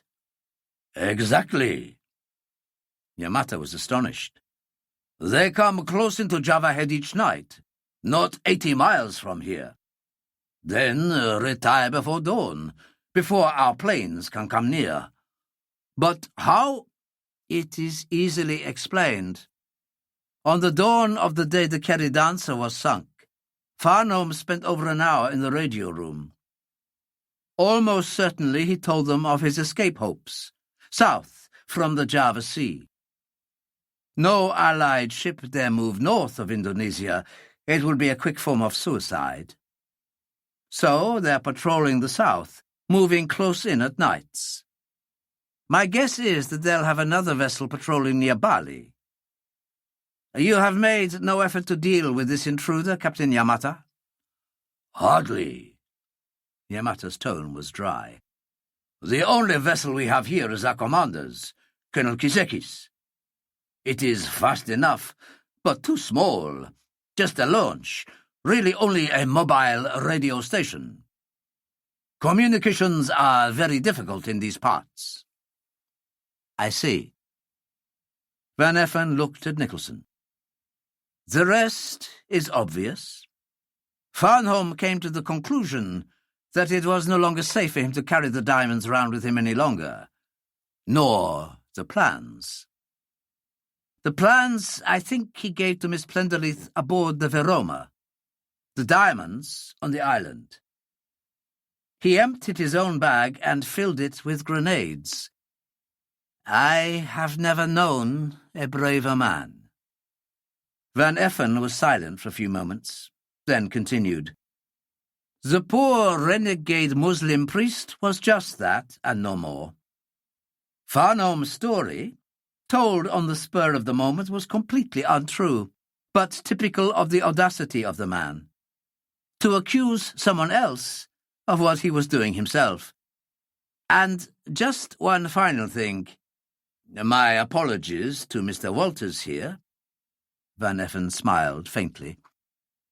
Farnham wasn't the only one who was wandering into strange cabins that night. I spent over an hour in Mr. Walters' radio room. Mr. Walters slept well.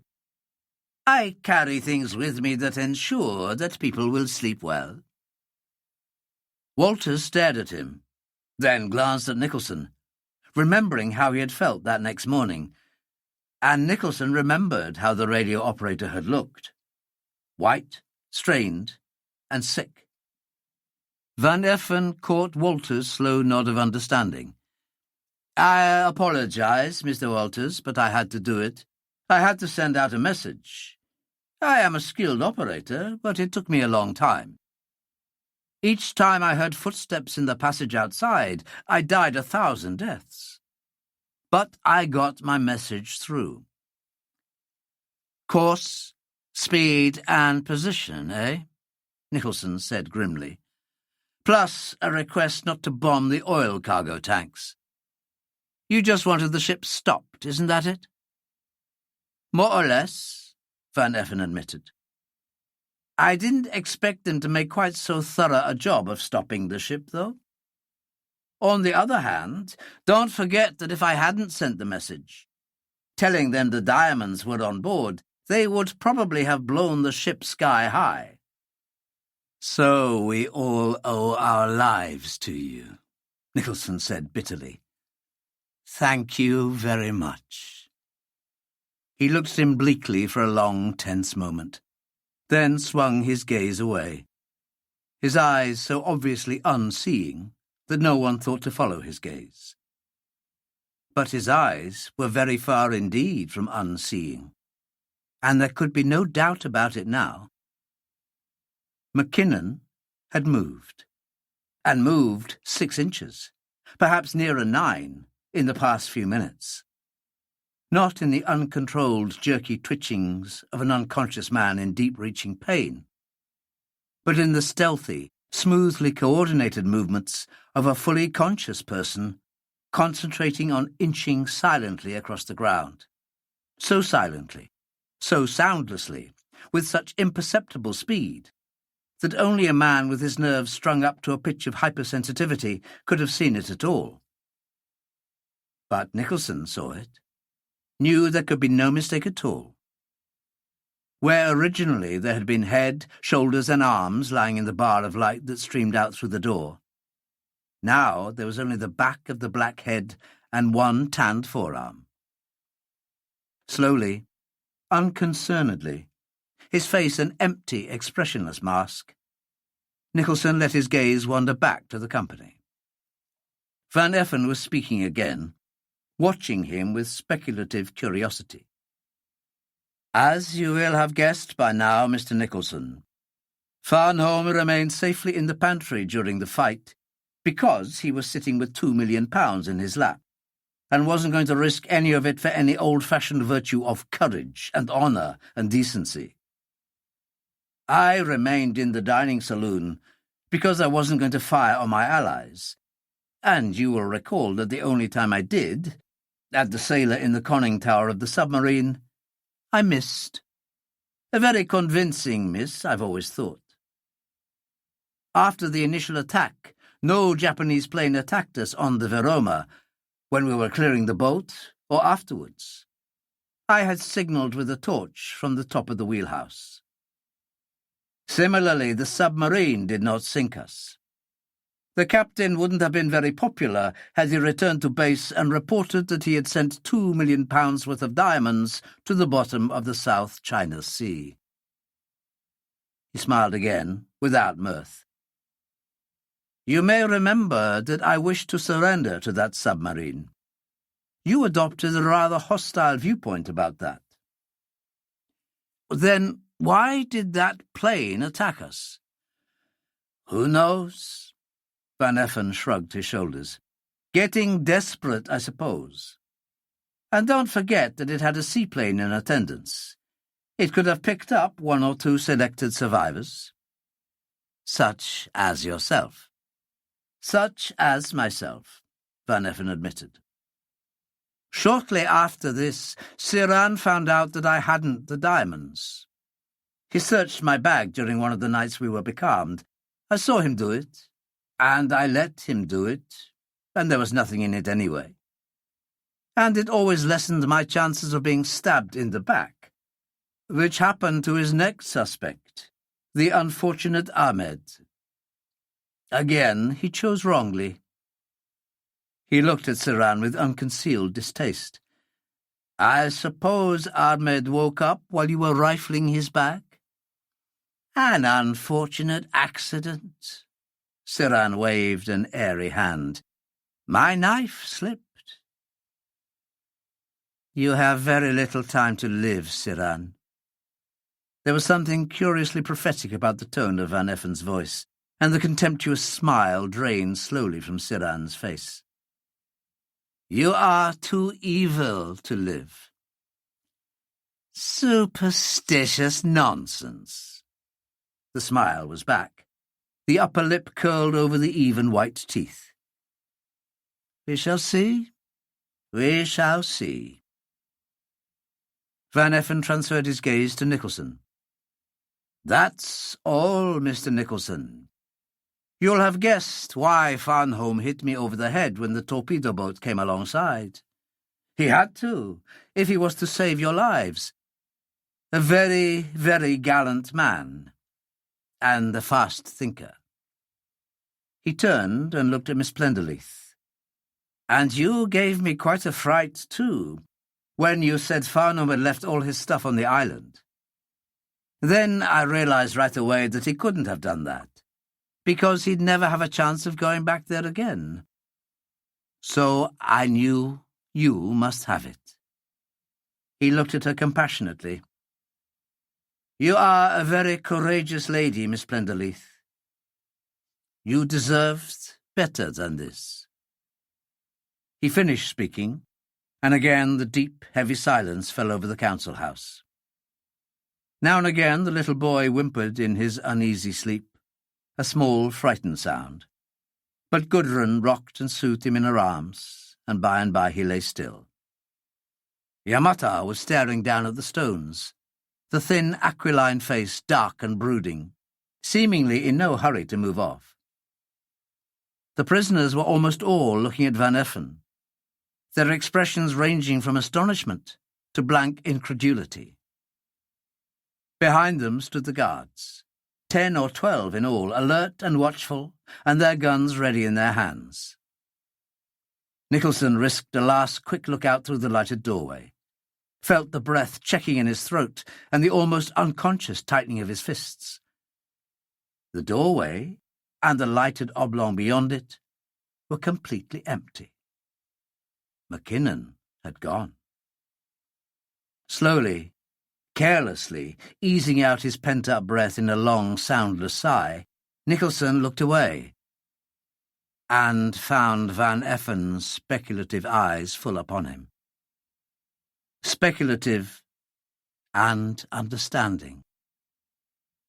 Even as Nicholson watched, Van Effen looked sideways through the door for a long, meaningful moment, looked back at Nicholson again. Nicholson felt the chill wave of defeat wash through his mind, wondered if he could get to Van Effen's throat before he spoke. But that would do no good. It would only postpone the inevitable, even if he killed him. But Nicholson knew he was fooling himself. He hadn't a chance, and even if he had, even to save themselves, he could do Van Effen no harm.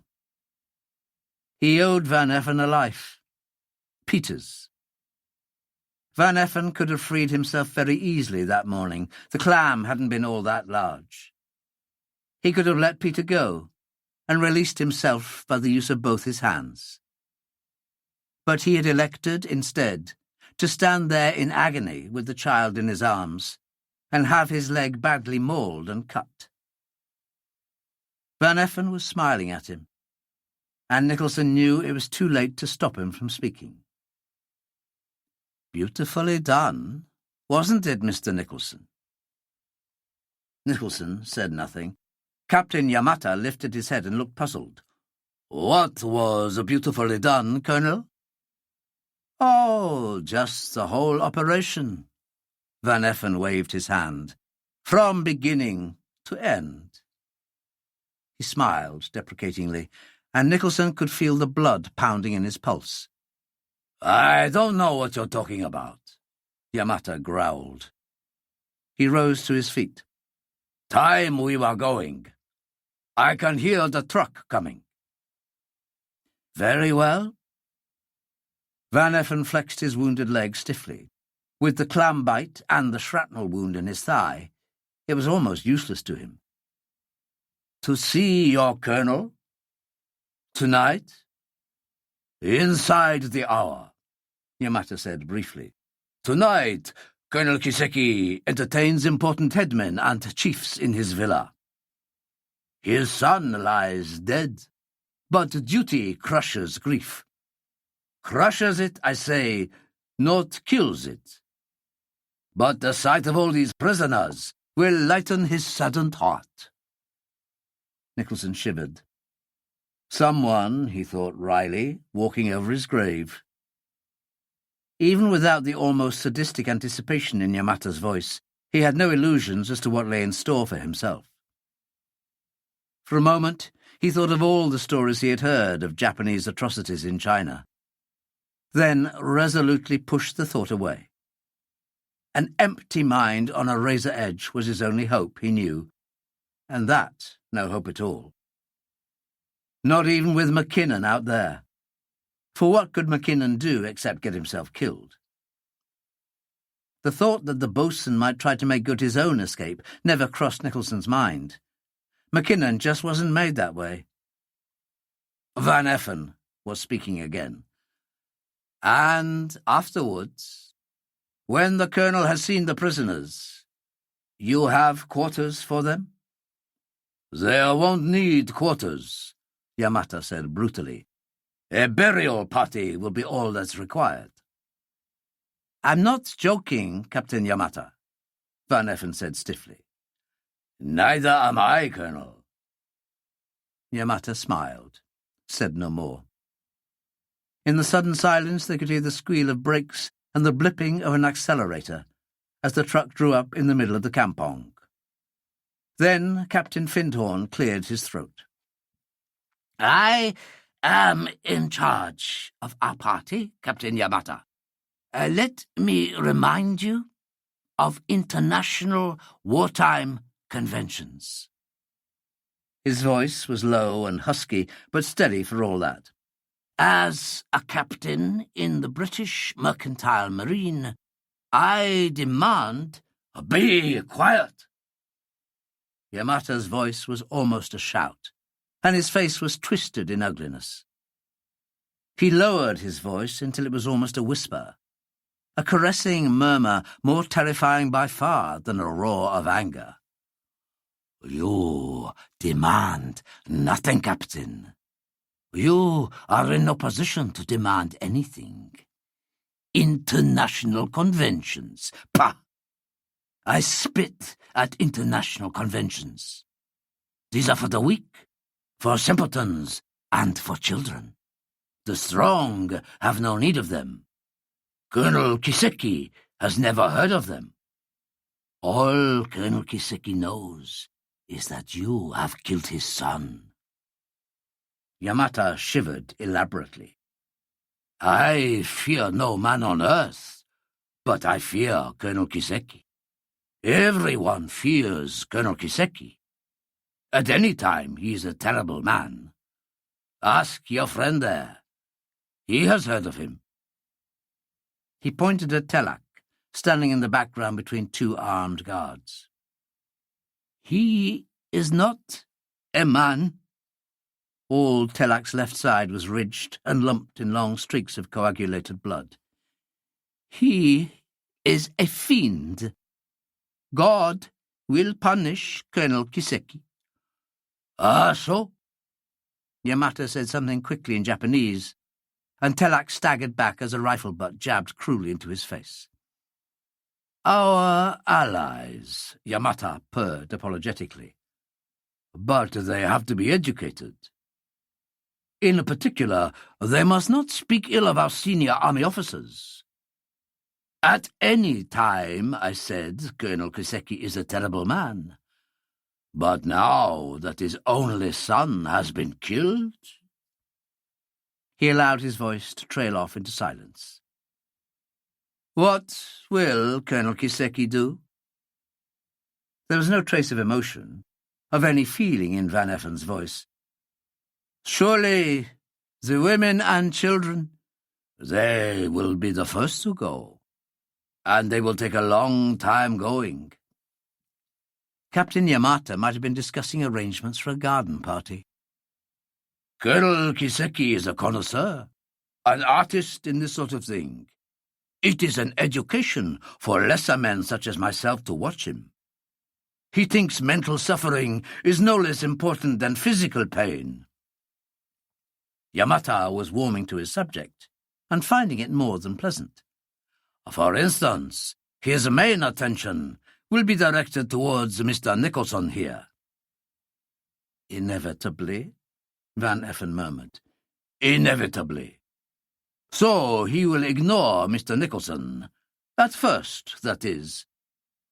He will concentrate instead on the child. But he may spare the boy, I don't know. He has a strange weakness for very small children. Yamata frowned. Then his face cleared. So, he will pass on to the girl here, the one with the scarred face. Siran tells me she and Nicholson are very friendly, to say the least. He looked at Gudrun for a long moment of time, and the expression on his face woke murder in Nicholson's heart. Colonel Kiseki has a rather a special way with the ladies, especially the young one. A rather ingenious combination of the green bamboo bed and the water treatment. You have heard of them, perhaps, Colonel? I have heard of them. For the first time that evening, Van Effen smiled. It wasn't a pleasant smile, and Nicholson felt fear for the first time. The overwhelming certainty of ultimate defeat. Van Effen was toying with him, the cat with the mouse, sadistically lending false encouragement while waiting for the moment to pounce. Yes, indeed, I have heard of them. It should be a most interesting performance. I presume I shall be permitted to watch the, festivities. You shall be our guest of honor, my dear Colonel. Yamata purred. Excellent. Excellent. As you say, it should be most educative. Van Effen looked at him quizzically, waved a lackadaisical hand towards the prisoners. You think it likely that Colonel Kiseki will, interview them all? Even the wounded? They murdered his son, Yamata answered flatly. Quite so, they murdered his son. Van Effen looked again at the prisoners, and his eyes were bleak and cold. But one of them also tried to murder me. I don't think Colonel Kiseki would miss just one of them, would he? Yamata raised his eyebrows. I'm not quite certain that One of them tried to kill me, Van Effen said harshly. I have a personal score to settle. I would take it as a great favor, Captain Yamata, to be able to settle that score now. Yamata looked away from the soldier who was pouring the diamonds back into the torn bag and stroked his chin. Nicholson could once more feel the blood pounding in his pulse, forced himself to breathe quietly, normally. He doubted if anyone else knew what was going on. I suppose it is the least you are entitled to. We owe you a very great deal. But the Colonel... Suddenly, the doubt and uncertainty cleared from Yamata's face, and he smiled. But of course, you are a senior Allied officer. An order from you. Thank you, Captain Yamata. Van Effen interrupted. Consider it given. He whirled round, limped quickly into the middle of the prisoners, bent down, twisted his hand in Gordon's shirt front, and jerked him viciously to his feet. I've been waiting a long time for this, you little rat. Get across there. He ignored Gordon's struggles, his fear-maddened face, and incoherent protestations of innocence, marched him across to an empty space at the back of the council house, at a point directly opposite the door, and flung him into a huddled heap, sprawled almost his length against the back wall of the hut, one arm raised in pathetic defense. Unreasoning panic limned in every line of his unlovely face. Van Effen ignored the panic, the protestations, and the man, turned quickly round and limped across toward the Elder's platform, towards the Japanese soldier who stood with his own rifle under one arm and Farnham's machine carbine under the other. With the careless assurance of a man who expects neither question nor resistance, Van Effen firmly relieved the soldier of the machine carbine, checked that it was fully loaded, slipped the catch to automatic, and hobbled back again towards Gordon, who still lay where he had left him, eyes unnaturally wide and staring, moaning softly. Long, quivering, indrawn breaths were the only sound in the room. Every eye in the room was on Van Effen and Gordon. Eyes that reflected various states of pity or anger or anticipation, or just blank incomprehension. Nicholson's face was quite expressionless. Yamata's almost so. But the tongue running slowly over his lips gave him away. But no one spoke. No one moved. No one thought to speak or move. A man was about to be killed, to be murdered. But some indefinable factor in that electric atmosphere prevented any protest, any interruption from anyone inside that house. And when the interruption did come, a sudden, jarring shock that shattered the spell as a stone might shatter a delicate crystal, it came from the kampong outside. The high-pitched yell in Japanese jerked every head towards the door. Immediately afterwards came the sound of a short, sharp scuffle, a cry, a revolting, hollow sound, like a giant cleaver splitting a watermelon, a momentary, weirdly ominous silence, then a roar and a rush of smoke and flame, and the doorway and most of the wall were engulfed, with incredible speed in a leaping, crackling wall of flame. Captain Yamata took 2 steps towards the doorway, opened his mouth to shout an order, and died with his mouth still open, the slugs from Van Effen's carbine tearing half his chest away. The staccato hammering of the machine gun inside the room was almost deafening, completely blotting out the roar of the flames. The sergeant still on the platform died next, then a soldier beside him. Then a great red flower spread outwards from the centre of Serran's face. And still Van Effen crouched low over the slowly swinging barrel of his carbine, his hand locked on the trigger, his face that of a man carved from stone. He staggered when the first Japanese rifle bullet caught him high up on the shoulder, stumbled and fell to one knee as a second bullet smashed into his side with the force of a battering ram. But still no flicker of expression crossed his face, and the ivory-knuckled trigger finger only tightened the more. That much, and that only, Nicholson saw, before he catapulted himself backwards and crashed into the legs of a soldier lining his Tommy gun on the man by the far wall. They went down together in a writhing, twisting, furiously struggling heap.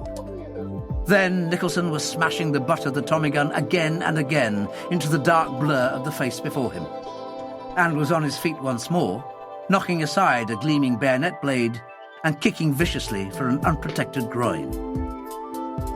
Even as he closed with the man, hooked fingers locking round a scrawny throat, he was conscious that Walters and Evans and Willoughby were on their feet also, fighting like madmen in the weird half-light, compounded of the red glare of the flames and the choking acrid smoke that filled the room. He was conscious, too, that Van Effen's machine carbine had fallen silent, that another machine gun, with a different cyclic rate, was firing through the licking resinous flames that all but curtained off the doorway.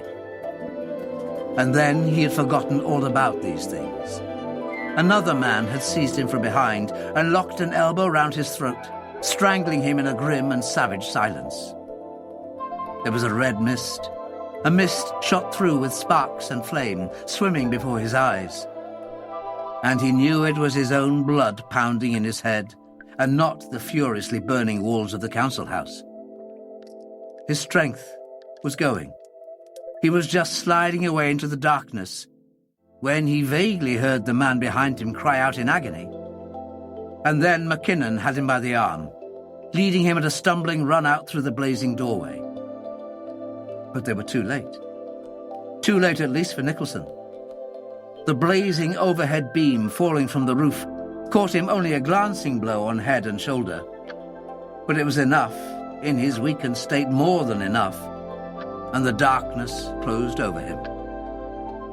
He came to almost a minute later, lying huddled against the wall of the nearest upwind hut from the council house. He was dimly aware of men standing and moving around him, of Miss Plenderleith wiping blood and soot from his face, of the great tongue of flame licking 30 or 40 feet vertically upwards into a dark and starless sky, as the council house, a wall and most of the roof already gone, burnt torchlight to destruction. Consciousness returned. He staggered to his feet, pushing Miss Plenderleith ungently to one side. All firing had stopped now, he realized, and he could hear the distant sound of a truck engine revving and fading as it slammed through the gears. The Japanese, or what few of them were left, leaving in a panic-stricken hurry. "Mackinnon!" He had to raise his voice above the crackling roar of the flames.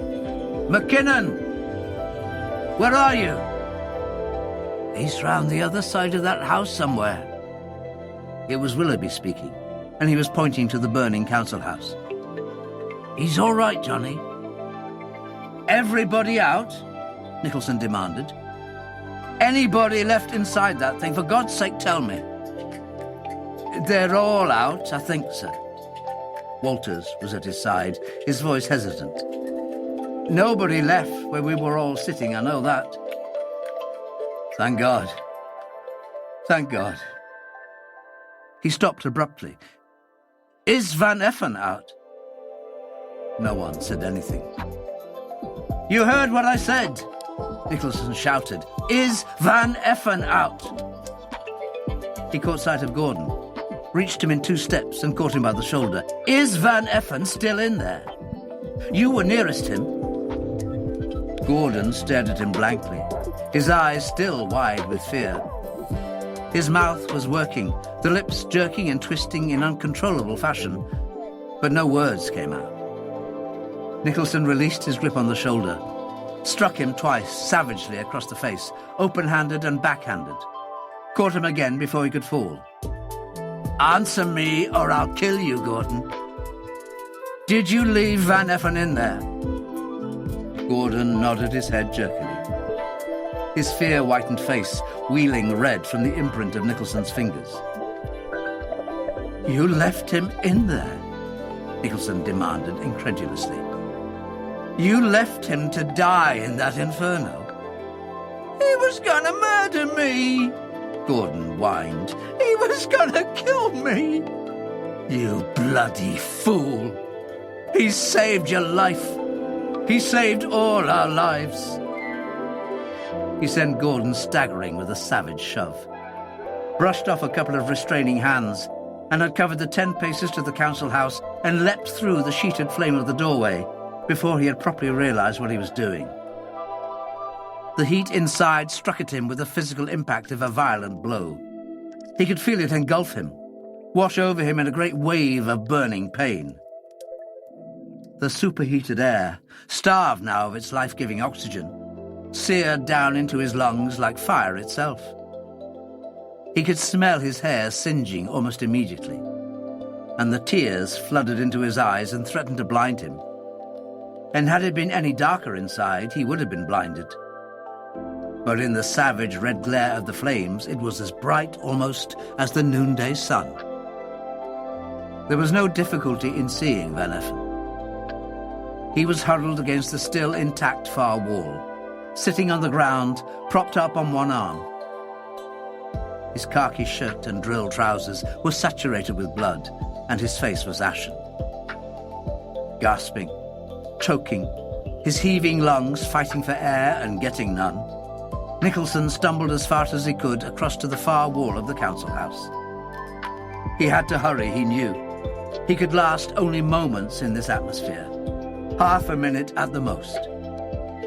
His clothes were already smouldering, torn edges smoking and burning irregularly red. His tortured lungs couldn't find the oxygen for his rapidly weakening body, and the heat on his face and body was like a blast furnace. Van Effen looked at him vaguely, without either expression or comment. Probably half dead already, Nicholson thought. God only knew how the man had survived even that long. He stooped, tried to pry Van Effen's fingers free from the guard and trigger of the machine carbine. But it was hopeless. The hand was locked across the metal like a band of iron. There was no time to lose. Perhaps it was already too late. Gasping, struggling, the sweat running off his overheated body in streams, Nicholson put out the last of his fading strength in one despairing effort and raised the wounded man up in his arms. He had covered half the return journey when a crackling, rending noise, loud even above the roar of the flames, made him break step and halt just in time, as several blazing, smoking timbers from the roof crashed to the ground in a pyrotechnic eruption of flying sparks and red-hot embers, not 3 feet from where he stood. The doorway was completely blocked off.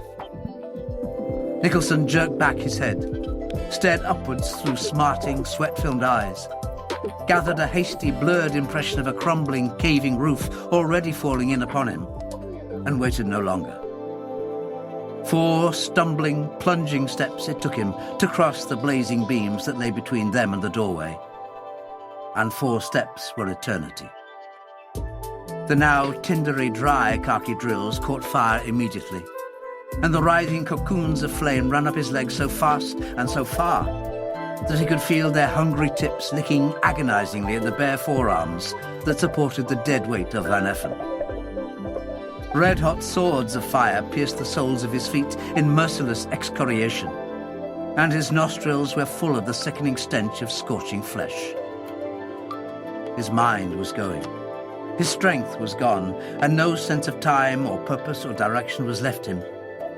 When he felt urgent hands catching him by the arms and shoulders and pulling him out into the cool, sweet, life-giving air of the evening. It would have been the easiest thing in the world to hand Van Effen over to outstretched arms, to collapse himself on the ground and let the waiting wave of unconsciousness wash over him and carry him off to merciful oblivion. And the temptation to do both was almost irresistible. But he did neither, just stood instead with wide planted feet, sucking giant draughts of air into a body that seemed able to accommodate only a fraction of what it needed. Seconds passed, and his mind began to clear.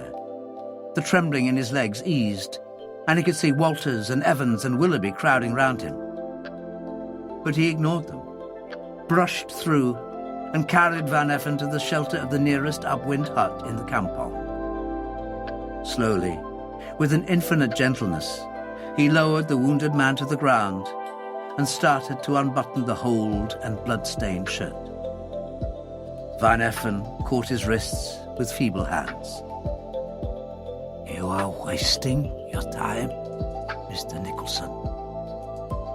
His voice was only a feeble murmur with blood in it, barely audible above the crackling roar of the flames. Nicholson ignored him, ripped the sides of the shirt apart, and winced in shock at the sight that lay below. If Van Effen were to live, he would have to be strapped up, and at once. He tore off his own charred and shredded shirt, ripped it, and patted the wounds as his eyes travelled up to the German's white, pinched face. Van Effen's lips twisted in some kind of a smile. It might have been a sardonic smile, but it was difficult to tell without reading the expression in his eyes. And it was no longer possible to read anything in Van Effen's eyes, for they were already misted over with the glaze of approaching unconsciousness. I told you. Don't waste time, he murmured. The launch. Kiseki's launch. Get it. It has a radio. Probably a big transmitter. You heard what Yamata said. Walters can send a message. His voice was an urgent whisper. At once, Mr. Nicholson, at once. His hands dropped away from Nicholson's wrists and fell limply by his side, palm upwards on the hard-packed earth of the campong. Why did you do it, Van Effen? Nicholson stared down at the sick man and shook his head slowly, wonderingly from side to side. Why, in the name of heaven, did you do it? God only knows. Or maybe I know also. He was breathing very rapidly, very shallowly now, with only a few gasping words to every breath. Total war is total war, Mr. Nicholson. But this is work for barbarians. He gestured weakly at the blazing hut. If any one of my countrymen could have been with me tonight, he would have done what I have done. We are people, Mr. Nicholson. We're just people. He reached up one flaccid hand, pulled the open shirt to one side and smiled. If you cut us, do we not bleed? He burst into a paroxysm of bubbling, whooping coughs that contracted torn stomach muscles and lifted head and shoulders clear of the ground, then sank back again. So quiet, so still, that Nicholson stooped quickly forward in sudden surety that the man was gone. But Van Effen lifted his eyelids again, with the slowness and infinite effort of a man raising a massive weight, and smiled at Nicholson through filmed and misted eyes. We Germans do not go easily This is not the end of Van Effen. He paused for a long moment, went on in a whisper.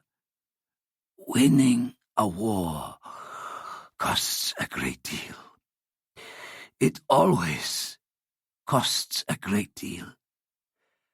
But sometimes the cost is too high, and it is not worth the price.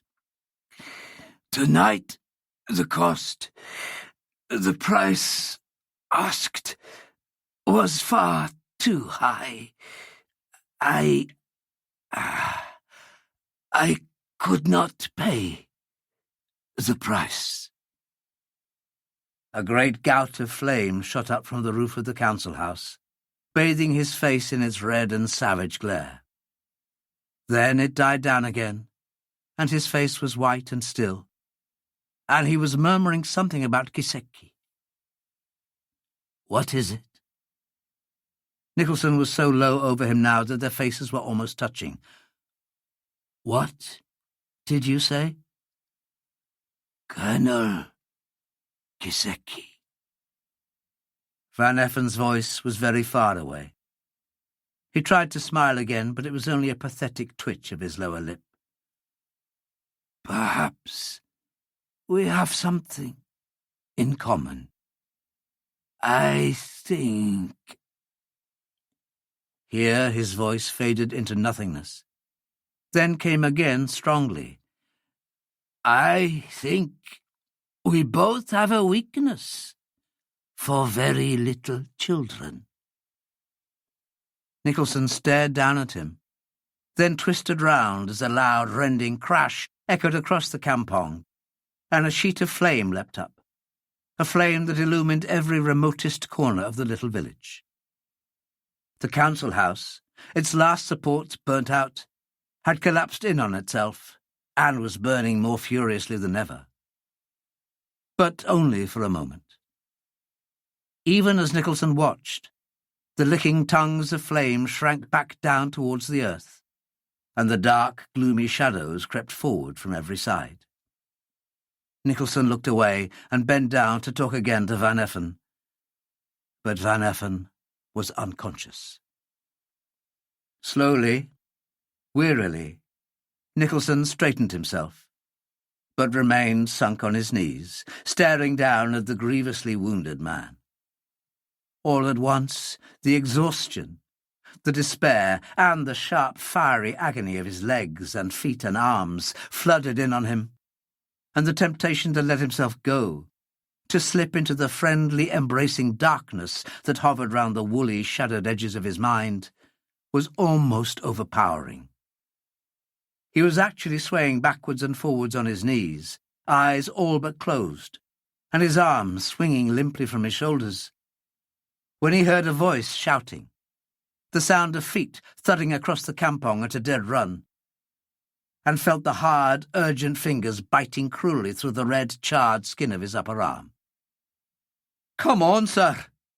Come on! For God's sake, get to your feet!" There was a fierceness, a burning desperation in Mackinnon's voice that Nicholson had never heard before. "They've got them, sir! Those yellow devils have taken them away!" What? What? Nicholson shook his aching, fuzzy head from side to side. "They've taken what away?" "The plans, the diamonds. They're welcome to all. I hope the diamonds go to hell and roast there with every little yellow bastard in the East." Mackinnon was half sobbing, half shouting at the top of his voice, in a voice Nicholson had never heard before. His eyes were flooded with tears, his great fists white-knuckled by his side, and he was quite mad, insane with rage. "It's not only the diamonds they've taken, sir. I wish to God it was. The inhuman devils have taken hostages with them. I saw them throw them into the truck. The captain, Miss Drachman, and that poor wee boy." Chapter 15. Beyond anger lies fury, the heedless, ungovernable rage of the berserker. And beyond that again, a long, long step beyond the boundary of madness, lies the region of cold and utterly uncaring indifference. When a man enters that region, as few ever do, he is no longer himself. He is a man beside himself, a man without all his normal codes and standards of feeling and thought and emotions, a man for whom words like fear and danger and suffering and exhaustion are words that belong to another world, and whose meaning he can no longer comprehend. It is a state characterized by an abnormally heightened clarity of mind, by a hypersensitive perception of where danger lies, by a total and unhuman disregard for that danger. It is above all a state characterized by an utter implacability. It was in such a state that Nicholson found himself at 8:30 on the evening of that day in late February, seconds only after Mackinnon had told him that Gudrun and Peter were gone. His mind was clear, unnaturally so, swiftly weighing up the situation as far as he knew it, balancing the possibilities and the probabilities, racing ahead and formulating the only plan that could offer any hope at all of success. His weariness, the sheer physical exhaustion, had dropped from him like a falling cloak. He knew the change was psychological, not physiological, that he would pay heavily for it later. But it didn't matter. He was oddly certain that no matter what the source of his energy, it would carry him through. He was still aware, remotely, of the severe burns on his legs and arms, of the pain in his throat, where the Japanese bayonet had bitten in so deeply. But his awareness was no more than an intellectual acknowledgement of these burns and wounds. They might well have belonged to another man. His plan was simple, suicidally simple, and the chances of failure so high that they seemed inevitable. But the thought of failure never entered his mind. 6 questions fired at Tellac, the same at Mackinnon, and he knew what he must do, what everyone must do if there was to be any hope at all. It was Mackinnon's story that settled the problem for him. The council house had blazed so fiercely, had gone up with such incredible speed for one reason only. Mackinnon had saturated the whole windward wall with the contents of a 4-gallon can of petrol. He had stolen this from the Japanese truck within a couple of minutes of its arrival. The driver had kept careless watch and was now lying on the ground less than 10 feet away. And he had been just on the point of setting fire to it when a patrolling sentry had almost literally stumbled across him. But he had done more than steal the petrol. He had tried to immobilize the truck.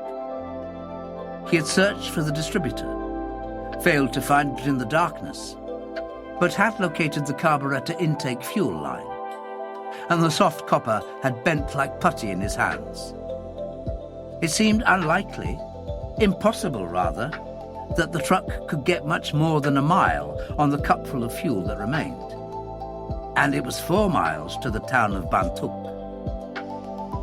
Quickly, Nicholson asked Tellac for cooperation, and got it at once. With his father and several of his tribesmen dead, neutrality no longer existed for Tellac. He said little, but what little he did say was bitter and savage and concerned with nothing but vengeance. He nodded immediate compliance to Nicholson's request that he provide a guide to lead the main party. Only 7 now, all told, under the leadership of Vanier, via the main road to Bantuk, where they were to seize and board the launch. If this could be done in absolute silence, and rapidly translated to one of his tribesmen, giving him the rendezvous. He then ordered 6 of his men to search the dead Japanese soldiers lying around the kampong and to bring all their weapons and ammunition to a central spot. A Tommy gun, 2 automatic rifles and a strange automatic pistol proved to be still serviceable. Telak himself disappeared into a nearby hut and emerged with 2 Sumatran parangs, honed to razor-sharp edges, and a couple of curious, elaborately chased daggers, 10 inches long and shaped like a flame, which he stuck in his own belt. Within 5 minutes of the destruction of the council house, Nicholson, MacKinnon and Telak were on their way. The road to Bantuk, no road really, but a graded jungle path barely 6 feet wide, wound tortuously in and out among palm oil plantations, tobacco plantations, and evil-smelling swamps, waist-deep and infinitely treacherous in the darkness.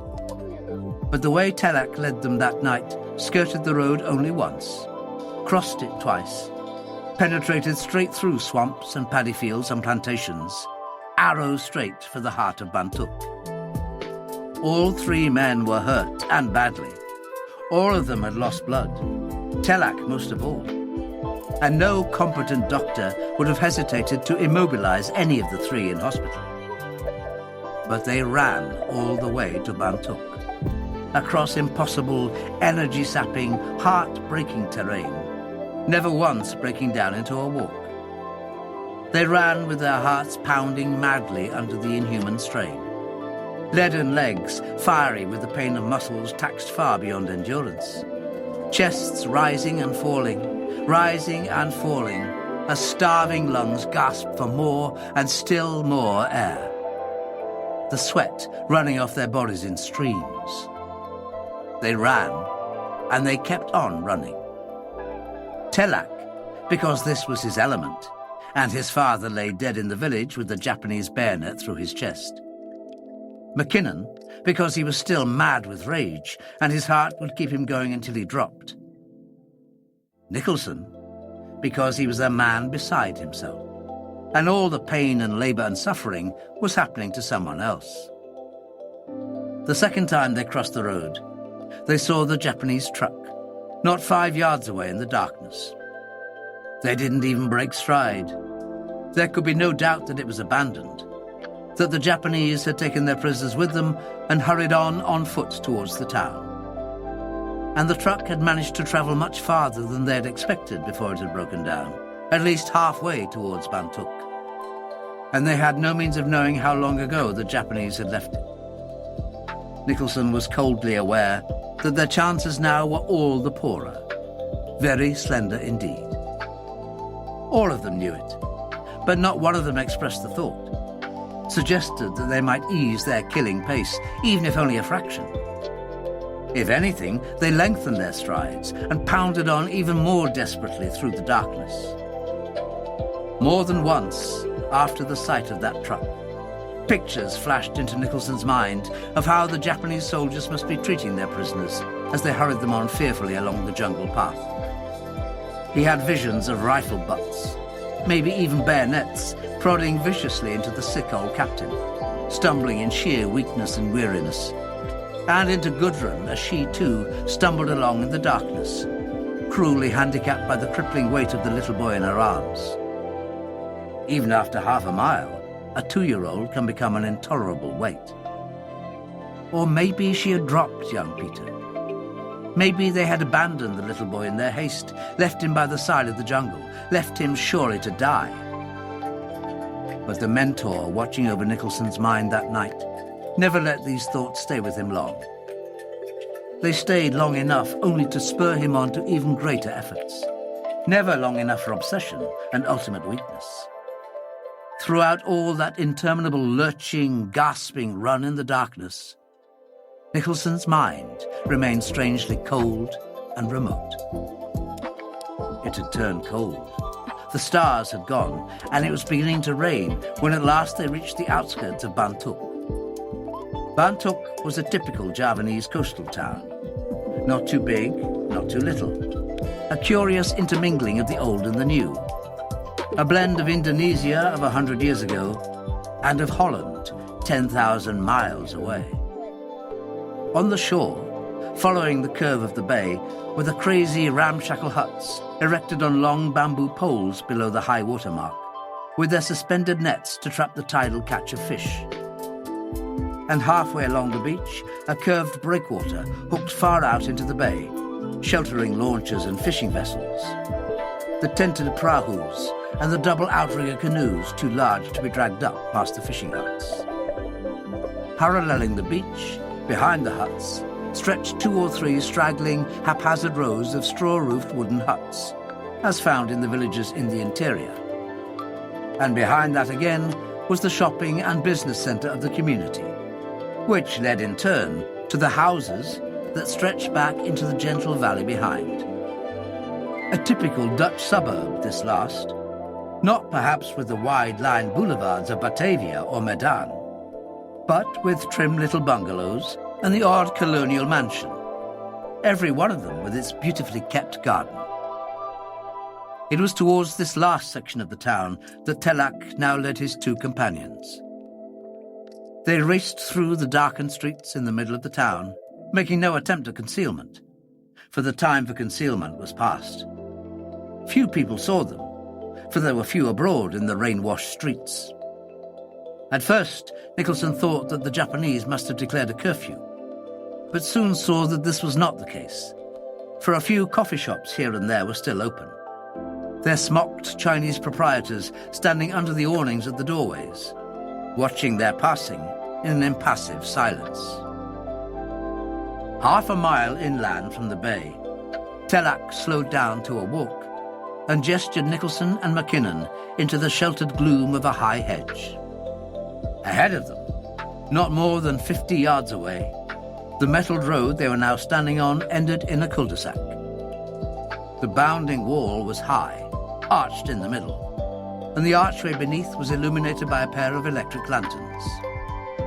Below the archway itself, 2 men were standing, talking and smoking, each leaning a shoulder against the curving walls. Even at that distance, there was no mistaking the grey-green uniforms and hooked caps of the Japanese army, for the light was strong. Behind the archway, they could see a driveway stretching back up the hill, illuminated by lamps every few yards. And beyond that again was a high, white-walled mansion. Little of it was visible through the archway, just a pillared stoop and a couple of big bay windows to one side, both of them brightly lit. Nicholson turned to the gasping man by his side. "This is it, Telak." They were the first words spoken since they had left the kampong. "This is the house." Telak's words, like Nicholson's, came in short, jerky gasps. "The biggest in Bantuk." "Naturally." Nicholson paused to wipe the sweat off his face and chest and arms. Very particularly, he dried the palms of his hands. "This is the way they would come. No other way. They are sure to come up this road unless they have already come." "Unless they have already come," Nicholson echoed.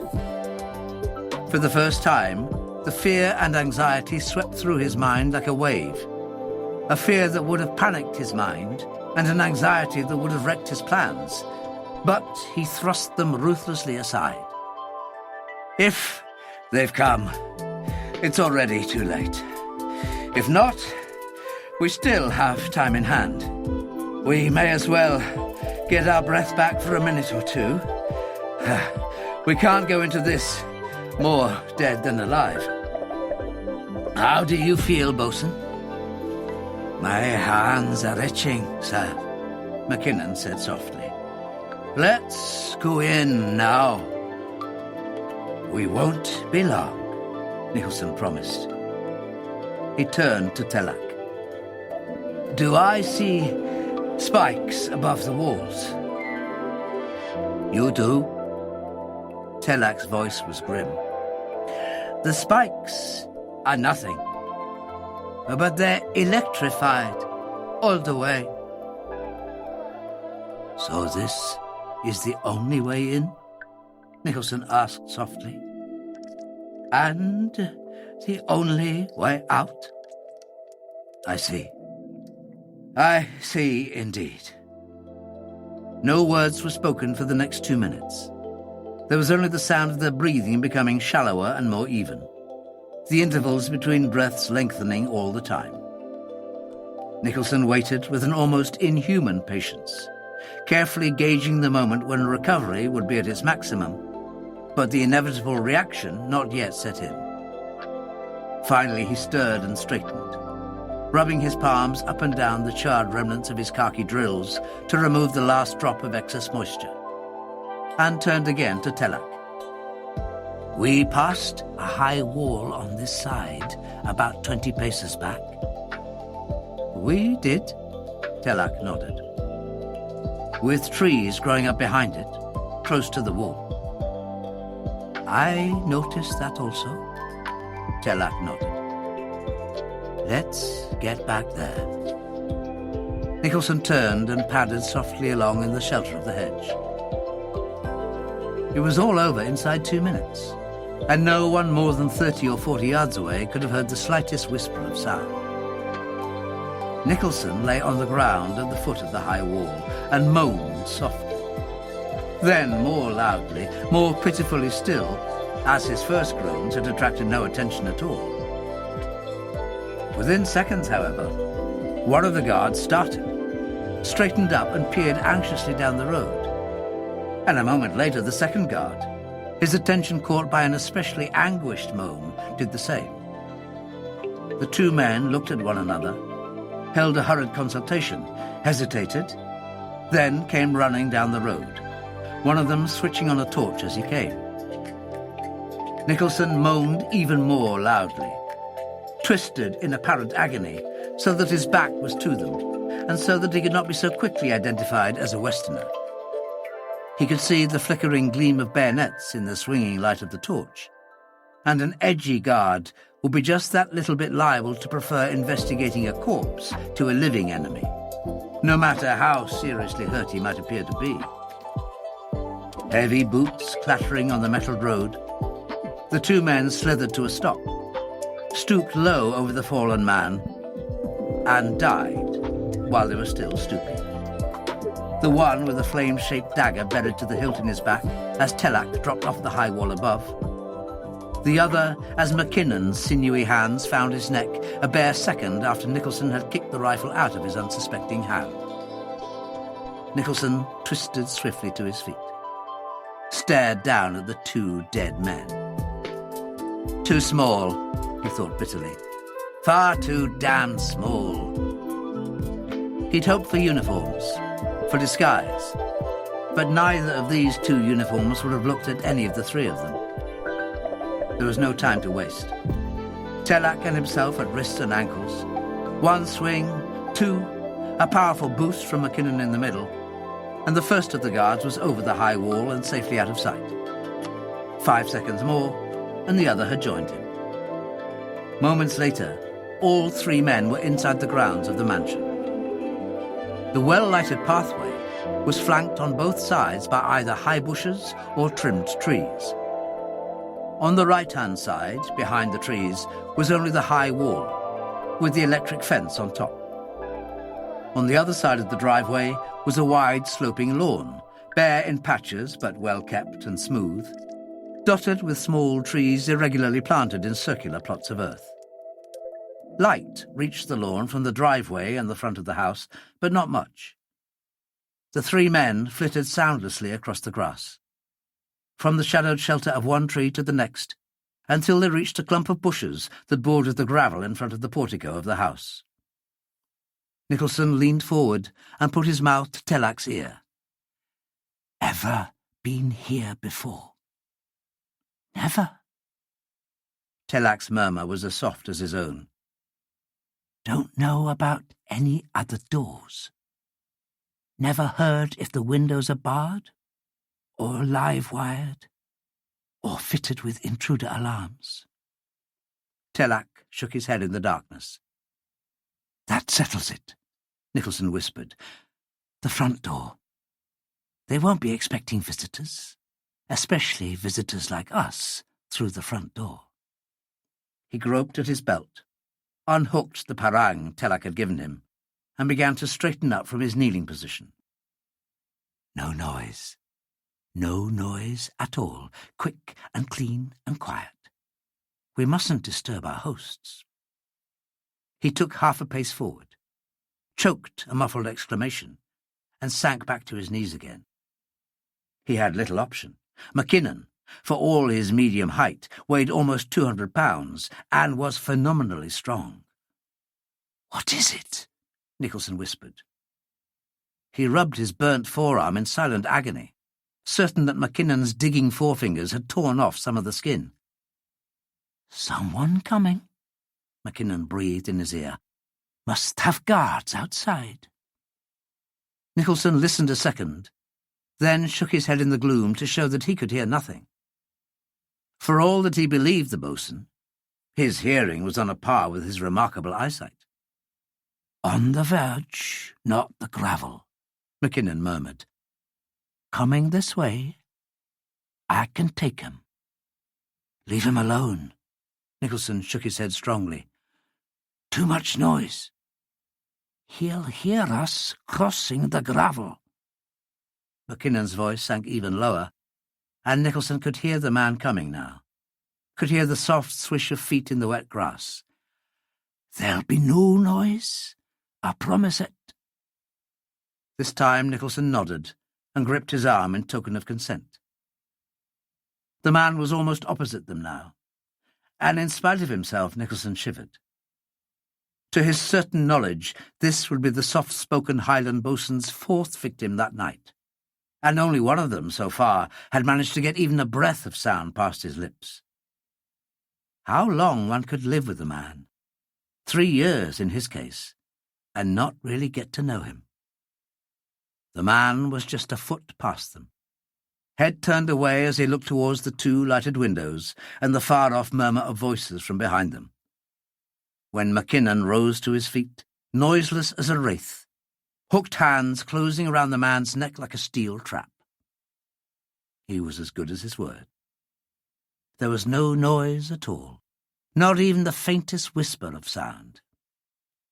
They left him behind the bushes and crossed the gravel at a steady, unhurried walk, in case there were still some guards in the grounds to hear them, mounted the steps, crossed the portico, and walked unchallenged through the wide-open double doors. Beyond lay a wide hall, softly lit from a central chandelier with a high arching roof, walls panelled in what looked like oak, and a gleaming parquetry floor, finely tessellated in jarrah and kauri and some light-coloured tropical hardwoods. From either side of the hall, wide sweeping staircases, a darker coloured wood than that of the walls, curved up to meet the broad pillared balcony that ran the full length of both sides and the back. At the foot of either stairway was a set of double doors, closed, and between them, at the back, a third single door. All the doors were painted white, lending an incongruous note to the dusky satin of the walls. The door at the back of the hall was open. Nicholson gestured to Mackinnon and Telak to take up position one on either side of the double doors to the right, then padded cat-footed across the hall to the open door at the back. He could feel the cool, hard floor under the pads of his feet. That gruelling cross-country run must have torn off most of what charred remains of canvas soles had been left him after he had carried Van Effen out of the burning council house. His mind registered it automatically, but disregarded it, just as it disregarded the pain of the raw, burnt flesh. There would come a time for suffering, but that time was not yet. That feeling of ice-cold indifference, coupled with its razor-edged calculation, was with him still, more strongly than ever. He flattened himself against the far wall, cocked his head in listening, his eyes turned towards the open doorway. At first he could hear nothing. Then, faintly, he caught the far-off murmur of voices and the occasional chink of crockery.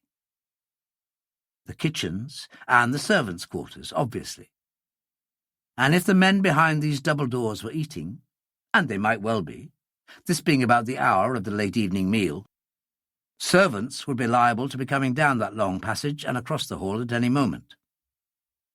Nicholson slid noiselessly forward and risked a quick glance round the edge of the door. The passage was dimly lit, about 20 feet in length, with 2 closed doors on either side and one at the far end open, showing a white rectangle of light. There was no one to be seen.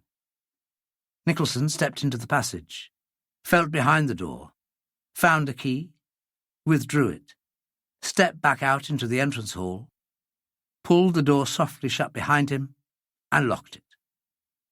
He recrossed the hall as softly as he had come and rejoined the others at the white-painted double doors. Both men looked at him as he approached. Mackinnon still grim and implacable, his surging anger well under control, but ready to explode at any moment. Telak, a ghastly blood-smeared sight under the lights, dusky face drawn and grey with fatigue, but revenge would keep him going for a long time yet. Nicholson whispered a few instructions in Telak's ear, made sure he understood, and waited until he had slipped away and hidden himself behind the right-hand staircase. There was a low murmur of voices from behind the double doors, a murmur punctuated by an occasional guffaw of laughter. For a few moments, Nicholson listened with his ear to the crack between the 2 doors, then tested each in turn with an infinitely gentle pressure of a probing forefinger. Each yielded an almost imperceptible fraction of an inch, and Nicholson straightened, satisfied. He nodded at Mackinnon.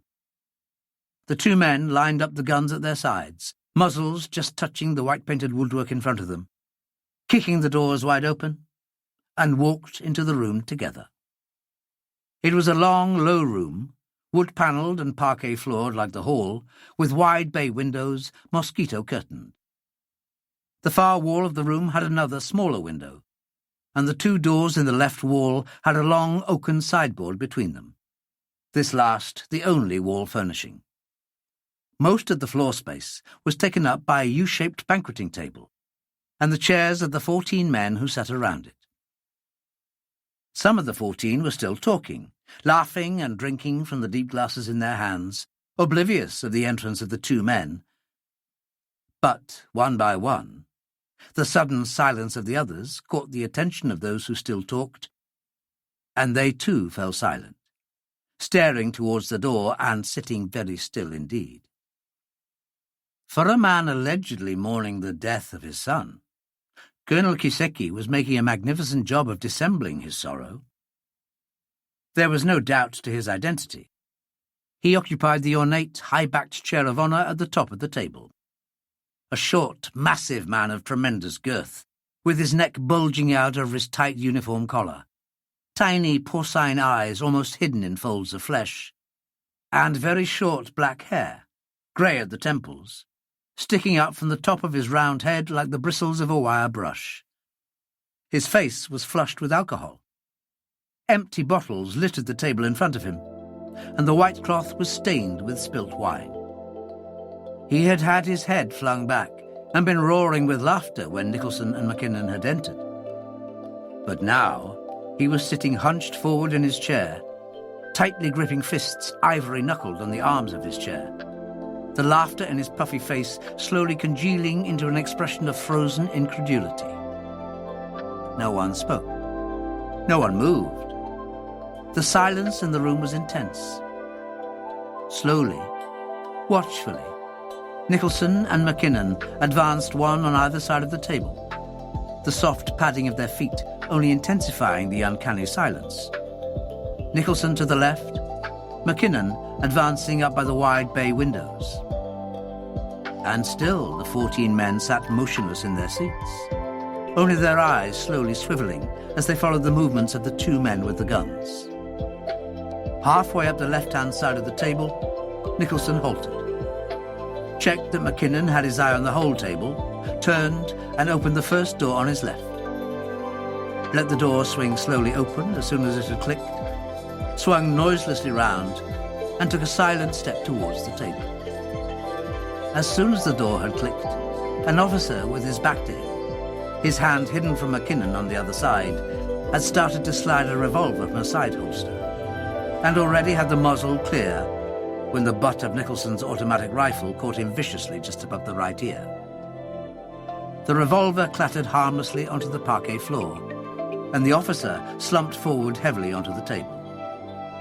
His head knocked over an almost full bottle of wine, and it gurgled away in the unnatural silence until it had almost emptied itself. A dozen pairs of eyes, as if mesmerized by the only moving thing in that room, watched the blood-red stain spread farther and farther across the snow-white cloth. And still no one had spoken. Nicholson turned again to look through the now open door. A long passage. Empty. He shut the door, locked it, turned his attention to the next. A cloakroom lay behind this, small, about 6 feet square and windowless. This door Nicholson left open. He went back to the table, moved swiftly down one side of it, searching men for weapons while Mackinnon kept his Tommy gun gently circling. As soon as he had finished searching, he waited until Mackinnon had done the same on his side. The total haul was surprisingly small. A few knives and 3 revolvers, all of the latter taken from army officers. With the one recovered from the floor, that made 4 in all. 2 of these Nicholson gave Mackinnon, 2 he stuck in his own belt. For close, concentrated work, the automatic rifle was a far deadlier weapon. Nicholson walked to the head of the table and looked down at the grossly corpulent man sitting in the central chair. "You are Colonel Kiseki." The officer nodded but said nothing. The astonishment had now vanished, and the watchful eyes were the only sign of expression in an otherwise impassive face. He was on balance again, completely under control. A dangerous man, Nicholson thought bleakly. A man whom it would be fatal to underestimate. Tell all these men to put their hands on the table, palm upwards, and to keep them there. "I refuse." Kiseki folded his arms and leaned back negligently in his chair. "Why should I—" He broke off with a gasp of pain as the muzzle of the automatic rifle gouged deeply into the thick folds of flesh round his neck. "I'll count 3, Nicholson said indifferently. He didn't feel indifferent. Kiseki dead was no good to him. 1, 2, stop! Kiseki sat forward in his chair, leaning away from the pressure of the rifle, and started to talk rapidly. Immediately hands came into view all round the table, palms upward, as Nicholson had directed. "You know who we are?" Nicholson went on. "I know who you are." Kiseki's English was slow and laboured, but sufficient. "From the English tanka Viroma." "Fools! Crazy fools! What hope have you? You may as well surrender now. I promise you, shut up." Nicholson nodded at the men sitting on either side of Kiseki. An army officer and a heavy-jowled, dark-faced Indonesian with immaculately waved black hair and a well-cut grey suit. "Who are these men?" "My second-in-command and the mayor of Bantuk." "The mayor of Bantuk, eh?" Nicholson looked at the mayor with interest. "Collaborating well, I take it?" "I don't know what you are talking about." Kiseki looked up at Nicholson through narrowed slits of eyes. "The mayor is a founder, a member of our Greater East Asia Co-Prosperity. For heaven's sake, shut up." Nicholson glanced round the others sitting at the table. 2 or 3 officers, half a dozen Chinese, an Arab, and some Javanese. Then looked back at Kiseki. "You, your second-in-command, and the mayor remain here. The rest into that cloakroom there." "Sir," Mackinnon was calling softly from his place by one of the bay windows. They're coming up the drive now. Hurry up! Again, Nicholson jammed his rifle into Kiseki's neck. Tell them, into that cloakroom, at once. In that box, there is no air. Kiseki pretended horror. They will suffocate in there.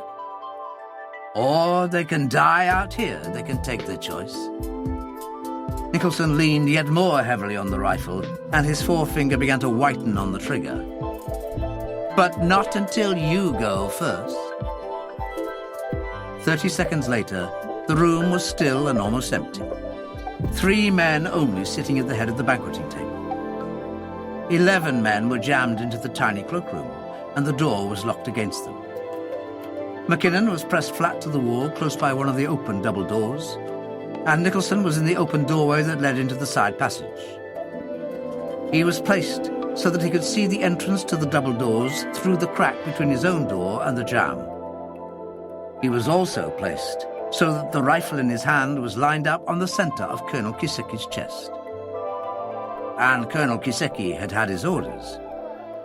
He'd had his orders, and Colonel Kiseki had lived too long, had seen too many desperate and implacable men, not to know that Nicholson would shoot him like a dog, even on the suspicion, far less the certainty, that he was being double-crossed.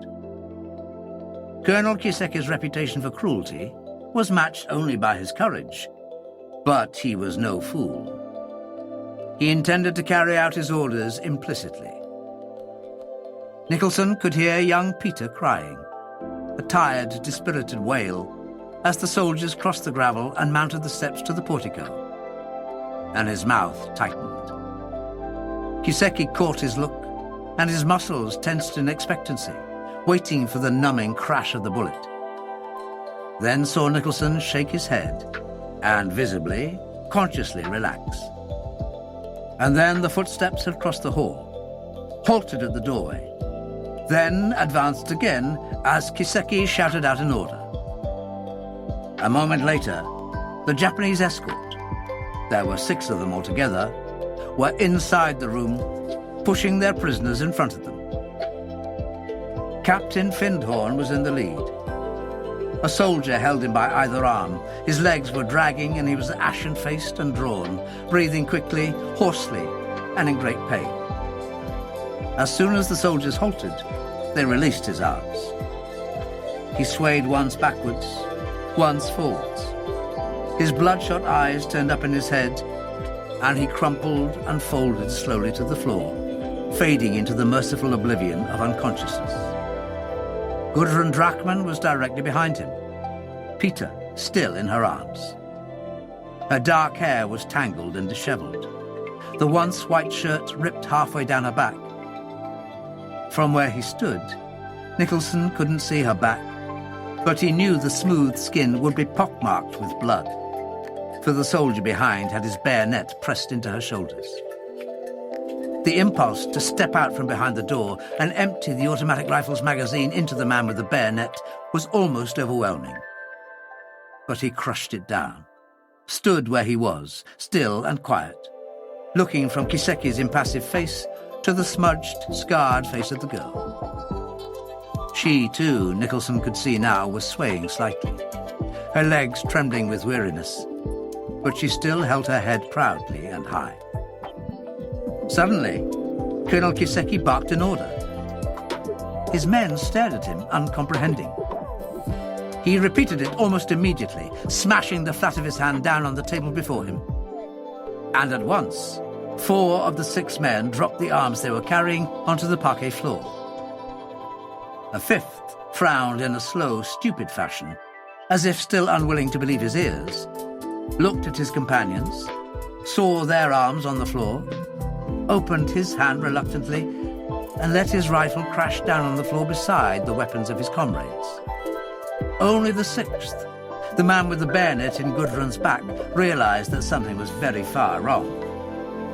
He dropped lower into a crouch, glanced wildly round, then collapsed to the floor like a stricken tree, as Telak came up feather-footed from the hall behind him and smashed his rifle down on the unprotected back of the soldier's head. And then Nicholson and Mackinnon and Telak were all in the room. Telak herding the 5 Japanese soldiers into a corner, Mackinnon kicking the double door shut, and keeping a wary eye on the 3 men at the table. Nicholson unashamedly hugging the girl and the young boy still in her arms, smiling his delight and immense relief, and saying nothing. While Gudrun, stiff-backed and straight, stared at him for a long, long moment in uncomprehending wonder and disbelief, then sagged heavily against him, her face buried in his shoulder, murmuring his name over and over again. Mackinnon was looking at them from time to time, grinning hugely, all the savage anger gone from his face. But he didn't look at them for more than a fraction of a second at a time, and the muzzle of his gun never wavered from the 3 men at the top of the table. Johnny! Johnny! The girl lifted her head and looked at him, the intensely blue eyes now shining and misted, rolling teardrops cutting through the dark smudges on her cheek. She was shivering now, shivering from reaction and from the cold of her wet, rain-soaked clothes. But she was quite oblivious of all that. The happiness in her eyes was something that Nicholson had never seen before. Oh, Johnny, I thought it was all finished. I thought that Peter and I... She broke off and smiled at him again. How in the world did you get here? I don't understand. How did you... Private aeroplane. Nicholson waved an airy hand. It was no trouble, but later, Gudrun. We must hurry. Bosun! Sir! Mackinnon carefully removed the smile from his face. Tie up our 3 friends at the head of the table there. Their wrists only, behind their backs. Tie us up? Kiseki leaned forward, his fists clenched on the tabletop. I see no need. Shoot him if you have to, Nicholson ordered. They're no use to us anymore. He thought it as well not to add that Kiseki's usefulness was yet to come, but feared that the knowledge of his intentions might provoke the man to an act of desperation. Consider it done, sir. Mackinnon advanced purposefully towards them, tearing down several mosquito curtains as he passed. Twisted, they would make excellent ropes. Nicholson turned away from Gudrun after seeing her and Peter into a chair, and stooped low over the captain. He shook him by the shoulder, and Findhorn finally stirred and wearily opened his eyes. Aided by Nicholson, he sat up, moving like a very old man, and gazed slowly round the room, comprehension slowly dawning on his exhausted mind. I don't know how on earth you did it, but well done, my boy. He looked back at Nicholson, inspected him from head to toe, wincing as he saw the cuts and savage burns on his chief officer's legs and forearms. What a bloody mess. I hope to God you don't feel half as bad as you look. Top of the world, sir, Nicholson grinned. You're a fluent liar, Mr. Nicholson. You're as much a hospital case as I am. Where do we go from here? Away, and very shortly. A few minutes, sir. Some little things to attend to first. Then go by yourselves. Captain Findhorn was half joking, wholly earnest. I think I'd rather take my chance as a prisoner of war. Frankly, my boy, I've had it, and I know it. I couldn't walk another step. You won't have to, sir, I guarantee it. Nicholson poked an inquiring toe at the bag one of the soldiers had been carrying, stooped and had a look inside. Even brought the plans and the diamonds right here. But then, where else would they bring them? I hope, Colonel Kiseki, that you hadn't set your heart too much on these. Kiseki stared at him, his face expressionless. Gudrun Drachman drew in a quick breath. So that's Colonel Kiseki. She looked at him for a long moment, then shivered. I can see that Captain Yamata was right enough. Thank God you got here first, Johnny. Captain Yamata? Kiseki's eyes, small enough normally in the folds of fat, had almost vanished. What happened to Captain Yamata? Captain Yamata has joined his ancestors, Nicholson said briefly. Van Effen shot him almost in half. You're lying. Van Effen was our friend. Our very good friend. Was is right, Nicholson agreed. Ask your men here. Later. He nodded to the group still cowering under the menace of Telak's rifle. Meantime, send one of these men to collect a stretcher, blankets, and torches. I needn't warn you what will happen if you try any foolish tricks. Kiseki looked at him impassively for a moment, then spoke rapidly to one of his men. Nicholson waited until he had gone, then turned again to Kiseki. You must have a radio in this house. Where is it? For the first time, Kiseki smiled, displaying a magnificent collection of gold inlays on his front teeth. I'm sorry to disappoint you, Mr. Nicholson, never mind the formalities. The radio, Colonel Kiseki. That is the only one we have. Grinning more broadly still, Kiseki nodded towards the sideboard. He had to nod. McKinnon had already lashed his wrists behind his back. Nicholson barely glanced at the small receiver. Your transmitter, Colonel Kiseki, if you don't mind, Nicholson said softly. You don't depend on carrier pigeons for communication, do you? English humor. Ha ha, very funny indeed. Kiseki was still smiling. Of course, we have a transmitter, Mr. Nicholson. At the barracks. Our soldiers' quarters. Where? The other end of the town. Kiseki had the appearance of a man actually enjoying himself. A mile from here? At least a mile. I see. Nicholson looked thoughtful.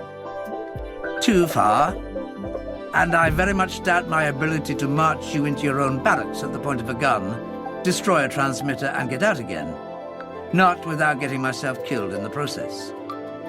You show signs of our wisdom, Mr. Nicholson, Kiseki purred. I'm just not suicidally minded. Nicholson rubbed his stubble of beard with a forefinger, then looked up at Kiseki again. And that's the only transmitter in town, eh? It is. You'll have to take my word for that. I'll take your word for it.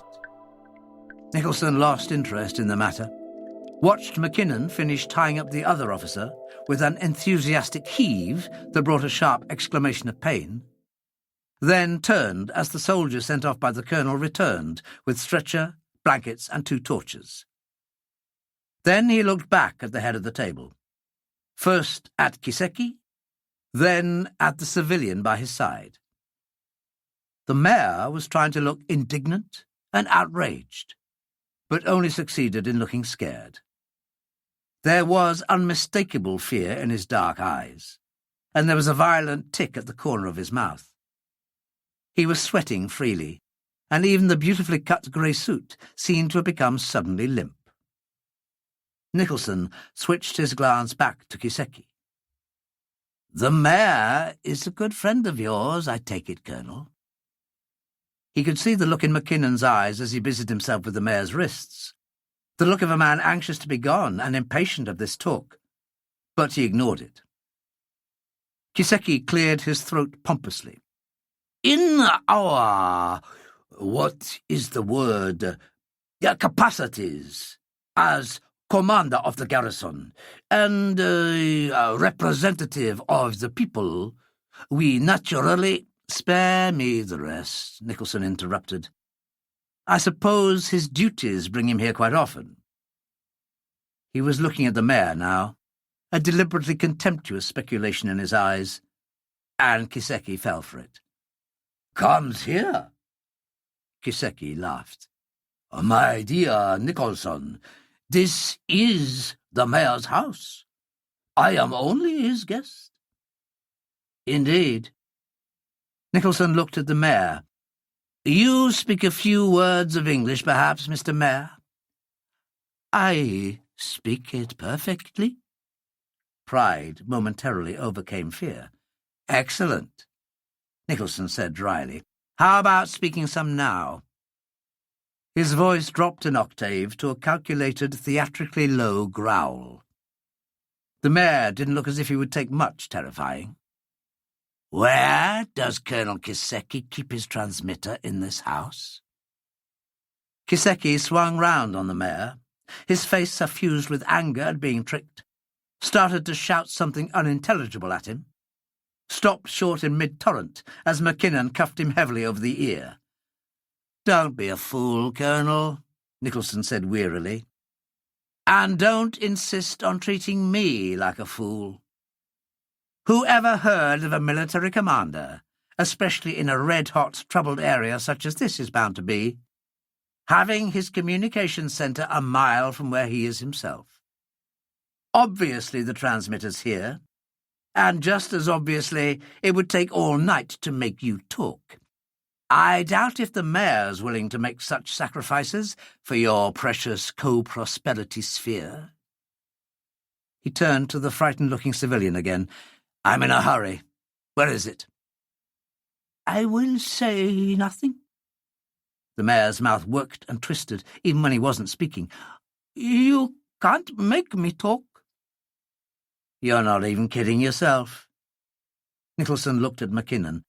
Just kind of twist his arm, will you, Bosun? Mackinnon twisted. The mayor screamed, more in anticipatory fear than in any real pain. Mackinnon slackened his grip. Well?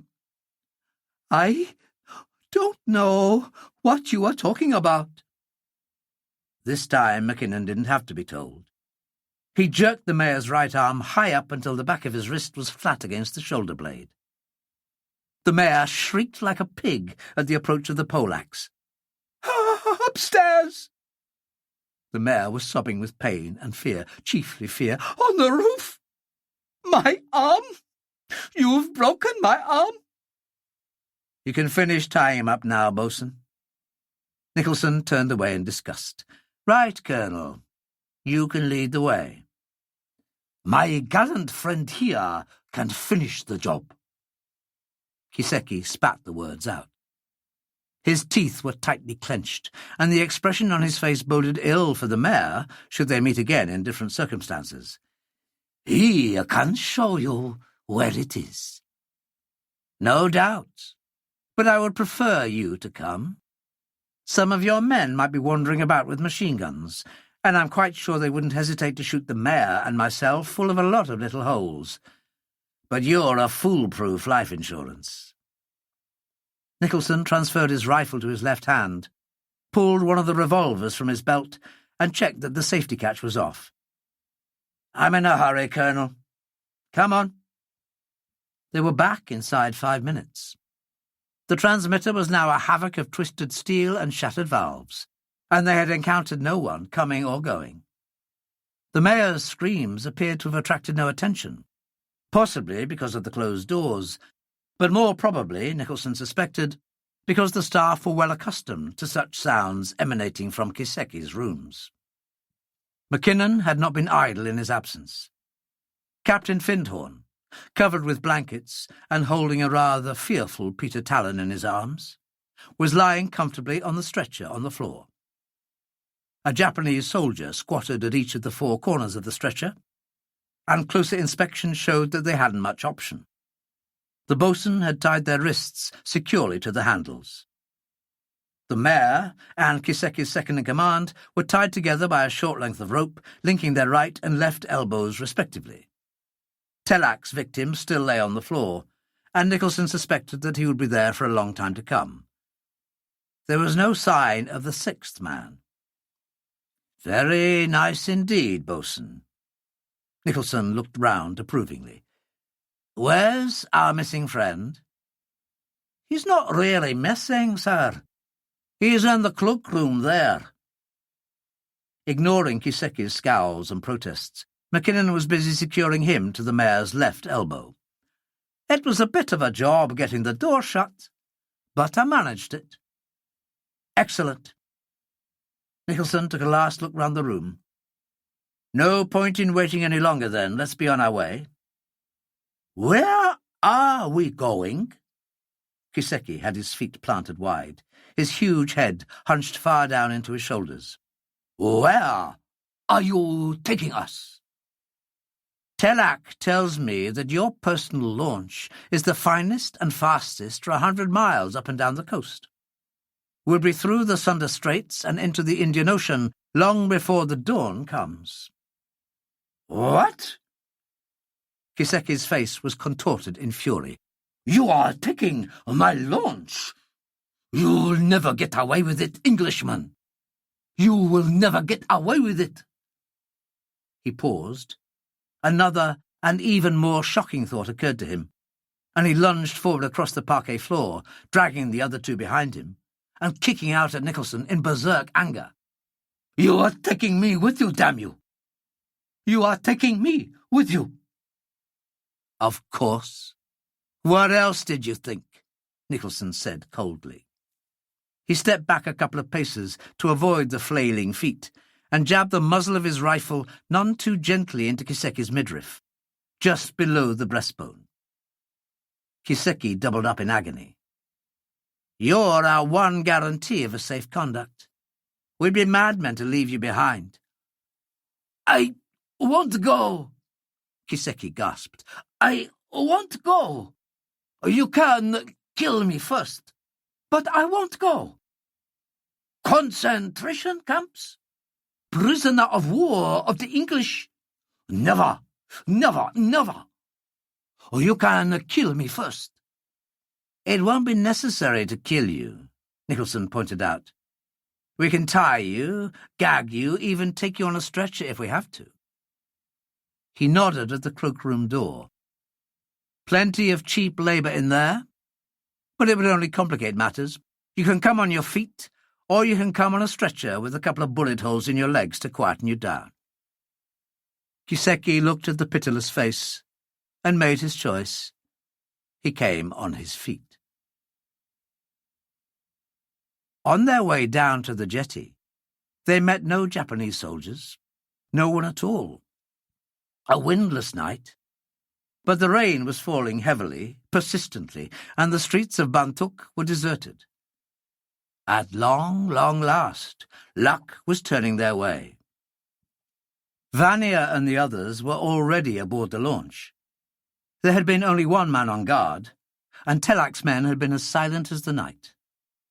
Van Effen was already asleep in a bunk below, and Walters was just about to begin transmission.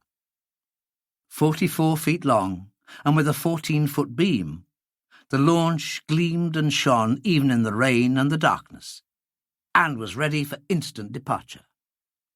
Willoughby took over the engine room and almost drooled with sheer joy at the sight of the big, immaculately kept twin diesels. Gordon and Evans loaded another half-dozen drums of fuel oil onto the deck aft, and Mackinnon and Vanier were already making a round of the larger vessels behind the breakwater, checking for radio sets, smashing the magneto of the only other launch in the harbour. They left at exactly 10 o'clock at night, purring gently out into a sea as smooth as a mill-pond. Nicholson had begged Telak to accompany them, but he had refused, saying that his place was with his people.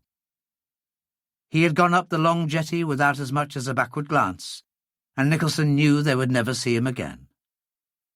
As they moved out into the darkness, the 4 Japanese soldiers, still lashed to the stretchers, ran pell-mell up the vanishing jetty, shouting at the tops of their high-pitched voices. But their cries were abruptly lost, drowned in a sudden clamour of sound as the launch rounded the point of the breakwater, the twin throttles jammed wide open, and headed southwest under maximum power towards Java Head and the Indian Ocean beyond. They rendezvoused with HMAS Kenmore, a Q-class destroyer, at 2:30 in the morning. That was South by Java Head by Alistair MacLean.